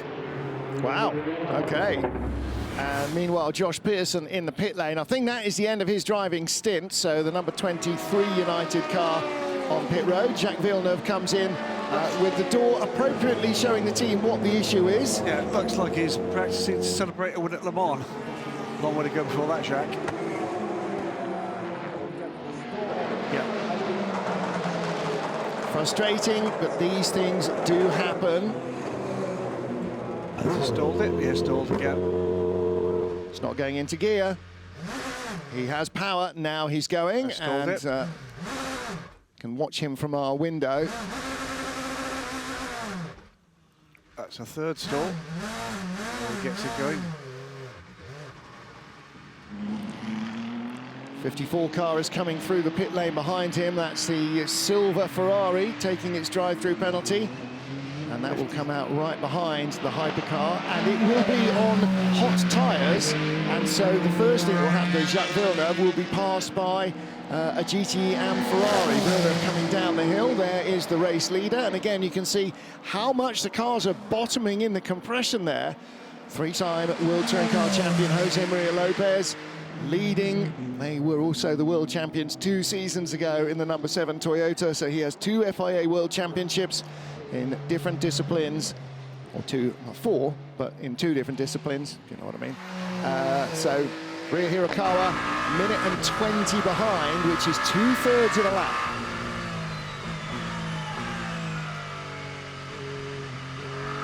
WRT, 30 Habsburg is 4.6 seconds ahead of Oliver Rasmussen and lapping quicker than Rasmussen in the Jota car in second place. Here's the 22 car. Tom Blomqvist getting back in.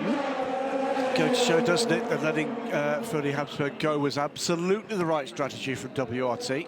Vincent Vos doesn't usually mess around. That's not Blomqvist, is it? So that is the driver change. That's Ollie Jarvis. No, he's 23 and his helmet is purpler. Pinker, rather. I saw the pink. Yeah. Now, I saw the pink and white and I thought, yeah, that's Blomqvist. It is not. Blomqvist started the car. I was slightly surprised he was getting back in.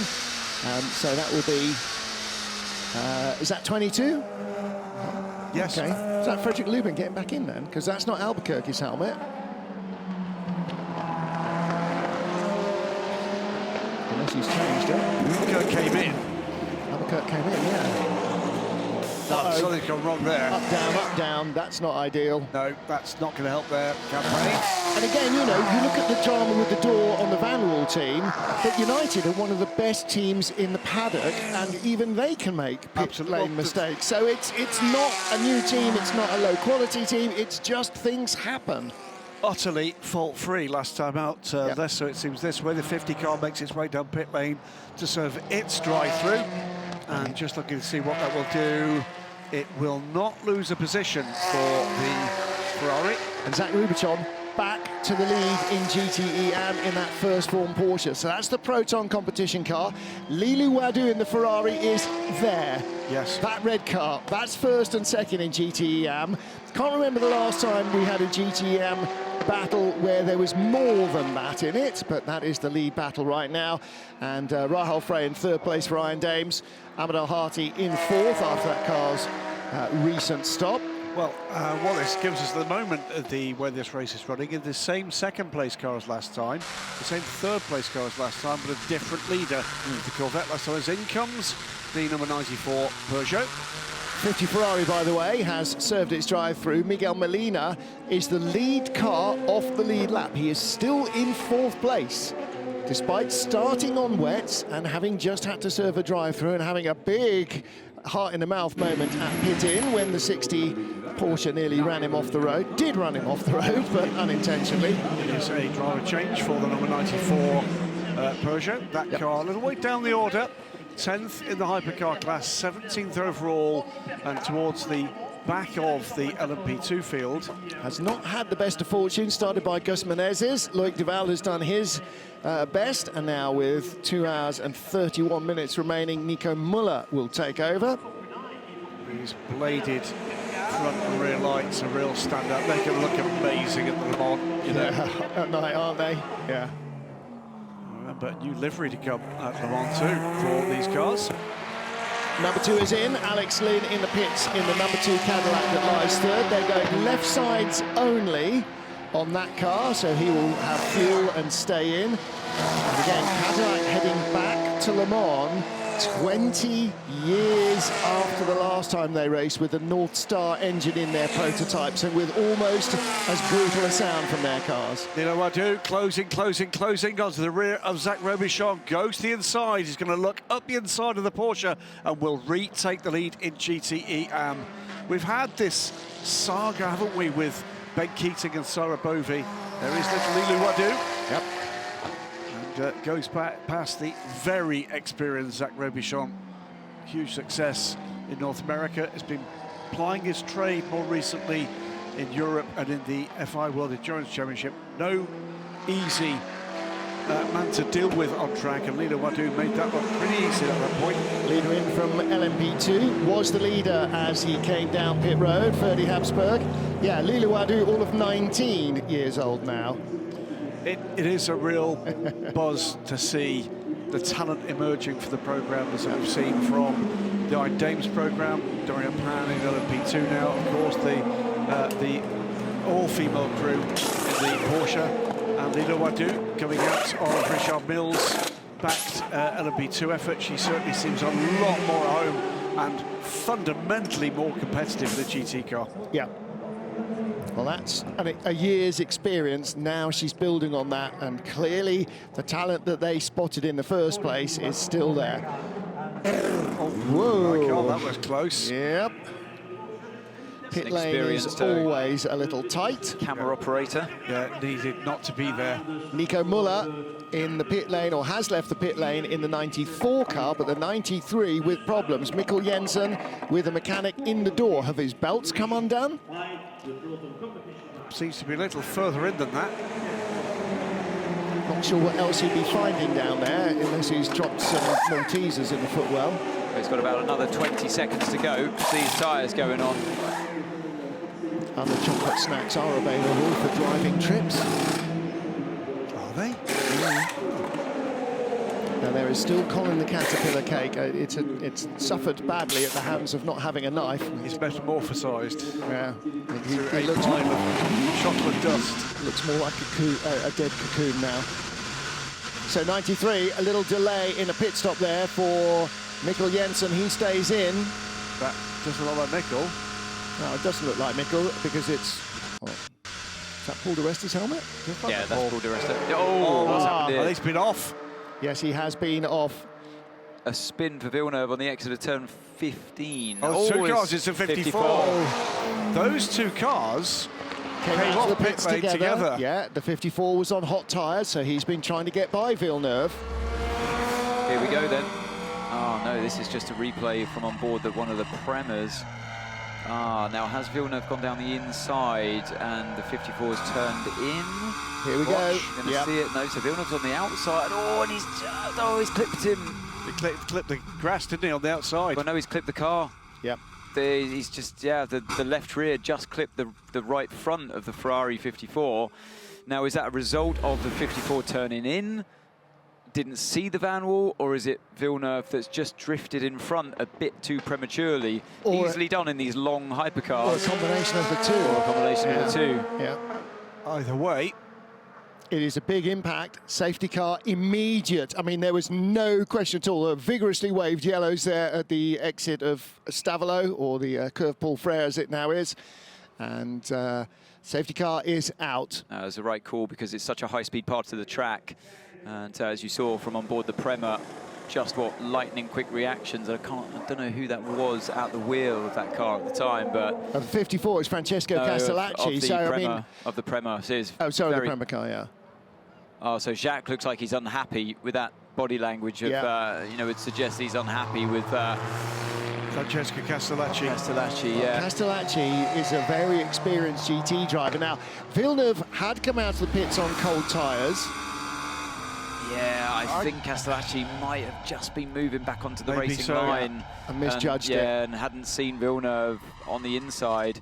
You've got to have your eyes everywhere, and you put so much trust when you're in the faster car. You put here we go, we're going to start. Oh, no, actually. Sorry, I didn't see that as being the Ferrari. No, you need to see it from so many different angles. That wasn't as clear cut at all, was it? No. That shot wasn't, no. Well, whichever of the Prema cars it was, either Mirko Bortolotti or Bent Viscal who showed us that view. They are both in the pit lane. Castellacci is out of the car. I really need to see the onboard of the 54, but I don't think we're going to get that. I don't think that car's got the onboard camera facility. No. Unfortunately, but both drivers okay, and that's the main thing. He's saying, I want you to get me out of here, because Mike, he's gone round 1, 2, 3, 4. No, it's got all the wheels. Here's a slow-mo of it, so... Villeneuve's on the grass on the inside. That was what I saw initially. Yeah. I saw Villeneuve, and it looked to me as if he clipped the grass to the inside. But look, is it because he's getting squeezed? Yeah. I think it's a bit late still. Yeah. Where the camera picks them up, they're already out of the corner. He's not on the grass trying to go past. He's on the grass trying to avoid the closing door closing on him, isn't he? On the onboard shot of Villeneuve, it looked like he had the right to be there. Yeah. Because you get to see it from earlier on in the corner. Well, safety car is out. A chance for Louise Beckett to catch up with some of our drivers. 31 WRT, Ferdy Habsburg was the race leader. Let's hear from his teammate, Robin Freins. Robin Freins, you're watching on, seeing what's happening with the number 4 and 54, but for you guys in the 31, up until then, it was running well. Yeah, looking pretty good, actually. Obviously, we've been leading so far most of the part of the race. I jumped in and the car felt pretty good. I was fighting with Fittipaldi, I think it was, behind me. So we had similar pace, so I think it's going to be quite exciting at the end, honestly. We are doing the triple stint now. Some cars has done triple stint already. So we need to see where we are before we're heading into the last hour of the race. It seemed at one point that Ferdy lost his lead and then obviously got it back. What happened there? GT came out of the box with cold tires, so he had to brake before Rouge, and then Louis took the momentum up in Lacombe, so it was an easy overtake for him. It was a bit unfortunate, very unlucky, but we were a bit quicker as we had better tires on the car. So we swapped after a couple of laps again and pulled the gap again. So did the team talk about swapping back, or was that just naturally happen? It's just the tire situation which we were in. I mean, it was clearly visible that Louis pulled to the left before bus stop. So, I mean, if it was a different way around, we would also swap a different way around. So we are teammates. We are here for the same goal as winning the race and hopefully a 1-2. Thank you. Thank you. Yep, and you can see the teamwork that comes together in those situations by watching full access from Portimao last time. But great stuff there from Robin Freins, real insight into it. And a bit of a different mission for WRT in LMP2 this year. It is all about the LMP2 Championship, but they're in full preparation mode for BMW and Hypercar next year as well. Yep. It's going to be very interesting to see what the new BMW does in European and world tracks compared to how it's faring in the IMSA WeatherTech Sports Car Series at the moment. It's made its debut there in the USA this year. It is a great looking car. Really can't wait to see it here.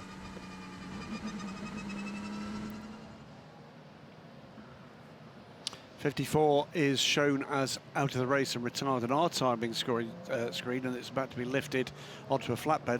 Sorry, the 4. The 54 is still stationary just to the left of the camera there in the gravel trap. I do think that Castellacci is probably right. I think that car dragged out will be back into the there race. You go. It's a runner. Yeah, it's a rolling restoration. Never raced or rallied, promise. It's been both in the last 10 minutes. Honestly, I wouldn't be bothering pushing it. Let the four-wheel drive take the strain. Yep. Yeah, so looking at the onboard there, Castellacci starts to drift over towards the line. Villeneuve's committed, and by the time he's side by side with the Ferrari, this shot doesn't really do it justice. More the onboard. By the time he gets to side by side, Castellacci, I think he's just committed to just drifting towards the racing line. He hadn't seen Villeneuve coming up, basically. It's very lucky that wasn't a much, much bigger accident. It was the 63 Prema car that was in third place in LMP2 at that stage, and if he'd been half a second closer, he'd have been tangled up in it as well. Villeneuve looks at the driver, looks at Castellacci, says, "Oh, wow, you didn't see me," but it is so hard to be seen in that situation. You put a lot of trust in the slower car that you're lapping at that stage, and to be honest, I'm surprised it doesn't happen more often. Well, one of the great things this weekend is to see such a sea of humanity here at Spa-Francorchamps.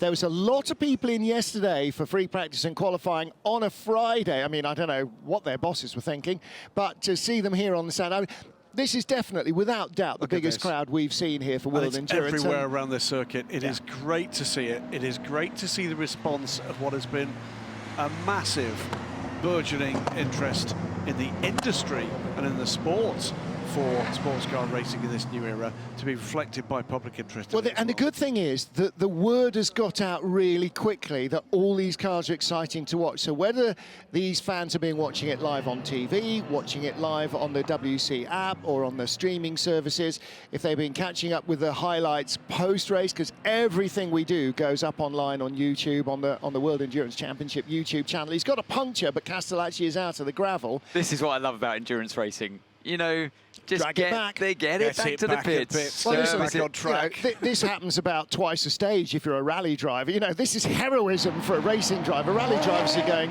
hold my beer. But it's great, you know, and all the extended highlights, the little clips that are going up online from the social media team, race previews, weekend previews, the behind-the-scenes stuff in full access. I mean, there's so much coverage now and so much opportunity for people to learn more about the cars and especially more about the teams and drivers. That's just great for the sport.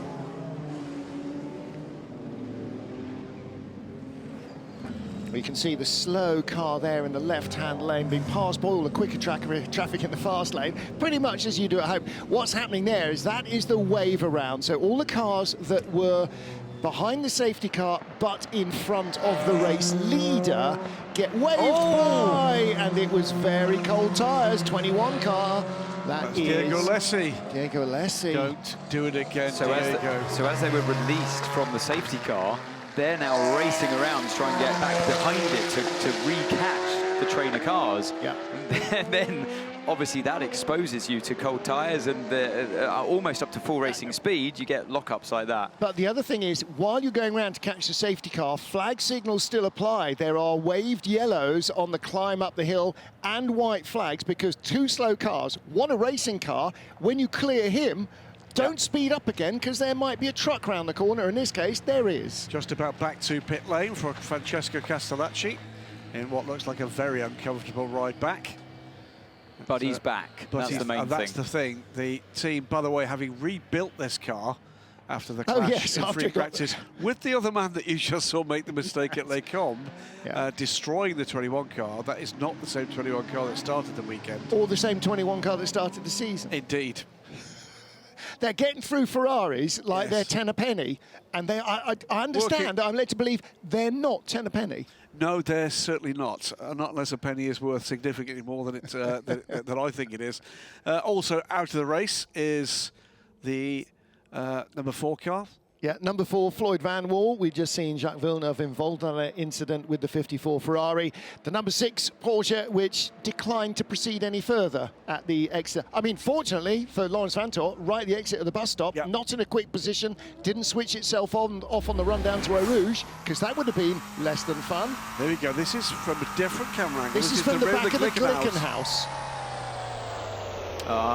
That's a good shot. 6 of one, that's a good half shot. a dozen of the other. I was trying to put myself in the position of what would I have done if I was in the Van Wall, if I was in Villeneuve's position. And you do go for those gaps. You do put your trust in the driver that you're coming up on. And like I say, I'm surprised it doesn't happen more often, but I do stand by what I said. I feel like Villeneuve, especially from that rear shot, I do feel like he had the right to be there. Good work by the guys in the EVS. Well done, boys. That's a great view from looking back from the Glickenhaus. But sorry, Villeneuve was I trying to go through before the door closed, and the door just swung in his face. I'm showing my GT ignorance here, and I'm really sorry, and you can correct me. What categorization is Castellacci? He is I think he is still a silver, Hold-on but he's caller. a very experienced silver. He's been with this championship for many years. If you had said gold or platinum, I said he should have known better. Yeah, he's a and silver. Then he should have. But you say silver. And this is why for a long time I've been saying. I said it when I was a driver as well. When I'm coming up to a GT Am. Yes. You see the sticker on the back. It says GT Am. Yes. They can be driven by pros. Oh, yeah. And very good pros. You have no idea who's in the car when you're coming up to them. And I wanted to see a light on the back of the car. See, you've got the green light there at the front. Why not have, for the driver ID, when you come in, we can see who's driving the car on our screens because it's connected to the driver ID. Just put a light on the back. So when I'm a bit like you come up against an L plate or a P, just past your test, and you know to give them. I think it's a great idea. Because that's basically why I had my accident at Le Mans. I didn't know who was in the car in 2012. And it was indeed a gentleman driver. And it was an amateur driver. And the irony being an orthopedic surgeon. Yeah. Who would have known exactly what the pain I was going through. But yeah, no, he wouldn't, because he's a surgeon, not an orthopedic back pain sufferer. But yeah, look, it proves the point of it. It'd just be nice to know who you're coming up against, and to give them more. Totally agree. If Villeneuve had seen there's a light on the back, he might have gone, bit of a risky one to shove it down. There's a tiny precedent for this in ACO Wheels Racing, which I think we're in the race where the Garage 56 car was the extraordinary Fred Sausset. Yeah. And that car carried a full-width blue LED. It was a full LMP2 spec car. And it was brilliant. But to differentiate that car, because the pace clearly was not that level, you had to take that into account, a full-width blue LED across the back of the car. And I can tell you, he was one of the best, if not the best, at even indicating out the way to show you the position of where you should overtake him. Yeah. I'm lost in admiration of what he achieved. I still to this day can't fathom how he managed to do that. By the way, if you're watching and listening and wondering what on earth we're talking about, Frédéric Sausset, the Garage 56 is the innovative car class at the Le Mans 24 Hours. It'll be filled this year by a NASCAR. Okay, we'll talk about that either later in this show or at Le Mans. But back in the day, Fred Sausset, who had lost the extremities of all 4 limbs to a viral infection, and therefore was racing in a car that had been adapted by a group of motorsport companies involved, Ligier, involved Oracle, involved Audi. It was an LMP2, wasn't it? LMP2 Morgan had been adapted for him to be able to drive bluntly without arms or legs. And we see one more time. The more I look at it, I can't blame Villeneuve, really. I mean, I find it hard to blame a silver driver as well. I think it's one of those unfortunate things. It really is. We see. Do you remember it was a couple of years ago, around this part of the track, we saw the jumbo car, didn't we, with Van Aert driving, and I can't remember the LMP2 driver. Thomas Laurent. It was Laurent, wasn't it? Yeah. An almighty crash. A touch there in Blanchimont, actually, and it was the mother kick and father before. shunts. It was Thomas Laurent took a bit of a lunge, didn't he? And the circumstances were dramatic. You have to, in this racing, you have to take into account who's at the wheel. But that's why I asked the question. And I can't really. The same that you wouldn't blame a learner driver or a driver that's just passed their test on the road if you got involved in an incident. you know, they're called an Am driver for a reason. And I agree with you. It takes two to have that compensation and that awareness of, and you know, Villeneuve's trying his best there. You have to overtake. Yeah. And the gap was there when he committed to the corner, but I can't entirely blame a silver driver for turning in. I just can't. Well, and the other thing is he didn't chop across. No. He was coming, I mean, in slow motion, it looks like he was coming across very slowly. Of course, it happened much quicker in real life, and Villeneuve had a big head of steam. Yeah, it looked like a no-fault one of those things. If it's a platinum driver or a gold, you know, much more experienced, and we've all seen the GTs, you've got the onboard camera, you've got the arrows pointing at where all the cars are. You've got that extra capacity to avoid incidents like that. The other drama with the GT car is it can't always stay offline and make it round the corner, and that's a factor too. Yeah. Okay, Jose, we need to try to avoid the splash so we can decrease the energy target Alpha 96. We try to extend by 1 lap. Oh, now that's not the message that Jose Maria Lopez wants to hear. Basically, he's going to have to start saving more fuel. And there you can see the energy of the car. So 39% compared to 65% of the sister car. It's just the way it's fallen with the two strategies. Let's hear from the Cadillac team. They're in 5th place. So Alex, the guys for position are Molina in front of you, and then we have Pagini behind you, and then the Jota Porsche, but he will have to stop. Okay, so we're now back timing the race, counting back how many laps we think we're going to get, and they will have to assume that they're all green. They're very unlikely to be all green with 2 hours and 11 minutes left, but you have to assume that they will be green and run at full pace and at full thirst. And so you can hear the drivers already being told, okay, that for Alex Lynn was you can attack. That for the race leader. Don't forget, before we went to safety car, Jose Maria Lopez had 1 minute and 20 seconds over Ryo Hirakawa. He's got 11 seconds over Ryo Hirakawa at the moment, because Ryo is back in the queue behind the blue-nosed caddy and behind the 51 Ferrari on the road, although ahead of them on the timing. Yeah, so 10 cars. Safety car is coming in this lap. 10 cars between the leader and the Cadillac, which is the first car now off the lead lap. Now, the bad news for Ryo Hirakawa is none of them are dog slow.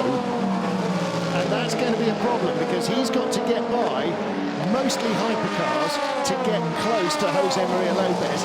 Lopez goes now. He's not going to add another minute to his lead, but probably by the time Ryo Hirakawa gets free of this traffic, Pachito will be a good 45 seconds further up the road. So no overtaking before the line. So you can't pass the LMP2 car. Oh, look, there's salvation. 3 LMP2s go into the pits. That's 3 gimmies there for Ryo Hirakawa. Immediately 3 cars he won't have to pass. But also 3 gimmies for what's happened to Alex Lynn there? Well, nothing. He's still in 5th place. And he's still behind Miguel Molina, and that's Molina in the red Ferrari, number 50. Alex Lynn looking to have a go down the inside. Little flash of the headlights. Capitalise on the Ferraris, well known by this point in the race. Struggles for warm-up. But the Ferrari gets around the Peugeot. Lynn does not. Ferrari going off up the hill and disappearing out of Alex Lynn's clutches. He's going to have to get this move done. He does, luckily down the inside of the Peugeot, and that's going to free him up around this part of the track, where hopefully for his sake he's going to have that extra grip compared to the Ferrari. And yeah, sure enough, you can see from riding on board the other Ferrari of 51, Pierre Guidi, look, he's right there, is Alex Lynn through the Brussels corner. Ferrari's not slow in a straight line, is it? He's got a good punch out of the corners. We've seen it already before, great traction as well, but right now, struggling desperately once again as Lynn tries to put him off by flashing the lights before Pouan. And behind, the other Ferrari has cleared the Peugeot, but is under pressure from He's done it, he's done it. Oh no, he's cut him off. Oh, great stuff between these two. That's fantastic, isn't it? This is the battle for 4th place. The margins in this hypercar class are tighter in all of these situations than ever we saw in the LMP1 era. Lynn knows he has to get the job done sooner than later. He doesn't want the Ferrari to start warming its tyres up, because I think it's got, well, it has got ultimate pace on the Cadillac. It's just a quick cut off there of the 54 car. Looks done, I'm afraid. We can hear from Lynn now. Alex, information, do not exceed Bravo 8, do not exceed Bravo 8. Go get him, push, push. Not the most American voice I've ever heard on an American team radio. Missouri, they're all like that. So what they're saying is, go and get him, but do not exceed your fuel figure, because otherwise we're going to verge into splash territory. I was sort of asking myself the question, why are they no longer in third place? Because the fuel strategies of all the others are completely out of go. The fuel strategies of almost everybody are completely out of kilter, including the number 7 and number 8 Toyotas, relevant to each other. Traffic coming over the top of Radion. Is that going to help as they get the run down the straight here? Well, it helps it's a quick Molina. run. It does indeed. Got a great run through there. Less quick, but he was catching him at the end of the straight last time. But this time, there's traffic in between. It's still closing the gap here. And that Ferrari, I fear for Lin's sake, he's got too much punch down the straight, or at least the run through Eau Rouge and up the hill and Radion. Look, we were there in free practice 1. That Ferrari is nailed on through Eau Rouge. It looks comfortably the most well sorted of cars through there. And once the tyres are back up to temperature, I think they've got the performance to see off the threat, the Cadillac. Now then, let's take a look at LMP2, because nothing's happened there all race. Ferdy Habsburg leads from Mirko Bortolotti, 31 and 63. Or let's get back to our GTE Am field, where the leader is Lila Wadou's Ferrari, then the Proton Porsche of Zach Rubicon, back up to second. Iron Dame's third with Rahel Frey. This is the battle for fifth with the Corvette Nico Veroni leading Diego Alessi. We saw that moment at the end of the behind Ahmad Al-Hati. Oh, look at this. This was the attempt to get by. What happened here? There's the D Station Ferrari behind. You can see the GR Racing and Heart of Racing Porsche and Aston. And it's the Aston Martin, I think, that's the other car in that battle. It is. Yeah. It's Mancinelli, who is the third car in the battle for fifth position. Corvette there did have the giddy up enough, didn't it? Oh, that was a little bit of a mistake there from Molina. Now what has he got? Don't think he's going to be able to do anything, is Lin, into turn 1, but a definite mistake. Ran a little bit wide, did Molina, in the penultimate corner. He's got away with it. He's under pressure, isn't he, from Alex Lin? I tell you, turn into Apex, the Cadillac's got it, but you're right about the Ferrari. From mid-corner, the Ferrari just leaves him. But watch through Eau Rouge. It's a shame he didn't stay on the onboard there, because right there, that's where the Ferrari excels and is able to pull that gap. Yep. That's critical. That's the thing that's saving him at the moment. Much better through Eau Rouge than the Cadillac, but I think the turbulence coming off the back of the Ferrari as he goes for the move down the inside of the Jota. Jota's getting out of the way. I don't know why. Is it on an out lap? No, it's his second lap on new tyres. That's the Hertz Team Jota car of Will Stevens. That was also a Hypercar Porsche. They're in 8th place ahead of the Glickenhaus of Olivier Pla. Loving this fight, though, between these two drivers. Molina and Lin, both for position. Class stuff. Two really good young factory chargers. And if you think, if this is year 1 of these two cars in Hypercar. Once they've got half a handle on their cars, later in the season, when we go to Monza, oh boy. By the way, these two are both catching Dane Cameron for third. Yeah. And they're catching him pretty quickly at this stage. And don't forget that Alex was told that the Penske Porsche will need to stop more than they will need to stop. Iron Dames and ORT by TF. This is the battle for third place from the car that was second on the grid, pink, and the car that was on pole position, blue and orange. We've got a great fight in, you might have mentioned this already, Martin, there's so much going on between the Ferrari and the Cadillac. The Habsburg leads in the number 31 WRT, then Prema racing with Mirko Bortolotti, only half a second behind him, and 3/10 behind him is Ollie Jarvis in the number 23 at United. And barely a second behind him is Phil Hansen. So, catching a all massive battle, and only 3 seconds back on Caldwell. Yeah. This is a 4-car battle for 3 podium positions, and in fact, Hansen's caught them. Look at Jarvis there. Yeah. United. That's Mirko Bortolotti, the red, white and green of Prema, and he is 1.1 behind the next car just in front. And that is the WRT car with the gold on the nose. That's Ferdy Habsburg. 3 and 4 go through the apex. And I tell you, if you're in a GTE Am battle and the first of those comes up to you, Ferdy Habsburg, you're in a lot of trouble because they're all going to come steaming through any door that he opens, and your GTE Am battle, you need to be right on your toes when they arrive because it might be the opportunity to pass the car that you're chasing.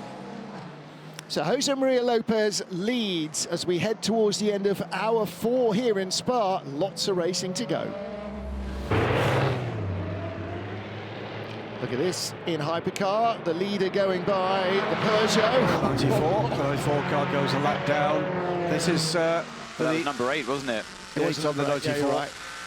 And Anthony, when you're the driver of the Peugeot and when you're the driver of the Toyota, Eau Rouge is such an attention-grabbing corner. You need all the road. You can't just be offline there and survive it. No, it's a compromised situation. You know that the two hypercars really can't go through side by side. We saw that even in the LMP2s earlier on, didn't we? With, who was it at the wheel at the time? We had his flying mate. Was it Rasmussen? Yeah. In the Jota. So you can't go through there side by side in the hypercar. So it needs a bit of allowance from the driver you're racing against. But I'm surprised that the number 8 Toyota is not pulling away from Muller on this lap.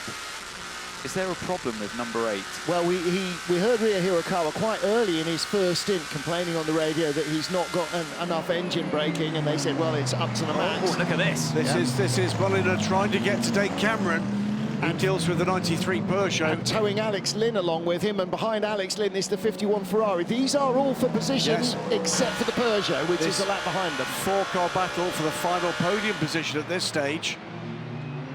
And in fact, they are barely behind the number 8 Toyota, although a lap down in the race. Let's hear from the number 8. Yeah, crazy movement to the rear. Crazy movement. Yeah, Dio, let's go back Alpha 9-4 when you can. Crazy movement at the rear. So yeah, just the rear a little bit unnerving, and it's not the ideal circuit really for that. If you're running too soft a compound on the car, then it does start to move around on the sidewalls, and it gives you that unnerving feeling of it. It feels like oversteer, but it's not actually oversteering. It's more rolling onto the shoulder of the tyre. So that's what the driver can sometimes describe by movement rather than snappiness or just general sliding. Not like the Porsches, which do genuinely seem to be oversteering all the time. Even on fresh tyres and full fuel load, they seem to be sliding around on their tyre. This LMP2 battle, we described it a while ago on board with Alex Lynn. We'll keep an eye on that.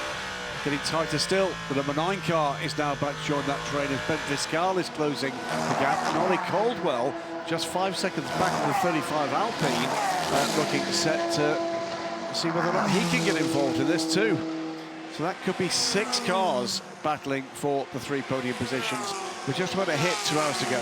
Last stop, Alex Lynn in that Cadillac, by the way, had left sides only, so he's got a sort of slightly fresh set of tyres on, and that is a difference between himself and Miguel Molina and the 51 Ferrari that did not have tyres either. So Lynn with just a little bit of tyre advantage, but the Ferrari has got giddy up to spare. Toyota 1-2, the number 5 Porsche Penske is in 3rd place at the moment. With 2 hours to go, WRT lead in LMP2 and Richard Mille Racing in GTE Am. The other factor to take into account is we've got these 4 cars battling away for 3rd. The car ahead of them is the leader. They would all very dearly like, to unlap themselves from the 7. That's a factor we can't ignore either. That's exactly so, but at the moment, that's change. Yeah, that was the change. 50's got ahead of 5. Yes, up to 3rd place, Miguel Molina. And Alex Lynn is still hovering there with the blue nose as we go back to WRT versus Prema. That's the lead battle. The gold nose on the WRT car, that's Ferdy Habsburg. Prema's 63 is Mirko Bortolotti, who'll be a Lamborghini hypercar driver next year. 3rd is Ollie Jarvis. 4th, Phil Hansen in the blue, red and white United Auto Sports cars. And Prema's Ben Viscal is right there as well in 5th. Yeah, I don't know what's going on with the number 8 Toyota. He's lost 3 seconds that last lap to car 7, but he is riding on board with Bortolotti now. He's putting immense pressure on Habsburg. It looks like that was a better line through Lecombe than Habsburg. He looks like he's got more grip. And the pressure is definitely mounting. He's sizing him up, looking for any opportunity at this stage of any mistake, any run that he can get on him. It's hard to overtake on this track in LMP2. Right now, in third place in the 23 United car, Ollie Jarvis going, no, don't let him go yet, don't let him go, hold him up, we're getting closer. Jarvis needs another couple of laps to be right on the back of this battle, and tow Phil Hansen up with him, because those two cars work together quite quickly, and they're trying to catch this little battle. And the more Habsburg has to defend against Bortolotti, the slower they will go. There you can see the Cadillac of Alex Lynn losing pace to the 50 Ferrari that he was trying to get by. The Ferrari's gone past the Porsche, and now the 51 car seems to be knocking on the back door of the Cadillac. Well, like we said, though, as soon as those Ferraris get the tyres into the right window, and this is how he made the move in La Source, yeah, as soon as those Ferraris, they have ultimate pace, really, on both Porsche and Cadillac. They should have been on pole position, in my eyes. But somehow, well, I mean, momentarily they were, until... Gone past number 7. I was wondering whether he would go past number 7. He has. So Molina is on the lead lap with 2 hours to go. Well, a safety car now would be interesting. Very interesting. Will he get the full wave around? Because the pace that Ferrari's got, that could be very interesting indeed.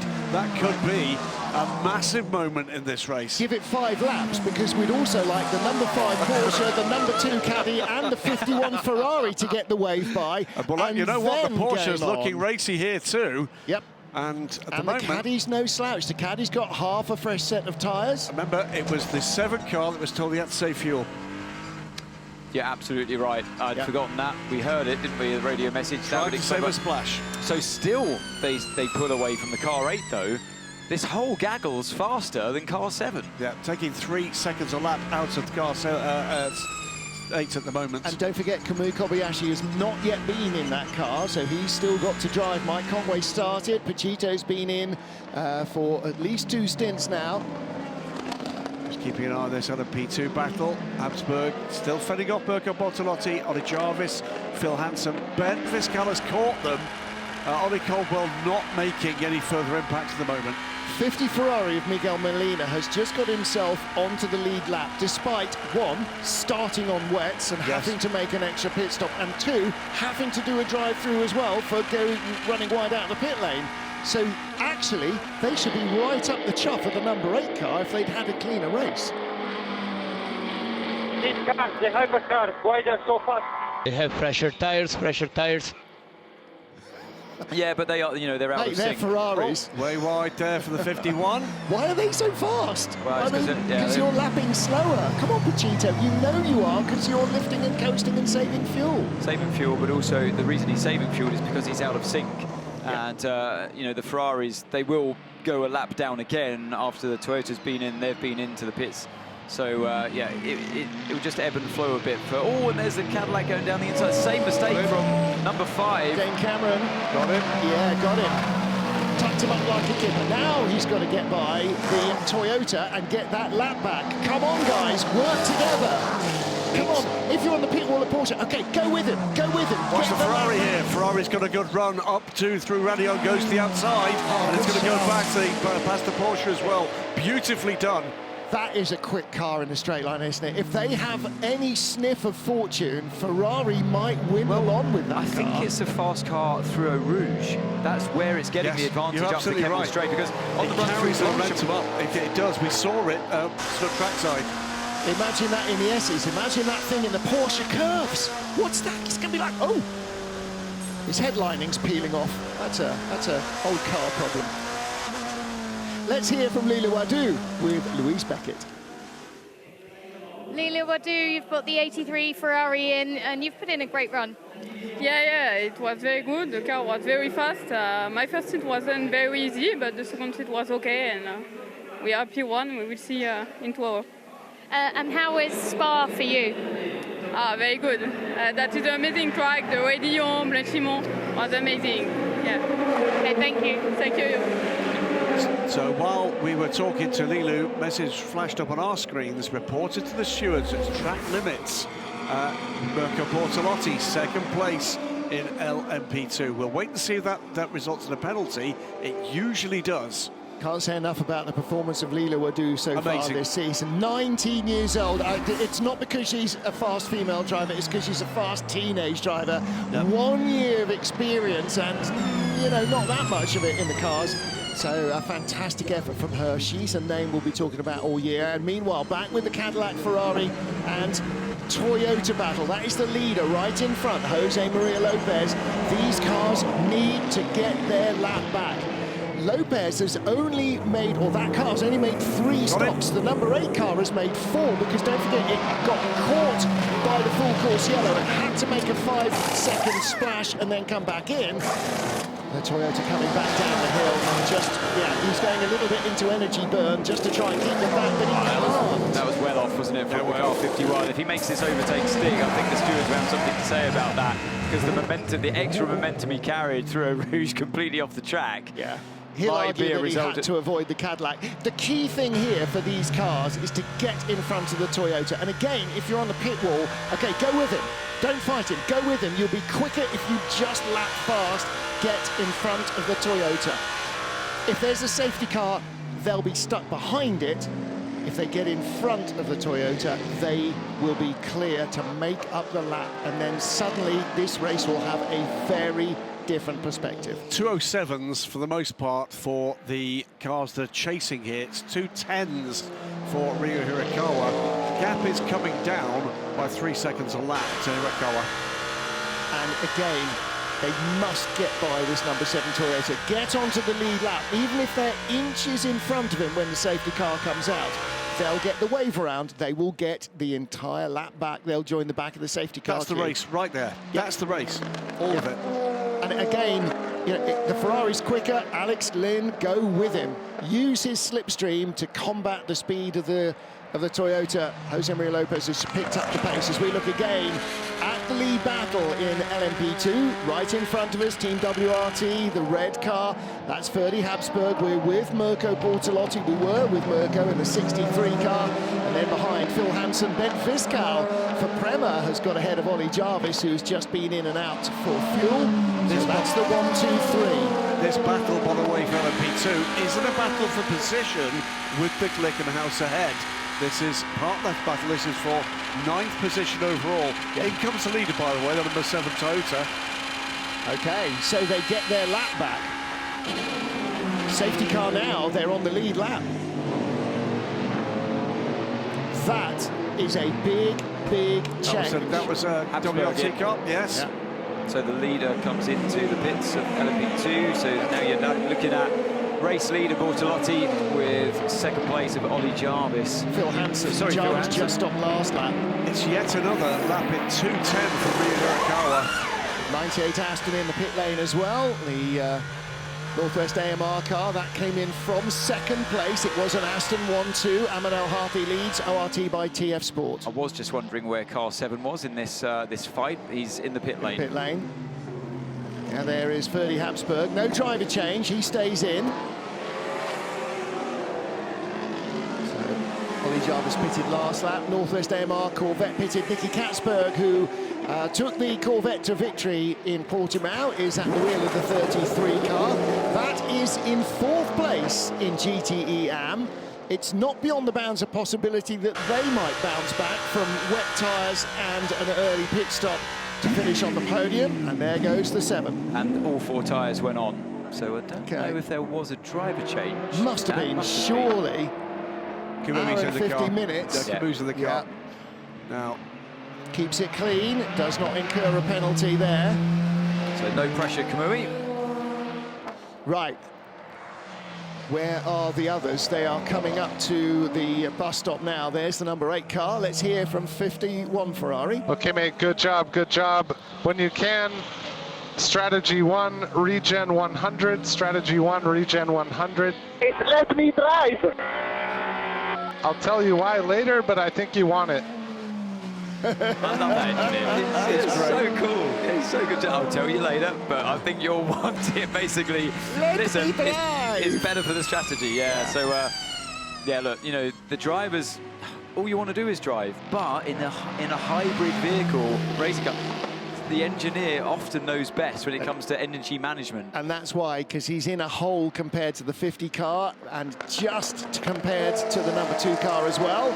There is the battle for, what's that? Not a battle, it's 21. Is it Diego No, it Alessi? is. Sorry. Diego Alessi goes by just Michel gone by Gatting. Michel Yeah. Gatting. Yep, Michel fresh into that car, taking over, or relatively fresh, taking over from Rahal Frey. Harry Tinknell now aboard that pale blue number 88, 10 seconds up the road. Ben Barker in the 86 GR racing car. Now, he's their pro, so she could do well to tuck in behind Ben and just try and follow him around here. Number 5, Porsche in the pit lane, the remaining car for Porsche Penske Motorsport. Yeah, was running 3rd position for so long. Got swallowed up really in that battle, getting into this. Well, he was running to the end of the life of his tyres. It will be... Was that a 1 tyre change? Right sides only? What was going on in that one? Might have to ask the question. No technical issues with the number 8 car, we're being told by Toyota, but then Toyota told us that their tyres are Michelin, so the level of detail coming out of the team is less than 0. So yet another 210 from Ryo Hirakawa. He's having on a massive fuel save for a reason we don't understand, because we were told he effectively didn't need to, or he's told is running a problem. Well, he complained about a lack of engine braking, which suggests to me that there's some sort of harvesting not happening. A massive lock-up into the first corner by the race-leading number 7 Toyota. Enormous, monumental lock-up at the end of his outlap. And here he is. A plume of smoke that made me think for a moment that he'd blown the engine. That's how big it was. Well, he's got to carry these tyres for 2 stints, as we know. So well, it'll be rattling his eyeballs out. I know it's low speed, but goodness gracious. Well, the boss will be having a word with him about that sort of treatment, I can tell you. Give himself a good talking to. Take a look at this. Yes, indeed. Well spotted from the Comspot window there, Martin. Yeah, that, I'm sure, is going to give him a flat spot on the right front. McNish is at home now going, I told you we needed a windy. Kamu Kobayashi right. down the hill. Warning flag for Ben Fiscal for abuse of track limits. Still waiting to find out whether a penalty's coming the way of Mirko Bortolotti. But if he's been warned, it may well be the case.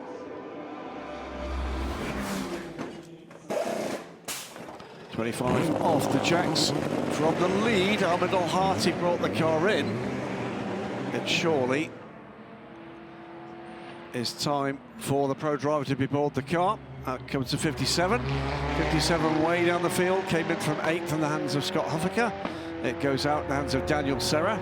They'll turn it up to 11 at this point. Charlie Eastwood it is, exactly. aboard the 25. I was going to say should be Ireland's Charlie Eastwood, and he was really looking forward to this race. Let's hear from Louise Beckett in the pit lane. She's been yakking in my ear for a moment or two. Louise, what do you know? Well, I made it down to Porsche Penske number 5. I spoke to the team and said, was it only 2 tyres? They said they didn't know, but I could see 2 tyres, used tyres, being wheeled away. So that's our answer, I think. Thank you, Lou. Thanks for trying anyway. They don't know. Sounds like chaos down there. Open letter. Dear Hypercar teams, come on. Feel free to tell the television audience who care, because all of your Hypercar rivals know exactly what you've done. 100%. They're watching you. You're not hiding anything from them by not telling us. Stop being a doofus about number one, it. Look at the fans in the stands. Yes. They love this. They want everything you can tell them about it. Yes. They want to buy into this competition, this championship, into your brands. Come and play, And please. also, from a US racing team, not to inform the TV. Come on, you guys. I've worked in American racing long enough over the years. Tell us, we'll tend the fans, we'll build the excitement. Well, Louise thinks there was a driver change. Number They probably 5 don't know now that has either. Fred Makovic. Yeah, no, they probably couldn't Just tell slipped you. into the car unknowingly. No, Fred Mako is in the car. Yeah, sneaked in. Okay, just to catch up with things, as down pit lane comes the number 8 car. Best lap I've seen from that car was the lap before it came in for the last, let's say, half an hour or so. That was a 2:09. Behind the 2 Toyotas, the paces have been up to 2:05s from both of the Ferraris. That's Brendan Hartley, and I'm going to look at the tyres as well. Kamui Kobayashi has just set the fastest first sector of the race for Toyota number 7, which currently has the fastest lap, dating back about halfway through the race now. Lap 58, we're now on 105 rather. So Brendan Hartley takes over. He's the man who lost the car on cold tyres at the beginning of qualifying and put it into the barriers. Of course, that's the last time he was in the car. That was the last time he was in the car. He will go out on fresh tyres, unheated, no tyre blankets, no tyre ovens, no tyre warmers. He will be trepidatious. Brand new left rear at least, brand new left front. Yeah, that's a full set to take him through to the end. Meanwhile, here comes the 7 to retake the lead. The Jota car of Oliver Rasmussen. Or does he? Down in 8th. 8 is out of the pit lane. He will do because because the Toyota's out, but he's on new tyres. Yeah, completely correct. He's already squirming around on the exit there. So although he's got track position at the moment, Kamui's going to take this corner pretty much flat out if he can get past the LMP2 car in front. And Brendan will be effectively stationary coming up the hill. Yeah. Kamui's watch the speed difference. Look at the speed difference. And by the end of this lap, okay, that was 4.1 seconds. Yes. Behind at the line. Let's see what difference the outlap makes. How far behind the number 8 car is at the end of this lap. Make a note, 4.1 ahead coming in. Fastest lap of its race, meanwhile, in pursuit of Miguel Molina is the sister car, the 51 of Alessandro Pierguidi. So the 7 and the 50 in formation there for a moment. Yellow on yellow. It's the 57 and the 33. Right, now then, since the 7 and 8 stopped, we now have 6 cars on the lead lap. The top 6 cars are on the lead lap. If we get a safety car now and bunch the field, we're going to have a heck of a race. Please, Rain. Battle here, be it for second in GT Am. This is Nicky Katzberg in the 33 car, and behind him in the pale blue Porsche is one Mr. Harold Ticknell of this parish. Yeah. H knows how to get around here, and look at that, Nicky Katzberg going outside, inside. Charlie Eastwood. Of Charlie Eastwood, yeah. So he tucks him up, and Harry Tinknell got by through here as well. Look at the pale blue Porsche. He will follow through. So this is the Corvette going by for what was then second. Great move around the outside, and yeah, Eastwood made it as hard as he tried, but still Katzberg finds his way through. And that was the end of Charlie Eastwood's outlap, so he was on colder tyres. 9th, 10th and 11th place cars on pit lane at the moment. 7:08.63 from the lead and the number 9 Prema Racing. So out come the 2 Prema Racing Orekas together, and it will be the 63 slots back into second place in class. Number 9, the Hansa Benfiskar, has leapfrogged both of the United cars in that sequence. Team WRT's Robert Kubica is next down the road, but 2 laps are a lap off this now. No, he's not a lap off it, he's just off that. It's just a second back. My apologies, the way the timing is listed. Nicky reporting to the team. Nicky Katzberg in the, as we see the position change for 3rd place there in LMP2. Nicky Katzberg reporting there was contact with Charlie Eastwood in the 25 Aston Martin as he went by, just a tiny little touch on the rear quarter. But Charlie Eastwood getting up to speed. Harry Tinknell got by, Nicky Katzberg got by. Our GT Am leader is Alessio Rivera in the 83 Richard Mille Ferrari. He has 30 seconds on that chasing pack, by the way. To answer your question, by the way, Martin, it was 5 seconds. That was the time loss between outlap versus hot lap with Brendan Hartley. It's, the gap currently stands at 3.9 seconds between car 8 he was 4.1 ahead. Yeah. Well, with pit stop sequences to sort themselves out, the top 5 cars now separated by 25 seconds. Yeah. Fastest sector 2 of the race for the number 5 Porsche of Fred Makovici. So 58.9, the leader did a 59.3, and Brendan Hartley, number 8, did a 60.1 sector 2. And they're not, yeah, okay, they've come through LMP2 traffic, but not holding them up a lot. United Autosport closing in on Prema. This is the number 22 car, battle for 3rd place. Phil Hansen behind Ben Viscal, who's just come out of the pits, and Mirko Bortolotti just ahead, also fresh out of the pits. So Hansen quite a long way into his run. So Habsburg back in the lead of LMP2. Yeah, 3.3 seconds down the road of Bortolotti.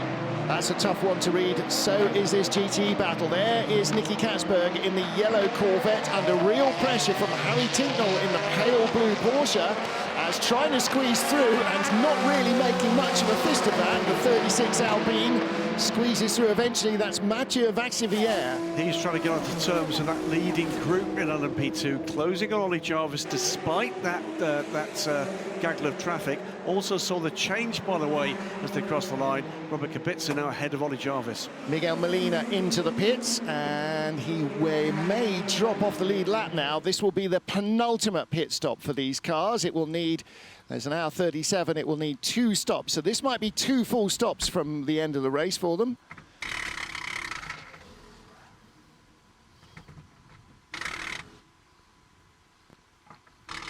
Antonio Fuoco tightening up those belts as he gets in. Interesting to see is all 4 wheels spinning there. That's the way they go. And people are saying, well, hang on, how can you be spinning all 4 wheels? Because you can only engage the hybrid boost over a certain speed out on track, over 150 kph.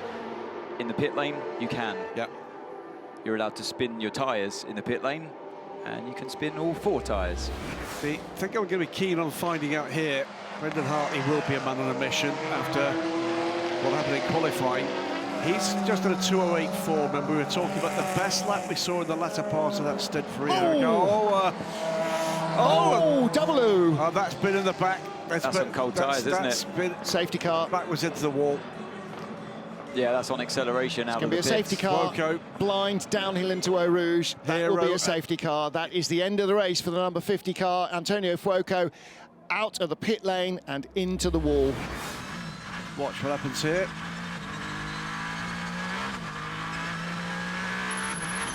Yeah, you could hear the wheel spin, couldn't you? Third gear. You could hear the wheel spin. Yeah, and then he backed out of it and then went back on. And wow, it's so tricky, isn't it, for the drivers? Safety car will be scrambled here, and that is why it was so important to get the lap back. I mean, yes, Didn't expect that. Not a comfortable ride. No. Not a comfortable ride at all. But not liking this. Sorry, not liking this at all. 51 Ferrari is in the pit lane. And the 50 Ferrari, well, that big bump of concrete across the grass, not helping Antonio Fuoco. That was a pretty big hit on the wall. The pit lane exit is still open. The 51 Ferrari can escape the pit lane. The safety car is waiting to join. This completely changes the perspective of the race, but what we need to know is that Antonio Fuoco is okay. 51 big old hit now. It's moved the barrier, isn't it? It has. That's a big, got out big the car. And that is the end of the race, I'm afraid, for the 50 team. Alessandro Pierre Guidi in 51. Ferraris. Oh, and I think it might have been a double blow for Ferrari because they're going to have to pit to do a splash, or only down to 13% in the 51 Ferrari. They were due in. He was just coming out of the pits just now. That was a 5-lap one. That's why. He's done the 5 seconds. And that's why Collado was looking so dejected. The timing. He was due to get in, wasn't he? But they had to put the full course yellow. That caught the number 7 Toyota. Number 8 Toyota, rather, has caught them as well. However,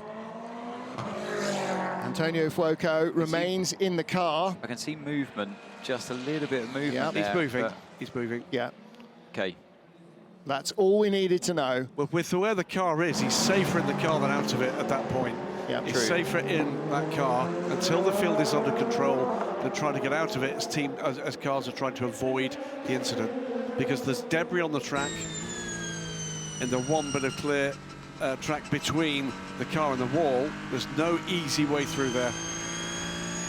We've got a couple of cars. They're going to need fuel soon, and that is the number 2 Cadillac and the number 51 Ferrari. Same position. So this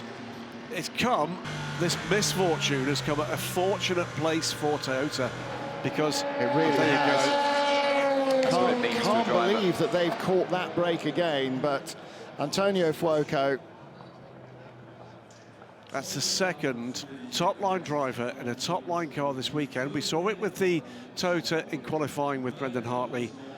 We've seen it now with Antonio Fuoco. Remember, pole position setter at Sebring. And yeah, it'll be thinking now, Anne, what could I have done to avoid that happening? I mean, it was all on power, wasn't it? It was It's just getting on downhill power. Yeah. in a straight line. It's just spun the tyres up and fired him off the road. It's a bit of a kink on the way out from the pit, but not much of it. And he caught the first snap. Let's probably see another replay.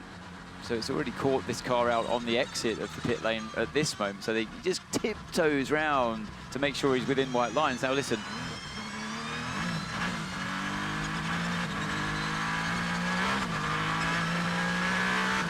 Oof. All it took, just squeezing the throttle ever so slightly too much, and just goes to show how little grip they have. And the problem is, you have to push the car to bring the tyre up to temperature. Yeah, I feel sorry for him. It's gutting. It's like Brendan Hartley yesterday, you know. It's you can hear the crowd as well. They weren't expecting that. No. That's the crowd, by the way, up at Radion. That's the view they've got. They've got a view all the way down to pit exit and to the... Yeah. That's Antonio Fuoco. That's the frustration. That's the primal scream. Really tough. Really tough. And that might actually have completely skewered the chances of the 51 car as well. Okay, Ale, so you saw the reason for the safety car and the emergency stop. When the pits do open, we will be boxing for the full service. Okay, everything is a pain in the ass. Never one in the right direction for us. He's right. Often feels that way, and even worse when it's caused by one of your own cars as well. But you know, they're not alone in this. Some other cars have been heavily affected. Yeah, number 2 Cadillac, Alex Lynn, will be coming in when the pits open to hand over to Richard Westbrook. But there will be a battle for the podium. It's not going to be a battle for first place. Miguel Molina, we just saw the replay. Seeing it again doesn't make it any easier. I'm so sorry for you. You put in such a good run so far. Yeah, I think we had a very good car. We are showing that we are improving. We are closing the gap with the front guys, but we still have too much things to learn. But I think we are surrounded by the best people here, so we are all working in the same direction. That's really important. And yeah, actually today I think Antonio could not do anything else. He was in the straight line, cold tires. We know that this year it's a very difficult thing. So I also went straight in the pit exit. It's very difficult. It's very, very difficult. We saw also yesterday, Brendan, that he went out in the out lap of the qualifying. It's like it is. We need to learn from that, but it's starting to be dangerous. Okay, thank you. Thank you. Yeah, tough break for the team, and it's a doubly tough blow because it will kind of... It leaves the number 2. Number 2 and 51 needed it to be not a safety car. If it had gone full course yellow, 2 and 51 might have stood a better chance. But because of the safety car, I think they're going to be in dire straits. Mario and Luigi in the Prema Garage with Dorian Pan. Mario and Luigi, older than Dorian Pan, by the way, by several years. Yes, exactly. And not just the characters, actually the lives of the characters. So, well, what might happen now? Porsche and Cadillac need a break, and so do Ferrari.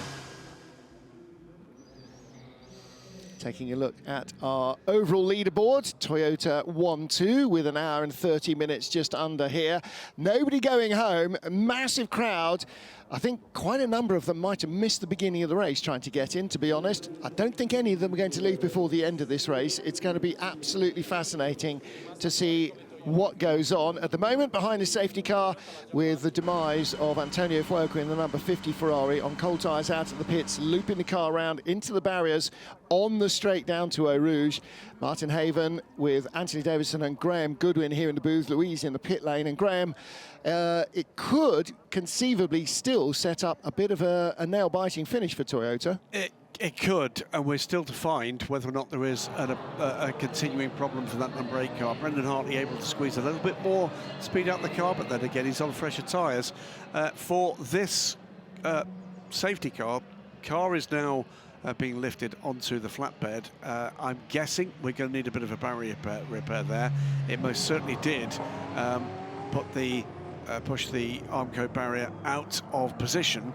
Now let's hope that's the Armco itself and not the supports. That can take rather longer. Yep. But it might well be a fairly significant safety car intervention here. Yeah, and we've just got a fraction under 90 minutes to go. So even if we lose time with barrier repairs, and you're right, we will need them, because otherwise the circuit does not meet its homologation safety levels.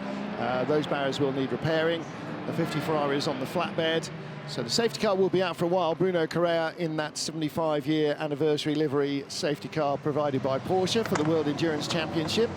Our leaders, Kamui Kobayashi, by 1.9 seconds from Brendan Hartley, the number 7 and number 8 Toyota. They are good on fuel, but will need another stop. Alex Lynn and Alessandro Pierguidi will need another 5-lap stop. There goes the wave by. They will need another 5-lap splash, because this is going to be a longer safety car than they have got fuel for. So the class leader of LMP2 was behind, and the GT was behind the actual race leader.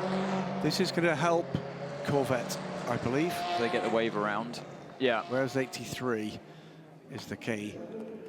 Oh, it was a weekend of what could have been there for car 50. Yep. Could have been on pole position. They had the speed. They caught the Porsche number 5 through turn 15 on their best lap. That made them go out wide. They lost that lap. Then they came in and a little bit discombobulated, I felt through quali for car 50. And they had the speed in the race. Look, luck's going to go their way at some stage. The other thing is progress. They are absolutely making progress. It's very clear where there is a major progress that needs to be made, and that's with this car switching those tyres on. Yeah, I agree. It's been an Achilles heel of the car this weekend so far, and it will hurt them again in Le Mans, I think, if they don't get on it. You think about the amount of time they've lost to that one single issue, that if they can find a way around it, they could claw back. And look where they were in the race at that point. Ferrari, yeah, they're clearly losing out in just that one area, because once they have had the car in the sweet spot around this circuit, it has been quick. I mean, it unlapped itself from the car leader, started to pull away from car 7. I know car 7 was saving fuel at that stage, but Miguel Molina walks away, he's gutting. You've just done that solid job in the car, and it hasn't been an easy afternoon for him at all, and then in an instant, gone. It strikes me, Ferrari being who Ferrari are and what it means, and the tradition there and the pressures that come with that, somehow, as this packed audience there, somehow more pressure between those two crews than perhaps some of these teams, Martin. Well, you could see from the overhead shot at La Source and at several other corners the huge number of caravans that are there for the marshals, but packed car parks. Weekend attendance, 72,224 people over 3 days, Thursday, Friday, Saturday. Well, I'm looking at the grandstand opposite the pits, and that's refilling now with an hour and 25 minutes to go. It's not the warmest of days out there. There'll be humanity huddling together for warmth. I'd like to know how many frites and mayonnaise portions have been served over the weekend. I would suggest about 72. No.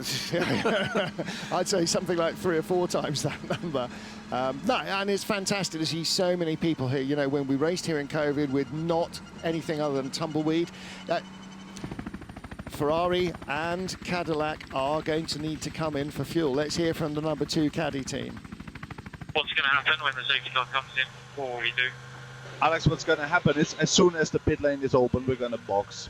we put Richard in the car with the suggested tire. But if this safety car stays out for another lap, we just saw those energy levels, particularly the car 51. They're only down to 9%. Yep, that's a lap. And then you're on bingo fuel. Then it's going. Yeah. So do they need to come if it stays out too much longer? Do they need to come in again for another 5-second splash? They will have to Well, into Europol or in the 3 laps with another safety car by that point. Into Europol in the pit lane. Now they were way up the order, weren't they? So too Jota.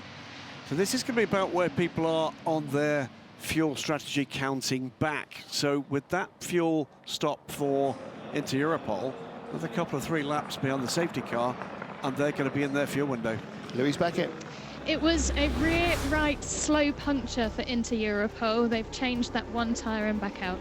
Okay, and Jota's gold LMP2 car is in the pit lane as well. But when you look at those fuel levels, we are going to see a second forced stop, I'm sure, for Cadillac and for the 51 Ferrari. Now, after 3 laps of safety car, the pit lane should be open, which should mean they can take on a full fuel load. And if there is a long safety car, and if it's 20 minutes or 25 minutes to repair the barriers, and if the barriers are going to be repaired, that's still not going to be enough to get them all the way, but Toyota will need more of a stop at some stage before the end of the race. So we know that in real terms, on track at the moment, the top, what is that, 5 cars separated by under 10 seconds, but everybody behind Toyota needs to stop. Toyota need to stop as well. They can't make it through an hour and 22 minutes. They need to stop more than once, yes. or more imminently. Yes, correct. More imminently. Look at the longer the safety car goes on, the less bad it might be for Cadillac, Ferrari and Porsche. I tend to agree. Because you're getting closer and closer and closer to a single stop. But Toyota will have to do at least a full stop and. Yeah. Safety car light's still on, so I think it might go round for another lap here.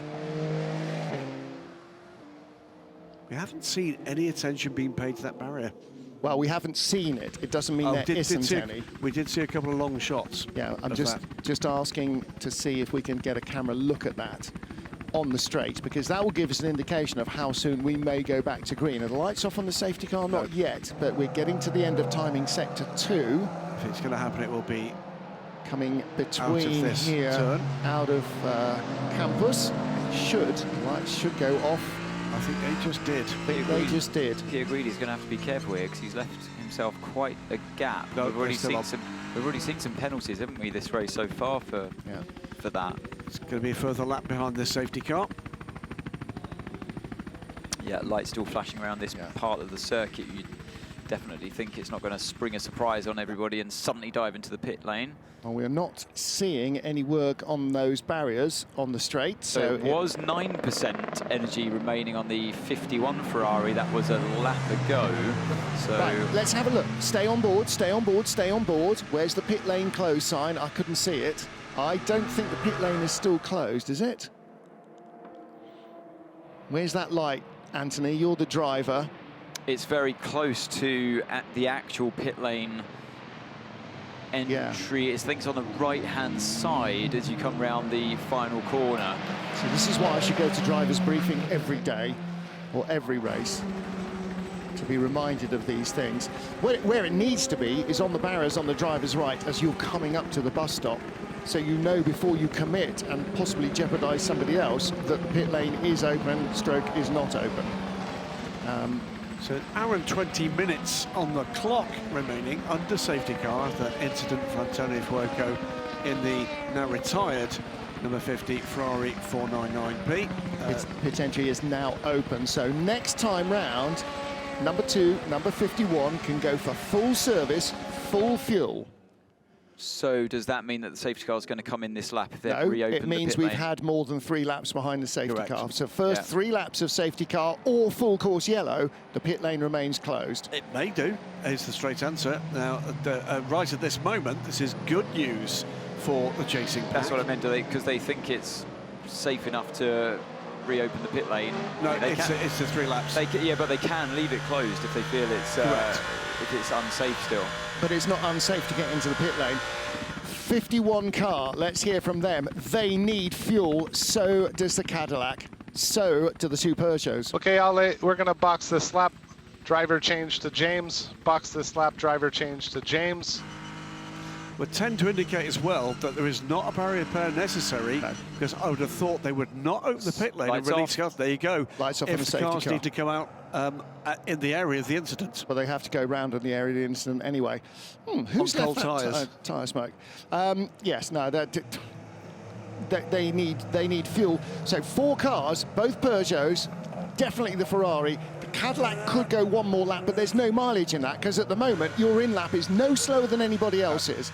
Your out lap is going to be a little less deficient because the others are building up to speed from behind the safety car rather than really at full speed, although their tyres will be warm enough. They won't be really quite as hot. So you're losing a little less if you come in now. So for Cadillac, don't defer, come now. Bite the bullet, take the pill, get in, get out, and try and stay on the lead lap. Two Toyotas have dropped the hammer, so now we can see at least a fight for the first and second position, a genuine fight between the two Toyotas. 1.1 seconds between Kamui Kobayashi and Brendan Hartley. Well, I think we're now going to see whether or not there's an issue for the brake car, aren't we? Yeah. We will. So again, no overtaking before the line. Got to get through these next 2 corners. So this huge LMP2 battle behind the number 5 Porsche. Across the line they come. Yeah. There goes both Peugeots and the remaining Ferrari. And the Cadillac. So it'll be Richard Westbrook getting in behind the wheel of the number 2 Cadillac. Yep. James Collado swapping with Pierre Guidi. Okay, so the Porsche stays out. We knew it had a bit more fuel, not quite as much as the Toyotas on board. That is half the Hypercar field. Why are the Porsches? Why is the Ferrari? Why is the Cadillac on a different strategy? Because they all started on wets, and the rest of them did 3 wide. Battle for the LMP2. 1, 2, 3, 4. 3 wide, 4 wide. How close do you want that? Premier lead, Mirko Bortolotti from Ferdy Habsburg. Change of lead with Phil Hansen and Bent Viscal right there. Hansen with the blue car. He's in 3rd place in LMP2. Bent Viscal in 4th. Oh, really bad pit stop for the Cadillac there. The right rear was sticky. That's going to cost them valuable time. Few seconds, service for the 51 Ferrari as well.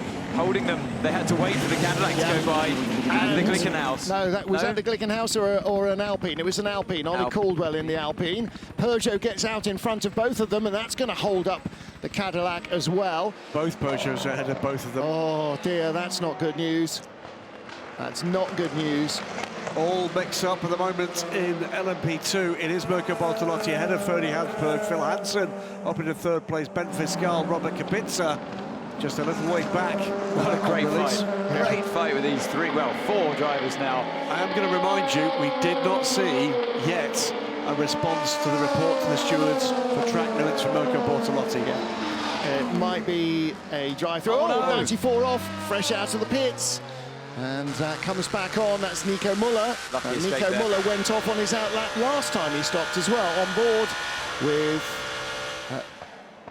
Is it Alex Lynn? No, he should have changed. No, I saw them change. Yeah, it is Westbrook at the wheel, yeah. No, it says Alex Lynn still, but it should be Richard Westbrook. Oh, the other, is that the other? No, it's the Cadillac 51. off. James the Cadillac Collado. went straight on. Oh, tippy-toey. It's really tippy-toey. Yeah, it was Westbrook went straight on through turn 6. Mirko Bortolotti leading Ferdy Habsburg, Phil Hansen, and just 2 car lengths back Bent Viscal. That's 1, 2, 3, 4 in LMP2. Richard Mille Racing Team Alessio Rivera leads by 6.5 seconds from Nicky Katzberg in the Corvette, with the Proton car of Harry Tinknell in 3rd, 3 tenths behind Katzberg and Toyota. The battle is on for the win here. Kamui Kobayashi versus Brendan Hartley. Hartley quicker last time around by half a second. On softs. Now, are they going to last an hour and a quarter, an hour and 20 minutes, or however? They've been on longer than that even. Most of it behind safety car, but he's on soft tyres, the medium for Kobayashi. Interesting, yeah, so no wonder Brendan's all over him at this stage, but it should surely pay off for car 7 as he goes into this stint. Well, as long as he can live with that flat spot until the end of the race, because that was a monster flat spot. And of course, as we heard in Portimao, from Richard Westbrook when he flat spotted on the cat. He said it's getting worse because it keeps finding it. It locks on the flat part of the wheel. There's two reasons why these two are hustling. They're hustling because they're battling. They're hustling because they want to catch and pass the other cars that are still on this lead lap on cold tyres. And they are about a corner away from them at the moment.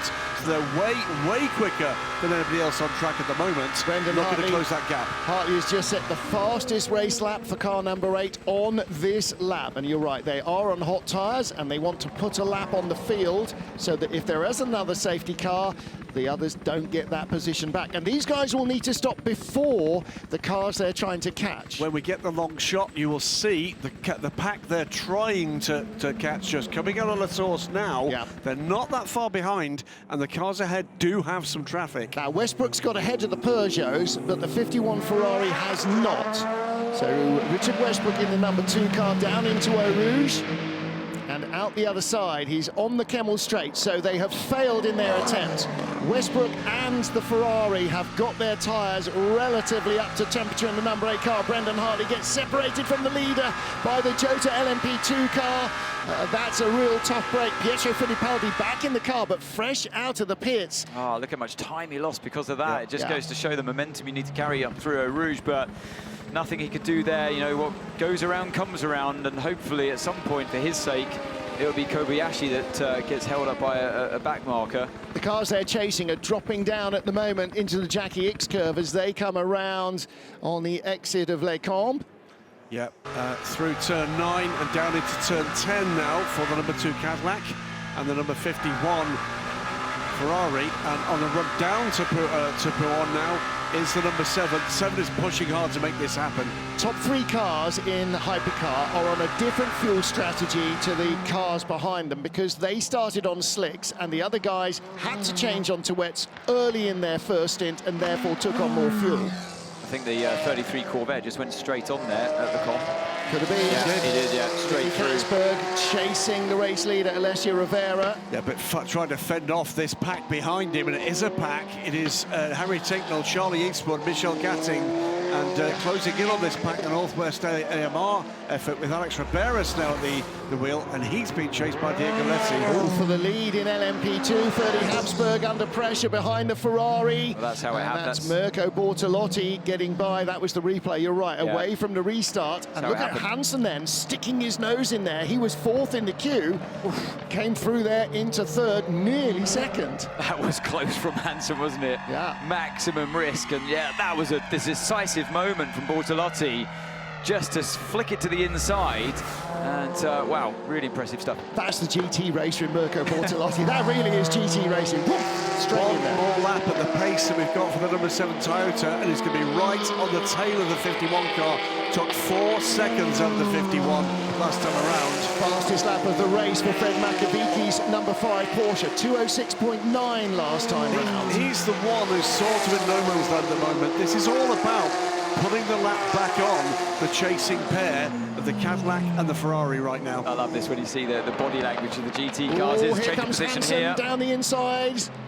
Goes through, gets by the 41. That's that's Jarvis on Kubica, so that's for 5th. It's a bit of Formula deja vu, isn't it? It's WRT and United in a battle, and another battle further up the field. And that number 23, of course, at United, that was leading the pack so effortlessly with Tom Blomqvist at the wheel.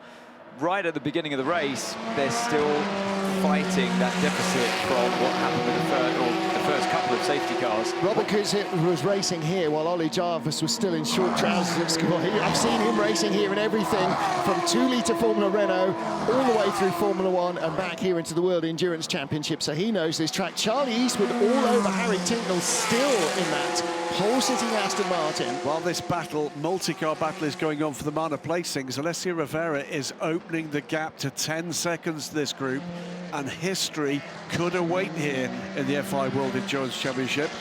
Not because of Alessio Rivera, although at the moment he's doing a stellar job, but we could see a female driver take a win in a World Championship race here. Yeah, he might owe us a stop though, Alessio Rivera. Let's see where the Richemont Racing team is. The pink Porsche, by the way, that is the Iron Dames car. That's in this 5th place. That's in this fight. Yeah. And they've got their teammates in the 60 car, Alessio Picariello. Now, that might be quite a good interference runner if if he goes by Michel Gatting, Michel lets him go by, he's a factory driver, he could go faster, he could tow her up to the back of these guys and then help her get into the two of them. Ferrari has spotted what we spotted. It's a 2:04.352, 200ths of a second off the fastest lap of the race overall for James Gallardo. And he's on softs. And now we're going to see how quickly this car can go. He's just had the radio message, by the way, that his tyres are up to temperature. I'm sure he didn't need that information. He can feel it with a lap time like that. And he's quicker again on this lap as well with Fred Macko. This is the third place Porsche Penske Motorsport entry, 16 seconds behind the leader. So that mission from Tota has not paid off. Yeah. Westbrook can match them for pace. Driver change in 22, so Phil Hansen out. And Philip Albuquerque gets back in for the final hour and 10 minutes, 8 minutes. This is going to mean they are going to need a splash. It's going to be a short stint after the final stop in about 40 minutes. Just heard, speaking of pit stops, Toyota number 7 due in 11 laps. Okay. Well, they are not going to get that lap back on the field. Right now, though, there are battles in all 3 classes that have yet to be decided.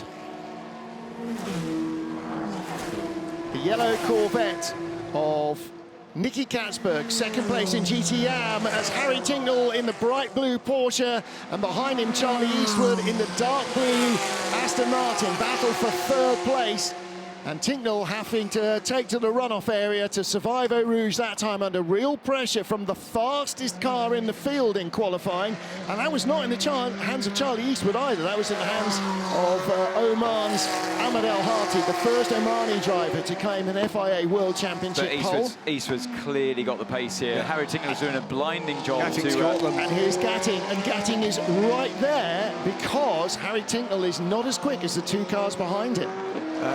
Fastest lap of the race, a 2:03.868 goes to James Gallardo now. Those tyres are certainly up to temperature. It's a 2:04.9 ahead for Richard Westbrook. They are hauling. They're on softs, aren't they, both of them, to the end of the race. And we know that Brendan Hartley is as well. Kamui Kobayashi's on flat-spotted mediums.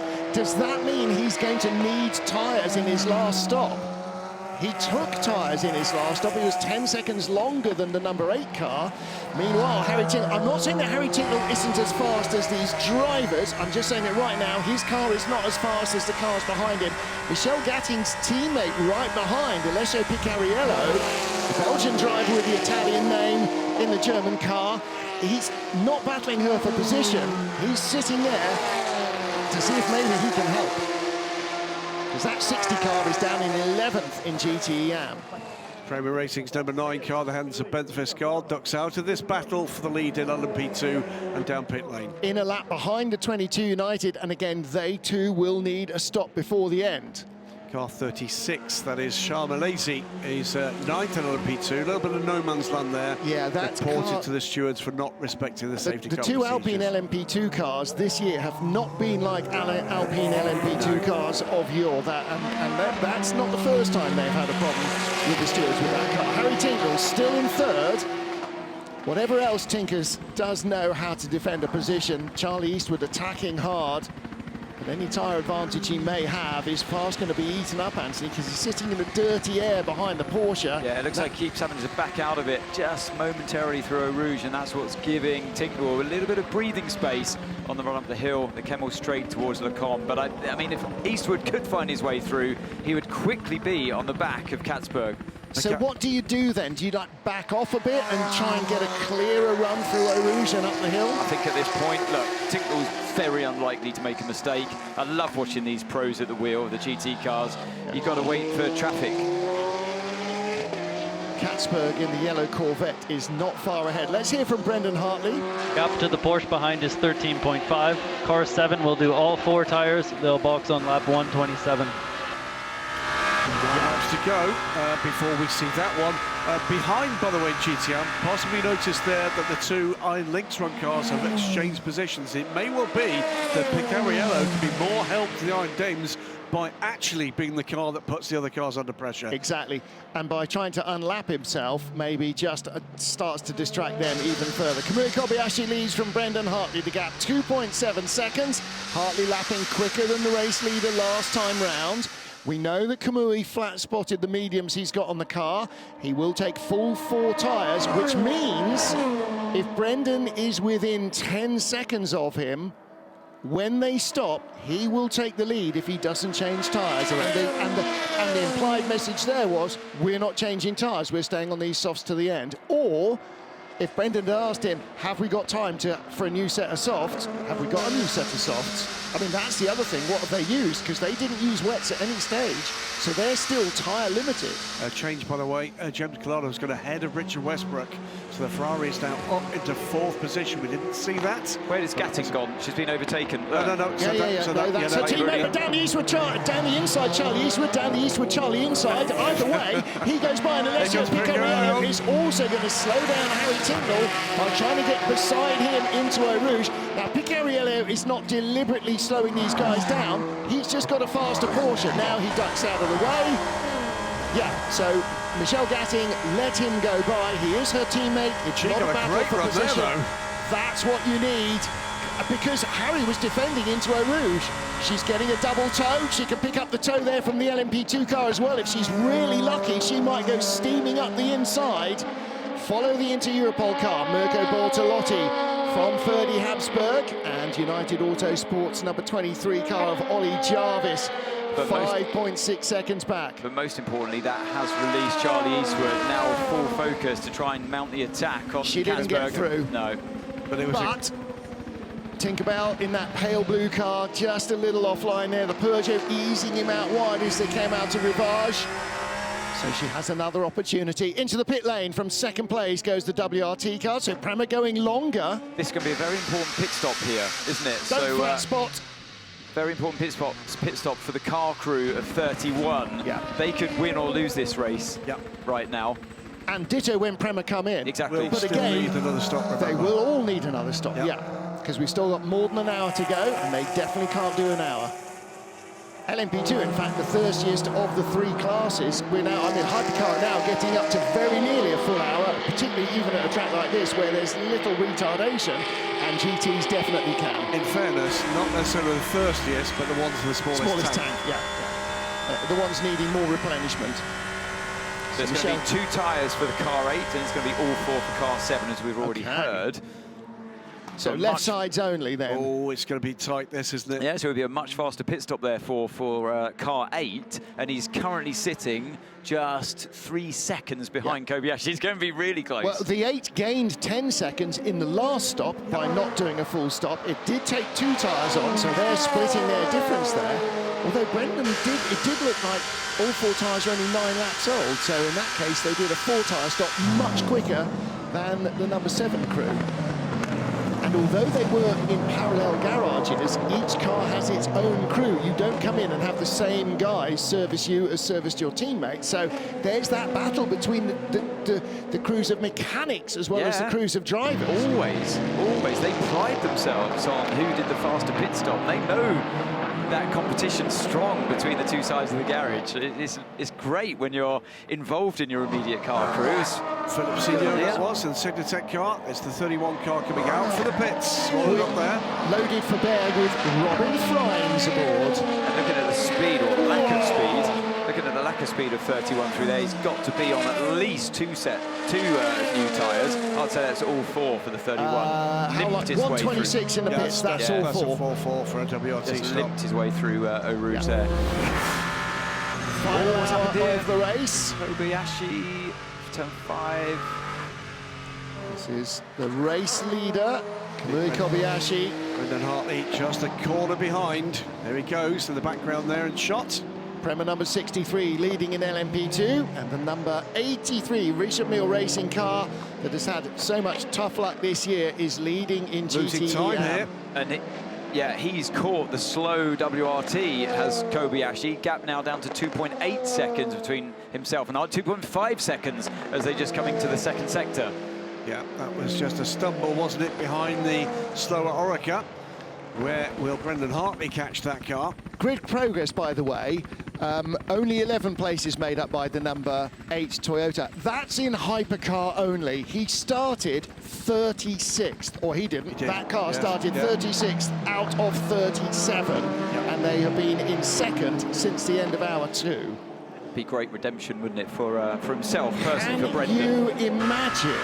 If he can overcome Kobayashi, and, you know, with the work of the pit crew as well, like we just already discussed, if he can overcome this and win the race for car 8, that's, he can breathe a sigh of relief, can't he, for his mistake yesterday in qualifying. He does get a bit held up by Habsburg, though, into the final chicane.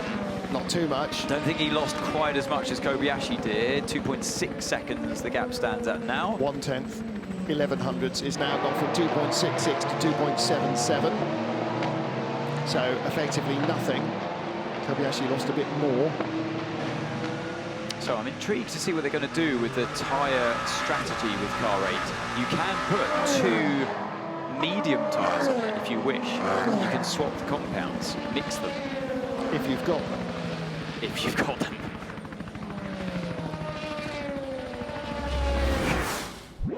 Record attendance at the circuit of Spa-Francorchamps, a packed grid, a packed pit lane, and the most cars in the top class of a World Endurance race since we had 14 LMP1s on the grid at Le Mans in 2015. 8 years later, 13 hypercars, with more to come at Le Mans, and a whole host of fans watching the action. It started on a damp track, and the field was split in all 3 classes between slicks and wets. Mike Conway, the poleman for Toyota number 7 on slicks, but the wet-shod Ferraris, Cadillacs and Porsches all made short work of the Toyota. The Ferraris running away 1-2, chased by the Cadillac. The Jota Privateer Porsche making its debut also on wets. Their advantage was short-lived. Claudio Schiavone's 60 Ferrari in the gravel, bringing out a safety car that closed up the field. By the time they were released, it was slick weather, and Mike Conway fought his way back to the front. Those on wets had left it too long to make the change, and the safety car caught them out. Vector brought out the second safety car, or the first full course yellow, as its wheel fell off, and the number 8 Toyota from the back of the grid was fighting its way into contention in the hypercar field. A penalty for Tomonobu Fuji for running the Iron Dames Porsche off the track, and then a big moment. Renger van der Zande steering locked in Eau Rouge, and the brand new Cadillac was wrecked. He walked away from the accident, but their chances of getting a good result and a vital mileage before Le Mans were over. He was helpless, as was Lawrence Vantor when the number 6 Porsche just ground to a halt by the pits. Fantastic battle between 4 different teams for supremacy in the LMP2 and also in the GTE category in GTE Am. Ferrari, Aston Martin and Porsche all looking like they could win this, and Corvette back in the mix as the race progresses. But then more drama, another safety car. Jacques Villeneuve in the number 4 car making contact with the 54 Ferrari of Francesco Castellacci. It looked like a no-blame incident as both cars converged in the middle of a high-speed turn. And then another safety car into the final 2 hours as the 50 Ferrari looped round hard into the barriers, having just got back onto the lead lap. Antonio Fuoco fresh into the car, helpless to prevent disaster. A 4-car lead battle in LMP2 has yet to be decided. They have 1 more pit stop left to do, as do our GT drivers and our hypercar crews. It is going to be a fascinating final hour here in Spa. 55 minutes to go and plenty of highlights and some lowlights amongst that lot. 55 minutes remain to find out who's going to win in the all 3 classes in the 6 hours at Spa-Francorchamps. Toyota Gazoo Racing 1-2 in hypercar ahead of the number 5 Porsche, Ferrari and Cadillac still in the hunt. United lead in LMP2 at the moment. from the closely pursuing pack. WRT, Prema into Europol, still in with a shout. In GTE Am, the Corvette at the front of the field. Nicky Katzberg ahead of the Aston Martin of Charlie Eastwood and the Porsche of Harry Tinknell. But again, all bets off in that category. Final pit stops are underway in the class, and the leaders still have to come in. We lost the Vector Sport car when it shed a wheel. A crash took out Renger van der Zander's number 3 Cadillac. Lawrence Van Toor's 6 Porsche decided it wasn't going to go any further and stopped. And Jacques Villeneuve in the number 4 Floyd Van Wall car crashing with the 54 AF Corsa Ferrari. Both of those are out. And the most recent retirement, Antonio Fuoco in the 50 Ferrari crashing coming out of the pits. Let's get down to the pit lane and hear from Louise Beckett. She is with WRT. Ferdy Habsburg has handed the car over to Robin Freins. Let's hear from him now. Ferdy Habsburg from the 31 WRT, how was that? I have no clue, to be honest. I need to have a look. I felt pretty uncomfortable, like the car feels quite different than free practice. I don't know if that's just the water from the dampness in the beginning and the car feels loose. I think everybody's feeling the same. Quite disappointed to lose the position to the Prema earlier on when in traffic with the GTs, but it's really hard to judge when they're on cold tires. Needless to say, we still have an hour to go, so I'm confident that something will still happen for us, but yeah, I don't know where we're at, to be honest. It's really hard to judge with all the safety cars. 2 safety cars ago, we were very lucky, and we were like far ahead from everybody. The second safety car went against us. So I think it'll come down to the end. You never know, it could go either way. All right, thank you. Yeah, I can understand just why there's confusion here. Where is everybody else on tyres? Where is everybody else on fuel? What is the remaining strategy? Die to be cast. That was Andre Negrau, by the way, in the Alpine 35, bouncing off Robin Freins, Ferdy's teammate, as we were hearing from him. That was a change for position. So 35 Alpine up to 6th position, and the WRT number 31 car down to 7th. Yeah, it's been a great battle in LMP2 all race long, and despite getting affected, as we see a lunge down the inside there for the car 31. Yeah, that's Robin Freins getting the position back. He did it without centre punching the Alpine, which now drops back down to 7th place. But yeah, as Johnny always, wasn't too keen on Andre Negrau there. No. And the other Alpine right behind in the battle with Danny Kvyat. So Charles Milesi has just gone by Danny Kvyat for 8th place. Kvyat getting his nose back in front. Well, this is a replay. Oh. Yeah, exactly. It was a bit oof, wasn't it? A little bit. 35 on 63 there, the 41 right in the mix. Yeah, that's Andre Negrau in the blue car. 31 rather, right in the mix. Bish Bash Bosh. Pushing his way past the 63 car of Danny Kvyat. Yeah, he's not afraid to get his elbows out, is Negrau. Leading at the moment, Charlie Eastwood in the ORT by TF, Aston Martin as through come the 2 battling LMP2s. And Dame's Michel Gatting is pitted from 2nd as the final pit stops from GT. The GT Am class work their way through. Charlie Eastwood does owe us a stop still. Yeah, Nicky Katzberg has just made the final stop in the 33 Corvette. Comes out ahead of Harry Tinknell, who makes his final stop in the 88 Proton Porsche. Don't forget, those two were 4 or 5 seconds apart on the road.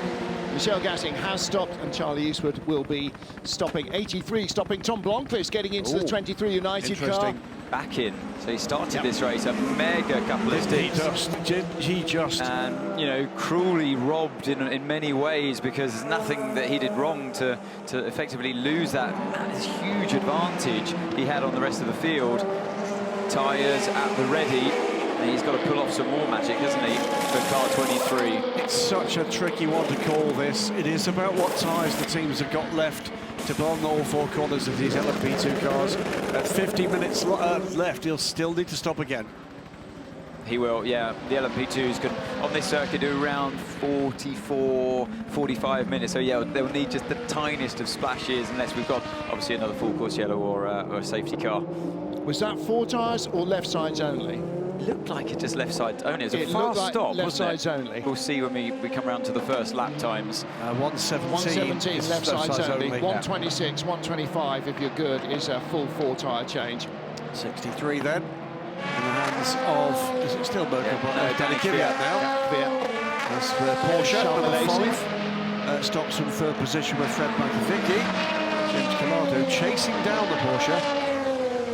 Well, they're about a lap apart on strategy. Let's hear what the Toyota team have got in store for us. Okay, Kamui, we box this lap. Box, press pit, confirm, tires and fuel. Okay, box this lap, tyres and fuel, so they're coming in at the same time. So this will be their final stop for number 7. No, it won't. Yes, it will be. Yes. Final stop as well for Porsche, but should be a little shorter because Porsche stopped a lap earlier, so Toyota will be a lap shorter, 4 or 5 seconds. Seems to be 2 laps early for the Porsche. Maybe this is for strategy, because they can go, they can make it through to the end, with this 48 minutes remaining. Yeah, take the fuel as soon as you can and get back out on track. There's likely to be all sorts of things in play here. Don't put him out in amongst too much traffic on those on the tyres. Ferrari, the remaining Ferrari, we're down 1 Porsche, we're down 1 Ferrari, we're down 1 Cadillac. Again, Toyota's hypercar rivals have lost a car apiece, but both Toyotas are still in the hunt. 34 here has cycled back through to 2nd. Again, requires a further stop, so that's not necessarily representative of where we're going to see this car finish, but this is a team that has invested in real talent in engineering and strategy. Fabio Scherer, again, after Portimao, he's driven a blinded race here in Spa. And that's leader in, 41. You just saw Robert Kubica, no driver change. And that was a 2-tyre stop, I think, for WRT. Kobayashi takes it very carefully into the pit lane entry. Daren't make any more flat spots on those tyres, although they are actually, they're changing all 4. Yeah, but don't forget, it's got an enormous flat spot. If he locks up there and skids in and gets himself a penalty. Exactly, so no, he did take it carefully. You'd lose more time by exceeding the speed limit locking up than you will by being cautious. Final tear off of the windscreen gets pulled off. See how hard the brakes work around here. You don't stop often, Anthony, but you don't stop gently here either. No, not really. I mean, you tend to, secondly, roll onto the brakes, apart from the final chicane where you absolutely monster the brake pedal. But they do their fair share of work around this track. It's not the biggest braking energy circuit on the calendar. That's Bahrain.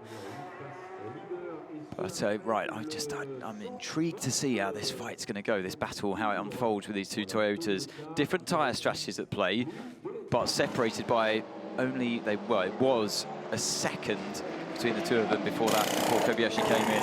Now we heard Brendan being told that the number 7 car would be a 4-tyre change. That didn't look like a 4-tyre change. That looked like they bailed on that and gone left sides only. Seemed to be, didn't it? But if it was the 4 tyres that we heard, it was 117, it was 2 tyres. Yeah. So that was a change of strategy. We did hear on the radio beforehand that it was going to be all 4. Now, it was his right front that he monster locked up going down into La Source. He's still got the flat spot. That's a very good point. James Calado, by the way, through into 3rd place with that stop from Fred Makovicky. He's taken that position as the Porsche gets back up to speed. So yeah, you can see on the graphic that Ferrari is on the hard tyres. And the Porsche just mediums for Fred Mako, and that means that the Ferrari team have nailed their colours to the mast. They're going to have a fuel-only final stop, I would suspect. Full set of tyres for number 7 in 1 minute 17. That's a very quick stop because we've just seen the last, 1:24, 25, 26, 27. Shorter on fueling. Yeah, shorter on fueling because there's only 45 minutes to go, and they take on less fuel than the LMP2s anyway. They're so fuel efficient because they're hybrids. The battle's underway at the moment. Richard Mille Racing's, of course, my apologies, 83, Alessio Rivera, is being gradually reeled in by Nicky Katzberg in the Corvette racing car on a hat-trick, remember. One at Sebring, One last time out at Portimao, carrying as much ballast as it ever will. Nicky Catsburg still in the fight. Charlie Eastwood third, under pressure from Michelle Gatting and Harry Tinknell. No tyres for Collado in the Ferrari, a 53-second stop, so they save themselves 22 seconds stationary over the Toyota Gazoo Racing duo. Brendan Hartley leads the race in number 8 as we look back at the battle between the two Alpines for 8th and 9th place. He's due in this lap, is Brendan Hartley. Yep. Where is he on track? This is him here into Pouon, turn 11, 10, and now 11. A double left-hander, brilliant to sit inside the car. You get such G-force through the neck, through your back, and you really it starts to take its toll into this part of the race. Although for Brendan Hartley, he's still relatively fresh in the car, isn't he? He's waited so long to get behind the wheel. I wonder if Hertz Team Jota can go all the way through without a further stop. They stopped fairly recently, I think. I'll double check that. They've got 77% fuel. Ferrari got 97%. Number 8 car, number 94. Penske 92. No, so I'm saying not. If the Toyota had to take on a lot of fuel, I mean, that's very nearly a full tank. So if it was all 4 tyres for Kobayashi, obviously that's a bigger loss in the actual pit lane for the change of those 2 extra tyres compared to what we suspect coming up with just 2 tyres for Hartley as he comes in now. I can't believe they've changed all 4 in 117 and he's still got 94% energy in the tank. They can only have saved a couple of seconds on fuel. Must have done, but they have such little amount of fuel going in anyway. 5 seconds fuel, which you take as an emergency, gives you like 16% of the tank. He's only got 6% used. Let's see this pit stop for Hartley. Right, we're going to have eyes glued on to see how many tyres go on. How many are there? Waiting ready. 2 at least. I'm expecting those to go on the outside. They normally start on the inside and run round to do the outside. Most pit stops, most teams. To start with, yeah, and then work their way back to the inside of the car. So yeah, you want to put them on the outside if you are just doing 2, because it's clockwise track. The left-hand side of the car, therefore, takes most of the energy, and more right-handers than lefts. Kobayashi flying. It is a fastest time for the car in first sector. It's a purple sector in the second sector. Oh, then he wouldn't be. That must have just been 2 tyres there. Left sides only. Yeah, left sides only for the number 8 car as well. It would have been. Spins those front tyres. Away he goes, and here's Kobayashi. So this is going to be close. Going to be very close for the lead. Well, Louise is insisting number 7 car took 4 tyres. So it's left sides only for the number 8 car. They need track position. Got to hold him off. It's a 2:02.327 in pursuit of Brendan Hartley. Wow. He's going to be slow here. He's so slow there because of the left-hand tyres. Can't take it there. Give it back. I think he's going to give it back. Has to give it back. That was not even in Belgium, that overtake. Yeah, he can't do that. He's going to have to give the position back. They're going to get on the radio, and by the time they sort it all out, Brendan is going to take his own sweet time catching up to the number 8 car. Then he'll get to number 7, then he'll get track position back. Let's have a look what he does. So he's got the momentum. He goes to the outside. He's not even pushed off the track. He just goes, he just drives off the track. No, he just drove through too fast. Give it back before it's too late. They are not going to look at that favourably at all. He still had a big breathe. Now, Brendan doesn't have to hurry. Brendan can take his own sweet time bringing those tyres in and get on the radio and go, give There's it a back. car's width. There's a car's width to the right-hand side of Brendan, so there was no need to drive off the track. I mean, is he doing it because of safety's sake? But the white flag comes out every time a Hypercar or anyone comes out of the pit lane, and you have to respect the fact that there's a slower car on track. The white flag means you have to be prepared for a really slow car or vehicle of any kind. He's not giving it up, and he's not even looking close to trying to give it up. I tell you what, in formation here, by the way. Not going to look at that kindly, I have a feeling we're going to hear some radio traffic. Yeah, Robin Friends ahead of Louis Delatraz. Hello, we've been here before as well, haven't we? This at the moment is for 5th position, 31, 41, 63. And that's Danny Kvyat right behind. Friends, Delatraz and Kvyat. And it is Richard Mille Racing Team again, 12 seconds ahead of Nicky Catsburg, and Charlie Eastwood is 4 seconds ahead of the Iron Dames car, Michelle Gatting. She's only 3 seconds ahead of the pale blue Porsche you saw behind. That is Harry Tinknell in 5th in GTE Am. Well, if he doesn't give the position back, then Hartley's going to be massively fired up for this one. I don't see how he can even remotely Car not be 7 told. under investigation for overtaking beyond track limits at turn 4. I mean, he wasn't over track limits. He was in the old pit lane exit. Pushing right now and pushing hard will be the Porsche.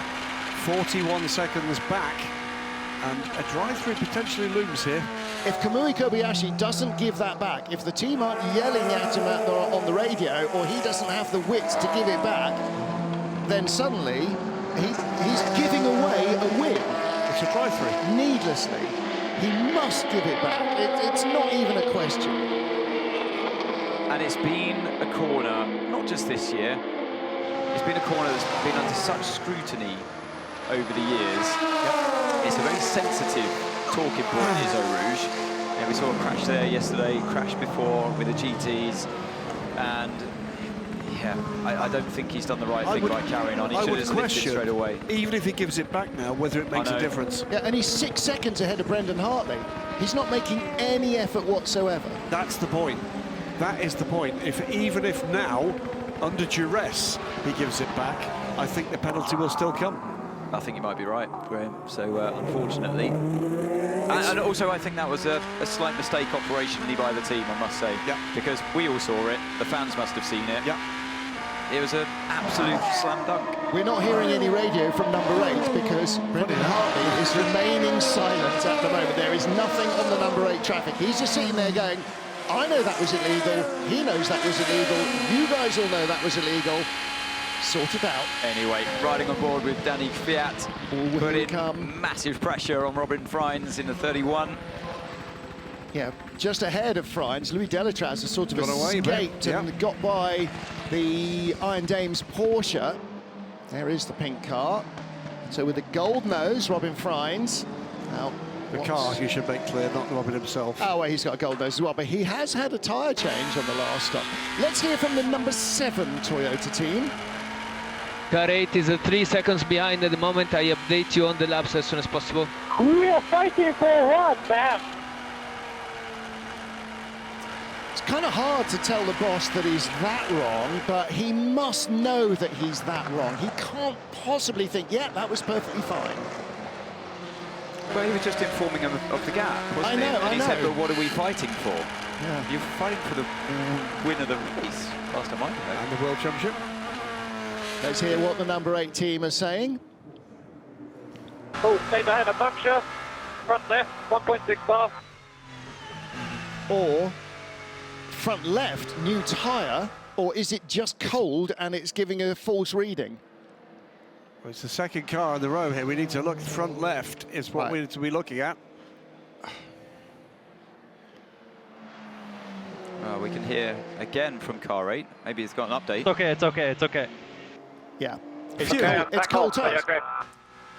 Mrs. Haven's Mini used to do the same thing. On a cold morning, it would tell you that your tyre pressures were low, and they weren't. It's a feature, they all do that, sir. Yeah, all do that, sir. Now, fuel only for the number 2 Cadillac, battling with the number 5 Porsche for a podium spot. And that would be a first time for the Cadillac on the podium. It would indeed. Into Europol, driver change. Now that is the switcheroo. We'll bring them down to where they are in the overall order behind this battle. Is that a driver jumping back in a P2 car for just a bit of driver time? Probably so. Just, they didn't quite achieve it earlier in the race. Well, they're now within a fuel window, of course, so this will be the final stop for 34. Others around it will need to stop again. Caddy of Richard Westbrook will come back out in 5th place. So number 5 Porsche 3rd, number 51 Ferrari in 4th, caddy down to 5th. Still 35 minutes, and still, if the number 8 Toyota's got a puncture, then the number 7 Toyota, Kamui Kobayashi, might be in even more hot water, because if the number 8 car is slow, or thought he was slow, I mean, look at the gap. You know, Kamui has set the fastest race lap since he passed Brendan on the outside over the track limits, and has shown no sign whatsoever of giving the place back. Well, since they changed tyres of both those cars, Kobayashi has been the quicker of the two. So, yeah, maybe he was just suffering with that last set. Wow. 3 minutes? 3 minutes stop-and-go penalty for car 63 for not respecting safety car procedures. That is Prema out of the 63 hunt. do? They're done. Come into the pit stop and full fuel. Maybe. Instead of a 5-second splash, 5-lap splash. That is Dorian Pan's car, so gutted for That's her. their hopes of victory gone. What did they do?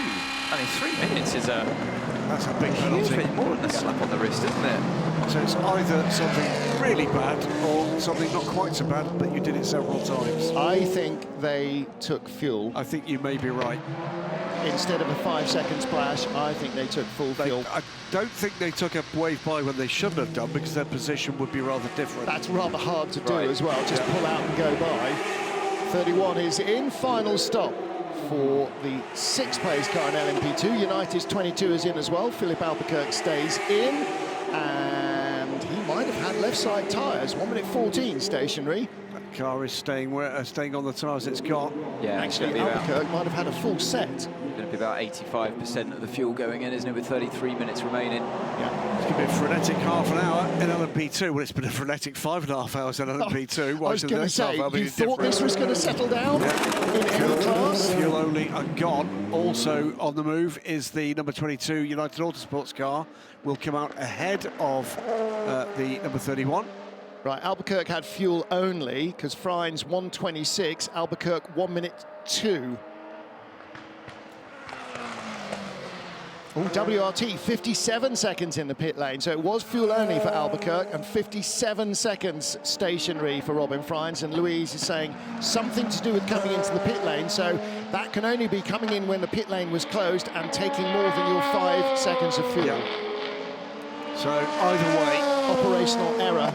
Sadly, for a team that, it's got to be said, have added the entertainment value this afternoon. Absolutely. They're now out of the reckoning. LMP2 has not lacked in entertainment, nor has GTE Am, nor has Hypercar. There is not a dud race here. Now then, Julian Andlauer, no, Daniel Serra in the Kessel Racing Ferrari, setting a light to the timing screens. In comes the 9 car. This is the race leader, Andrea Caldarelli. I think he will stay in. Tom Blomqvist back up into the lead, somewhere he sat very much earlier this afternoon. Caldarelli also, like Mirko Bortolotti, has been a factory Lamborghini GT driver. He has indeed. So it wouldn't be at all surprised to see him. Tom Blomqvist car through to lead the LMP2 race, back up to 7th position overall. Yeah. Do they need another stop 23? I believe It's going to be squeaky bum time. It might be touch and go. Somebody run into the press office and ask Martin Pass, see what he knows.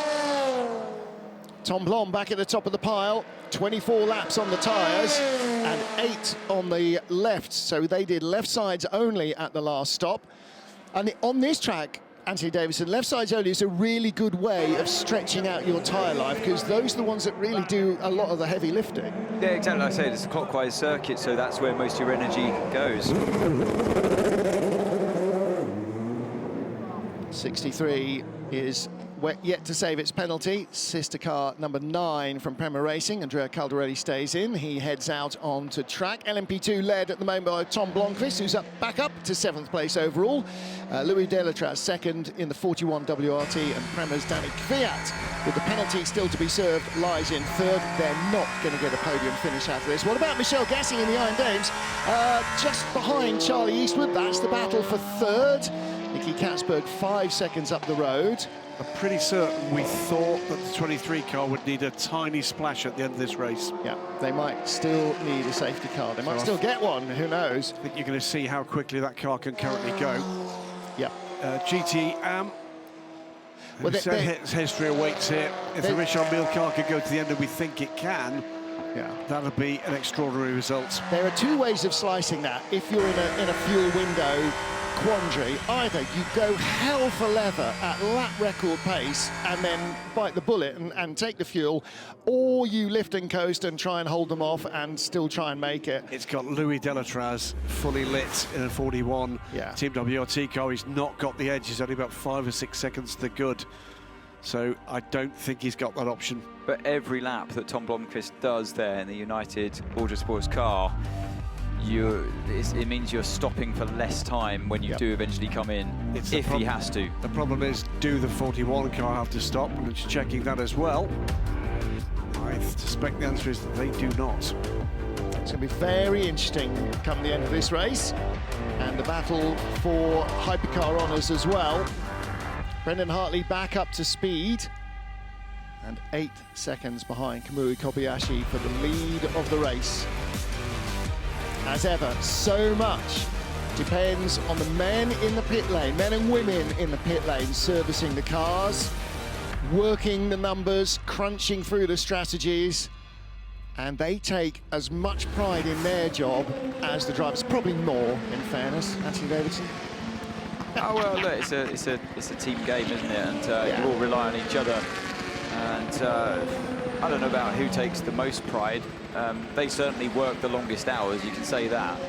As I always said when I did testing, whenever the drivers are hard at work, the mechanics, and keeping their nose clean out on track, the mechanics have the easy life, and it's the other way around. If the drivers damage the car, then the mechanics are working hard. Whenever they're working hard, the drivers got the easy life. Well, we heard that, didn't we, from the 85 crew, that the guys had been, 54 crew, the guys had been rebuilding that Ferrari until 4 in the morning, were back in the garage before 6 to continue, ready for the second day of action. I mean, 1 hour back in the hotel, that's enough to brush your teeth, a quick shave and whatever, you know, a shave and shower. So, I mean, that starts the weekend exhausted.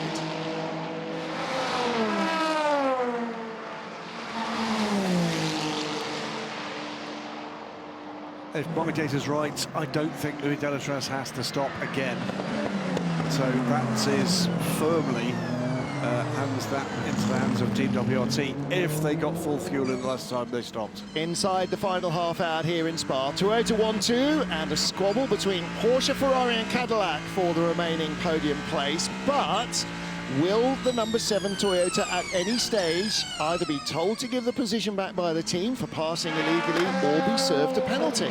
Strange that nothing has been notified yet that the stewards are examining it or that he's been warned about off-track excursion. And apparently there was nothing on the radio from Brendan Hartley in that moment as well. Stayed completely quiet. Hey, it's not his job to tell the boss to pull over, it's somebody else's. I revised that. He definitely needs to stop. I've just checked another data set. He definitely needs to stop. He stopped with the race at 5 hours and 12 minutes. I was going to say, because they've been very close to the sister car of number 31, haven't they? And they're way down in the order compared to the 41 at the moment. So surely their stop in the 41 is going to bring them somewhere back in line. It's very close. I think there was 2 or 3 minutes difference in the time where those first 2 cars stopped. Prema Racing's Andrea Caldarelli. We'll check that as well. They are a chunk of time further back. Fred Macavicki and James Collado. Pretty well matched. Mako a long way into his stint. James was due to get in when the full course yellow came out for the crash of the number 50 car, which meant that this car, 51, had to stop for 5 seconds worth of fuel and then come back in again at the end of the safety car. So that cost them track position, it cost them time in the pits that they did not need to spend. Pit stop of car number 5 under investigation. That is the 3rd place Porsche. That could be edgy with the Ferrari only 35 seconds back. 94 is in the pits. Nico Muller stays in. Final stop for this Peugeot Hypercar. Peugeot actually have both cars still in the race. So they are the Hypercar team, apart from Toyota, who have not lost one of their pair. Hertz Team Jota as well, still in the race. They're single car. Will Stevens at the wheel of that, and that car is looking at a top 6 finish. Ahead of both the Peugeots, ahead of the Glickenhaus, ahead, of course, of the Van Walt's out the race, and what a piece for everybody else. 77 and 777. Again, that's effectively another overtake off track, I would say, even if there was a little bit of contact. Casper Stevenson going by Julian Andlauer. Oh, and that was close, wasn't it, with the interior pole at turn 15. Very well done to whoever's in that Porsche. So tight, and that's a battle for position. Albert Costa chasing down Robin Frijns in that so red very and well black indeed. car right in front. Acosta is greatly underrated, I think. Again, ex-Lamborghini factory driver. Yeah, another man who needs to be in a hypercar next year, and that's why he's here getting experience of this rule set, of this racing, of this paddock and everything else. He should be in a hypercar next year, absolutely. So to lay out where we are, Tom Blomqvist and Louis Delatraz are 1-2 in LMP2. They both need a splash. So Prema, so Melissa, what's going on with 51? All right, mate, gap is 35 seconds, and their last pit stop is under investigation. Right, so that means push, push, push.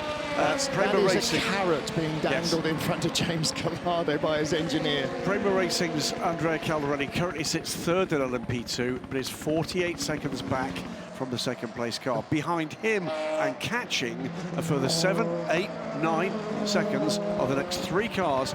None of those 4 need to stop. I know it ebbs and flows in traffic, but for what it's worth, it was 3 seconds in James Calado's favour that last lap around in that fight with Fred McElweeky. Well, he's looking to get that gap down to about 20 seconds for a drive-through, if that's what's coming for an investigation, to be there and thereabouts, something that will make a difference. Worth pushing for. A drive-through that isn't served in the race is replaced by a 30-second penalty. So if they get a drive-through, they should be taking it. But it should be around 30 seconds. That's roughly what the pit lane delta is. I think the pit lane, I think the penalty is to 63 persuade for them their to penalty. take it. Finally, car 63, after its 3-minute penalty, is allowed to rejoin the race. Yeah. Oh, sorry, it had, Louise has just corrected me, it had to be back out. That's his final stop. It's come back in for a final splash, yeah. So that's their race is effectively done in terms of a competitive run now. So what have we got? We've got it's going to Albert Costa down the inside of Robin Frijns, who's down the inside of the Proton car. Great Harry move. Tingle. I think the Porsche, yeah, they just rubbed bodywork, and luckily all 3 of them came away from that unscathed. But really daring stuff by Albert Costa there. I love watching Albert Costa race. He's super aggressive, just loves to go. I mean, Robin Frijns, no less so. But I don't think Robin Frijns has got the tyres on the car anymore. Up to 5th. He had new tyres put on that car, if you remember, when he came in for that final stop. Let's have a read look at this. So Frijns going for the inside. Costa thinks, I'll go for the inside of you. Maybe just brushed the front right corner, you're right, of the They Porsche. did very well there. You get that bobbling to and fro with the wash of the cars side by side. Pretty certain that the last stop for the interior car, we saw new tyres going on the 34. 34's next target, Felipe Albuquerque. He's only half a second up the road. That's for 4th. And remember, we've got the top 2 cars in this class that still have to stop. Look at how far he has gapped himself over the car that's just gone by, the pink Porsche. That's Robin Frijns, and there, the blue car turning in front, that's Philippe Albuquerque. So Albuquerque is a couple of seconds, 1.5 seconds maybe ahead at Lecombe, and Albert Costa is hunting him down. So podium positions potentially up for grabs here in LMP2. It's all going to come down to what happens on those final 2 pit stops, the leading pair. In that last lap where Costa had to fight his way by Robin Frijns, he was still a second quicker than Felipe Albuquerque in that United Autosports number 22 car in front, the car just on the right-hand side of your picture. So he has got pace in hand over Albuquerque right now. Alessio Rivera, by the way, in GT Am, appears to have got the measure of the chasing back. Stays 12 seconds the good Kamui Kobayashi now. Nicky Katzberg in second place in the Corvette. Third is the ORT by TF Aston Martin of Charlie Eastwood, just 2.2 seconds back. So there is a battle, that will continue to the line. We know that catching Nicky Katzberg in the Corvette is one thing, passing him is another. Tricky. As Alessio Rivera discovered in Portimao just 2 weeks ago. I think one of the best defensive drives we've seen in GT for many a year, to be honest with you. And either GT and Pro when we had that class or GT Am, it was clean as a whistle. Absolutely fantastic stuff from both of them. So like I said at the time, you can have a fantastic football match that ends in a 0-0 draw, and that was kind of the thing. There wasn't an overtake, but what you saw, that display of defensive driving, as he's got the pass done with Albuquerque. He's flying, isn't he? So did Albuquerque get held up by Charlie Eastwood's Aston Martin, the third-place car in the GTE Am class, because Albert Costa came and went? I just think he's got better tyres, better shaped tyres on that car. It's 8 seconds is the gap to Caldarelli with the Peugeot in between, the 93. And if he's got fresher tyres left at the end of the race, that means Fabio Scherer has done more work on older tyres to keep them in the hunt. And again, you know, that underlines what a good driver lineup into Europol have got this season. It's been quietly, remarkably effective, hasn't it? Let's see this. Look, he was with him before the final chicane. Yes, he got the move done probably because of traffic, but he had gained so much on him on the run through before they even got there. Albuquerque had no answer to that, did he? Goes by the Corvette of Nicky Katzberg. That's the car that's second in GTE Am, and you can see how close the Aston Martin is behind. There's the Inter-Europol crew. There's a great result looming here for Inter-Europol. Fourth would be a good result, third would be even better, and the gap is coming down to the third-place car. 2:11 last time around from Andrea Caldarelli, 2:09 from Albert Costa. Now, one thing in this Inter-Europol deal is Albert Costa's been added in this year. Fabio Scherer, we've talked about a lot. What we haven't mentioned at any stage is their bronze driver, Jakub Śmiechowski. If he doesn't drive, the rest of it is for nothing. Correct. He's clearly done a really good job in his stints as well. That crew is gelling so nicely. Let's pick up the pace here. We are watching the gap behind. Yeah, it's come down to 25 seconds now. James Gallardo can smell blood. Well, let's translate that for you. We might get a penalty. He's too close for us to fend that off if that happens. We want to be on the podium. Get it done. That's basically, put your foot down. We can't be going round here all afternoon. For those of you who haven't seen the Italian Job, go and watch it.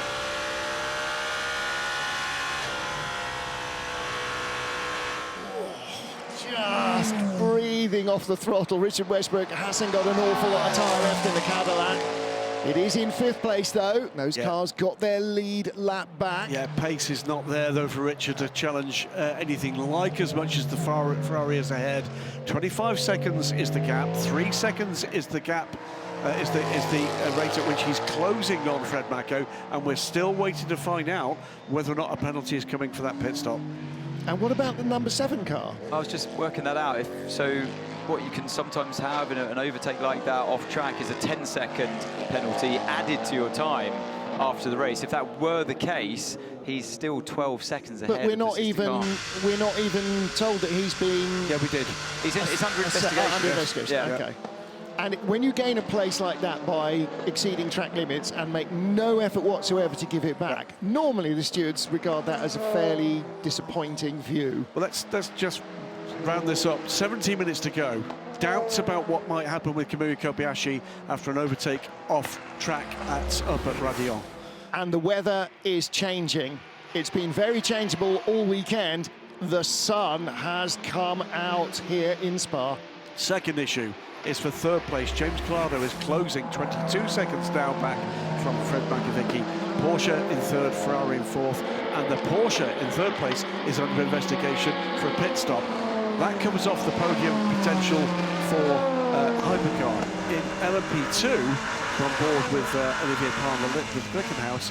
United, number 23, leads Team WRT's 41, but both those cars owes a pit stop.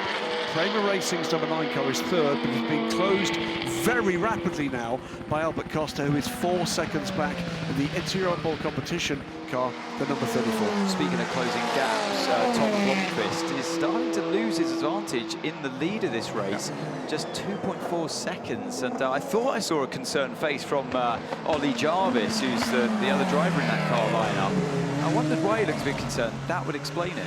And Blomqvist in the United car and the chasing car in second place, WRT's Louis Delatraz, we think must both stop before the end. And that's the significance of the 50 seconds back to the battle for third, which is just a couple of seconds apart on the road, because that might suddenly become a four-way battle for victory. Let's wait and see what happens with that one. In GTE Am, Alessia Rivera. Here they are, sorry Graham, that's it on screen. You got the leader of LMP2 there. That's not 2 seconds. Second place. No, it's come down now, 1.3. That's Louis Delatraz chasing Tom Blomqvist. Richard Mille Racing Team leading by 16 seconds from Corvette Racing, who have got the Aston Martin of ORT right up their exhaust. 1.4 seconds Louis Delétraz reeled in Tom Blomqvist by last lap. Don't forget how quickly he caught and passed Philippe Albuquerque, so Blomqvist clearly with no more tyre versus Delétraz than we saw from it was into Europol's Albert Costa going by, wasn't it? Yeah, I think they're falling off the cliff, aren't they? Both Uniteds, the tyres are starting to fall off the cliff, and there's nothing that the drivers really can do. Delétraz on that last lap, he gained 2 seconds near enough on Blomqvist. Give you an idea here, on Blomqvist's pace, Albert Costa on Europe is 4 seconds a lap quicker in fourth. That's the difference the rubber is making right now. Albert Costa, meanwhile, is 3.5 seconds now back from Andrea Caldarelli, and is going to take that position. That is going to be a pass for the podium before the end of the race. And then, how lucky or unlucky do United and Team WRT's 41 car get if they both need to stop? Does suddenly Inter Europol close that gap right up? It's only 14 minutes to go, but that could be 7 more laps. That's half a stint. It's not about the gap now, is it? It's about how long they spend on pit lane. Louise Beckett in the pit lane. I've been told by some of the LMP2 teams that a splash will be about 40 seconds. Yeah, sounds right. 30 seconds to get down the pit lane, a couple or two to slow down and speed back up again, and some time to put in 5 seconds worth of fuel. Well, to put that into context then, with 14 minutes left, at the moment, the gap to Albert Costa, because you've got to start talking about that rather than Andrea Caldarelli now, is 58 seconds. So he'd need to close 18 seconds in 13 minutes.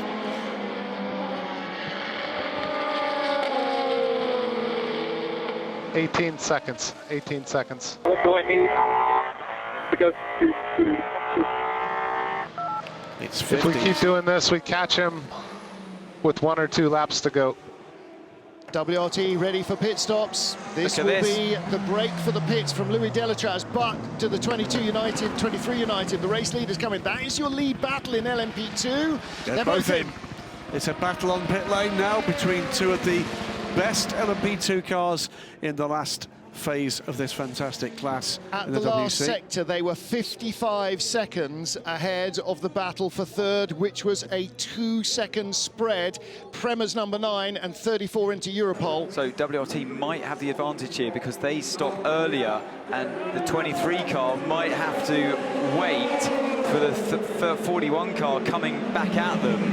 They don't want, the last thing they want here is an unsafe release for the United Autosports team. So look, here comes Delétraz, he's on the move, and it's a longer stop there, quite clearly for the 23 car. Now, how have they judged that? Because they must both have come in where there was 0 fuel left. You wouldn't come in with still some to spare in the tank, so that's an interesting... So somebody's got it wrong. Either United put in too much or WRT too little. 9 and 34 coming through bus stop as they both emerge from the pit. So it's the run down now. 41 coming through Eau Rouge now, as down into La Source comes the 9 with the 34 filling its mirrors. This is going to be a battle. But that was a massive advantage for WRT in the pits compared to United. Where do they find 4 seconds? Battle for second. Battle for second in GTE Am. The Corvette of Nicky Katzberg. Charlie Eastwood in the Aston Martin now right up behind him. The Iron Dames Porsche not in the battle there. Not going to catch the Richard Mille Ferrari unless that needs fuel. But it could be Charlie Eastwood trying to fight his way past Nicky Katzberg in the final 10 minutes. And that's not helping the Porsche with that battle. We look in the background of a long shot down from Radion. We're going to see the Ferrari appearing out of La Source. This gap is closing. It's going to close before the end of this race. Ferrari are completely correct. 12.7 seconds now. Yeah, Porsche is the pit straight ahead. He was just turning into La Source as the Ferrari came out of the bus stop. Charlie Eastwood there, making sure he didn't get overtaken by the LMP2 car before Eau Rouge. No, you can sit and wait, I'm battling here. And then tuck in behind, pick up the toe off the Jota, and he closes. This is a view back from Corvette's Nicky Katzberg in second in GTE Am. They're not going to catch Alessio Rivera unless something goes wrong with the 83 car. We said history beckons. We'll come back to that. It's 19 seconds is the spread for the top 4 in LMP2, and in the overall Hypercar standings with 10 minutes to go, it's all about the final podium position and about whether or not anything comes the way of Kamui Kobayashi for a penalty for overtaking off track. Well, are we going to see this race decided in the stewards' room after the checkered flag? Hopefully not. Right now it is Toyota 1-2. Porsche and Ferrari battling for the final podium spot, and for the number 2, it looks as though, it looked for a while as though Cadillac had something for the podium. It hasn't quite happened for them here. Of course, they had to make an extra stop compared to their rivals in the Toyota team and the Porsche team, which all started on slicks, but the 51 had to make an extra stop, having started on wets as well. Katzberg has told the team his rears are falling off, but he feels as if he can defend hard here against a charging Charlie Eastwood. You can bet he's going to do 9.5 minutes to go. But what a race we've had in all 3 classes. We know that Katzberg will try and hold him off if he's only got wheel rims left on the back of the car, never mind warm tyres. 10.7 seconds the gap between James Collado and Makawiki. Coming down all the time now. Where does Charlie Eastwood place his car coming into the final chicane? Katzberg once again, as we saw in Portimao, knows exactly where to place that Corvette. There's the Ferrari just out of shot, chasing the Porsche that cleared. This is going to be close, Graham, sorry. This is going to be really close. So Eastwood's gone for the outside. He's hoping to switch back and appear on the inside, but the Ferrari's there looking as well. Katzberg, though, knows this place like the back of his hand. Yes, he probably does. Now, this isn't going to help Collado if he's going to squeeze by both of them. He does it on the dust. On the grass. Oof. 2 wheels off. Got it done. James Collado goes through. Yes, he does. There's no wreckage on the outside there as we go with Nicky Katzberg. 10.3 seconds, by the way, the gap from the Ferrari to the Porsche. For third place overall. Down. There's the Jota Porsche just coming past this battle as well, and that's going to hold up Nicky Katzberg as well, just denies him a chance to turn in. Eastwood's right there. But that's the battle in Prema and Inter Europol in LMP2 now. That's the decisiveness you need that James Collado showed. When push comes to shove and you're catching the car in front in the top category, you have to make those risky moves. It's a risk-reward element. We've seen it go wrong with Jacques Villeneuve today. But when it works for you, you can gain seconds on your competition, 9.3 seconds now. And that's why those guys are 3-time world champions in GTE Pro. Here comes the outside move from Albert Costa, Andrea Caldarelli, a fellow Lamborghini driver in GT racing for many years. They will know each other extremely well. But Costa has got the pace advantage. Again, took a second out of Caldarelli that lap, but he's not been able to get by, and I think the fire in terms of a battle for the lead here is gone. It's too far and too short a time. This is all now about third place. Is it going to go the way of the Prema car? Is it going to go the way of the Racing Bakers in the 34? Nicky Katzberg hanging on to second place in GTE Am into the final 10 minutes. Through comes an LMP2 car from Alpine. And Charlie Eastwood's going to try and go down the inside, follow it through, but Nicky Katzberg stays on the racing line. We will have fireworks at the arrival, it's saying on our screen. We've had fireworks for the last 5 hours and 55 minutes nearly, so it will be fireworks. A genuinely great race for the FIA World Endurance Championship here, and delighted that this massive crowd has been so richly entertained. Oh, Costa's going for it. It's so hard to make just a genuine overtake here without the help of traffic in LMP2 when you're fairly evenly matched, but I do believe that Costa's got the tyre advantage. Yeah, they're all on their own, though. He's not going to get help from behind or from in front. James Collado closing 8 seconds is the gap, 6 minutes to go. So 4 more laps probably, for 3 more laps maybe for this battle. Nicky Katzberg ahead of Charlie Eastwood. How can Katzberg keep this pressure from behind? How can he soaks it all up? Eastwood's just giving him a little love tap there. Hello, I'm still here. Touring cars, GTs, prototypes, he's raced them all. Katzberg, he can take it. He tried to go around the outside, didn't he? Turn 8. Hello. There's the moment. Well, you know, he's leaving Charlie Eastwood the lob shot as a potential winner every time. Here we go then. Caution again, here we go, really close in the slipstream. Not going to do it in Blanchimont, just... No, he didn't line himself up quite properly enough. He should have lifted a bit earlier in that corner to bring it on into the final chicane, but there's a mistake, and he's going to get through. He is through. Comes back on, have to give that place back. He will have to give that place back. Mind you, we said that 20 minutes ago about the race leader, Kamui Kobayashi, and he didn't bother. He's going to have to give it up. It was a genuine mistake, and I think he's realised, he's done the right thing there. I think he knows the game is up here. I think he knows the 34 car is the quicker at the moment. There's another battle, by the way. It's for podium position. That's actually just off the podium. We shouldn't. It's Harry Tinkler's actually just gone through and taken past Michel Gatting for fourth place. 6 seconds the gap between James Collado and Fred Makowicki. Oh, blimey. This is going to be nose to tail.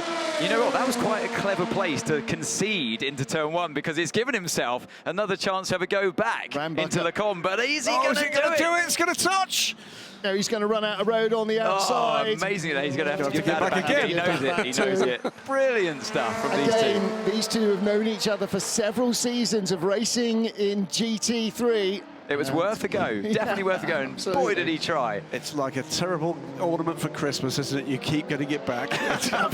For Inter Europol, this is potentially their first World Championship podium.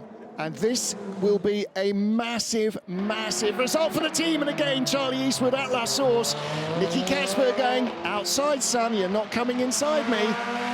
3 to go. Maybe only as many as 2 to go. Depends where the leader gets to the line.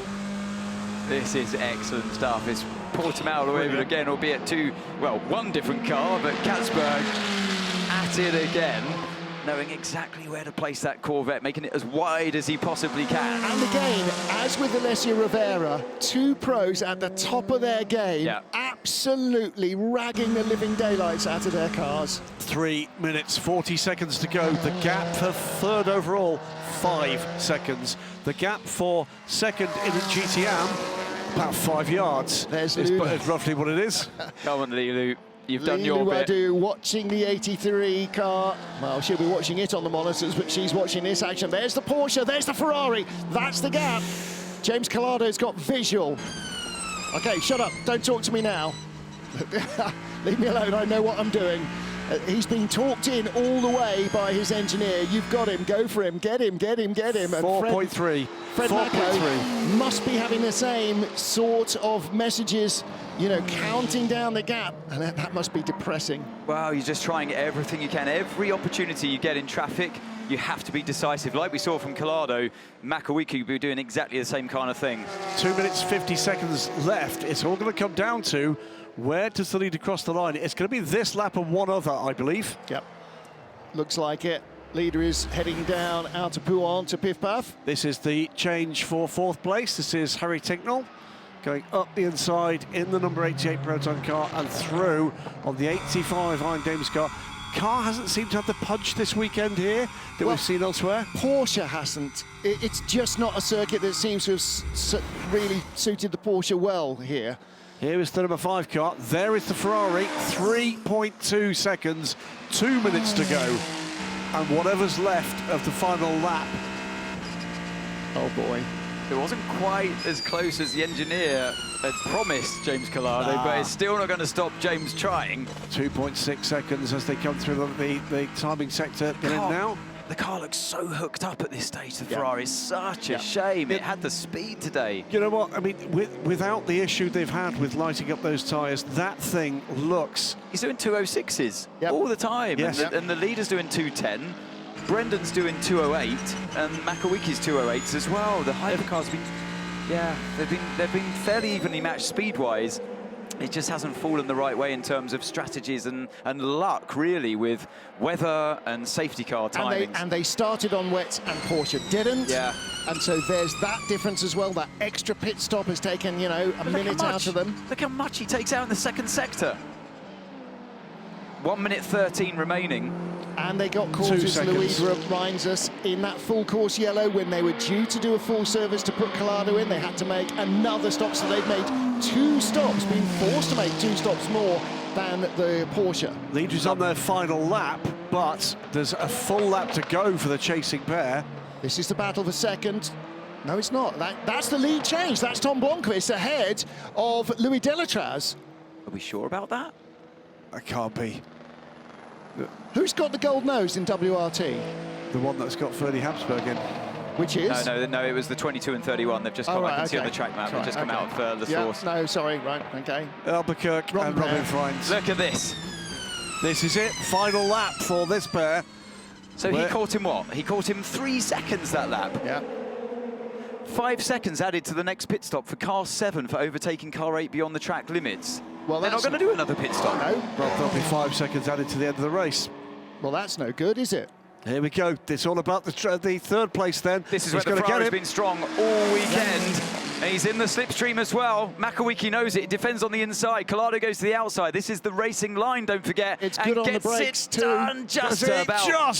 Brilliant driving from Collado. And Makawiki did everything he could to stop him, but wasn't to be. But Kobayashi. Checkered flag is out. Kamui Kobayashi wins it for Toyota. It is a 1-2 for Toyota Gazoo Racing. And Brendan Hartley will be 17 seconds back, make that 10 seconds back at the end. Well, and you saw in the foreground there, by the way, the battling GTMs have got a full lap to go. Yeah. Here is the 41 Team WRT machine. With Tom Blomqvist 6 seconds back. It is Louis Delatraz that will bring the Belgian team to victory here at a circuit that is as close to home as our hotel. Nicky Katzberg, last lap, last gasp for Charlie Eastwood around the outside. Come on, Charlie, full send. Katzberg is desperately late on the brakes and he doesn't barely. But he crosses the line there. He's going to be in Charlie Eastwood's advantage through turn 7 towards Brussels. He's going to try and go down the inside, but I'm sure Katzberg have it covered. He does. No other close battles for position. Into Europol finish in third place in LMP2. They are on the podium for the first time. And Nicky Katzberg again stealing all the looks from the TV cameras on the final lap of the race. The leader barely gets a look in because Katzberg in the Corvette is again fighting a rear guard action. But where is Rivera on track? Because they've turn 13. They've driven a brilliant race, haven't they? Yeah. Quietly got on with the job. I've just seen James Collado come past. There he is. What a drive. Absolutely amazing. Talk about never give up. Ferrari. 2 extra pit stops compared to the Porsche and the Toyotas, and they're still on the podium. And here is Katzberg, half a lap to go for Charlie Eastwood. Is it going to be the last lap lunge of all last lap lunges at the bus stop? 1-2-3 home in Hypercar, 1-2-3 home in LMP2 with Europol taking it. This is going to be the win, though, for the Richard Mille AF Corsa 83 car. Alessia Rivera brings it home. Luis Perez Compact started it, but Lilou Wadou will be the first ever female driver to win a race in the FIA World Endurance Championship. Absolutely fantastic stuff. But who is going to be second and who is going to be third? Katzberg's got it. Eastwood has to again go the outside route, and you just can't do that in the bus stop. Again, stellar defence by Nicky Katzberg. He will seal a second podium finish for the 33 Corvette, and the gap at the line over Charlie Eastwood was 0.249 of a second. And that... His eyes are still wide. Oh, yeah. Richly appreciated that action, but all around this circuit, the stands are packed again for the finish here, up at Raidillon, here at the start-finish straight, and the spectator banks around the circuit. Thanks so much for joining us here for what has been a stellar event in the 6 Hours of Spa for 2023. The number 7 Toyota started on pole position and won here. Nothing to write home about. I think they deserved to win. I think they did have the speed over car 8. Car 8, they made the mistake in qualifying. Car 7 didn't. Mike Conway drove a stellar first opening stint of the race in those tricky conditions. Well done, Lilou Wadou. 19 years old, an FIA World Championship race winner. Never mind the fact that she's the first woman to do so. How many teenagers win FIA World Championship races? That is a sensational result. and she brings the average age of the crew down to sort of mid-50s.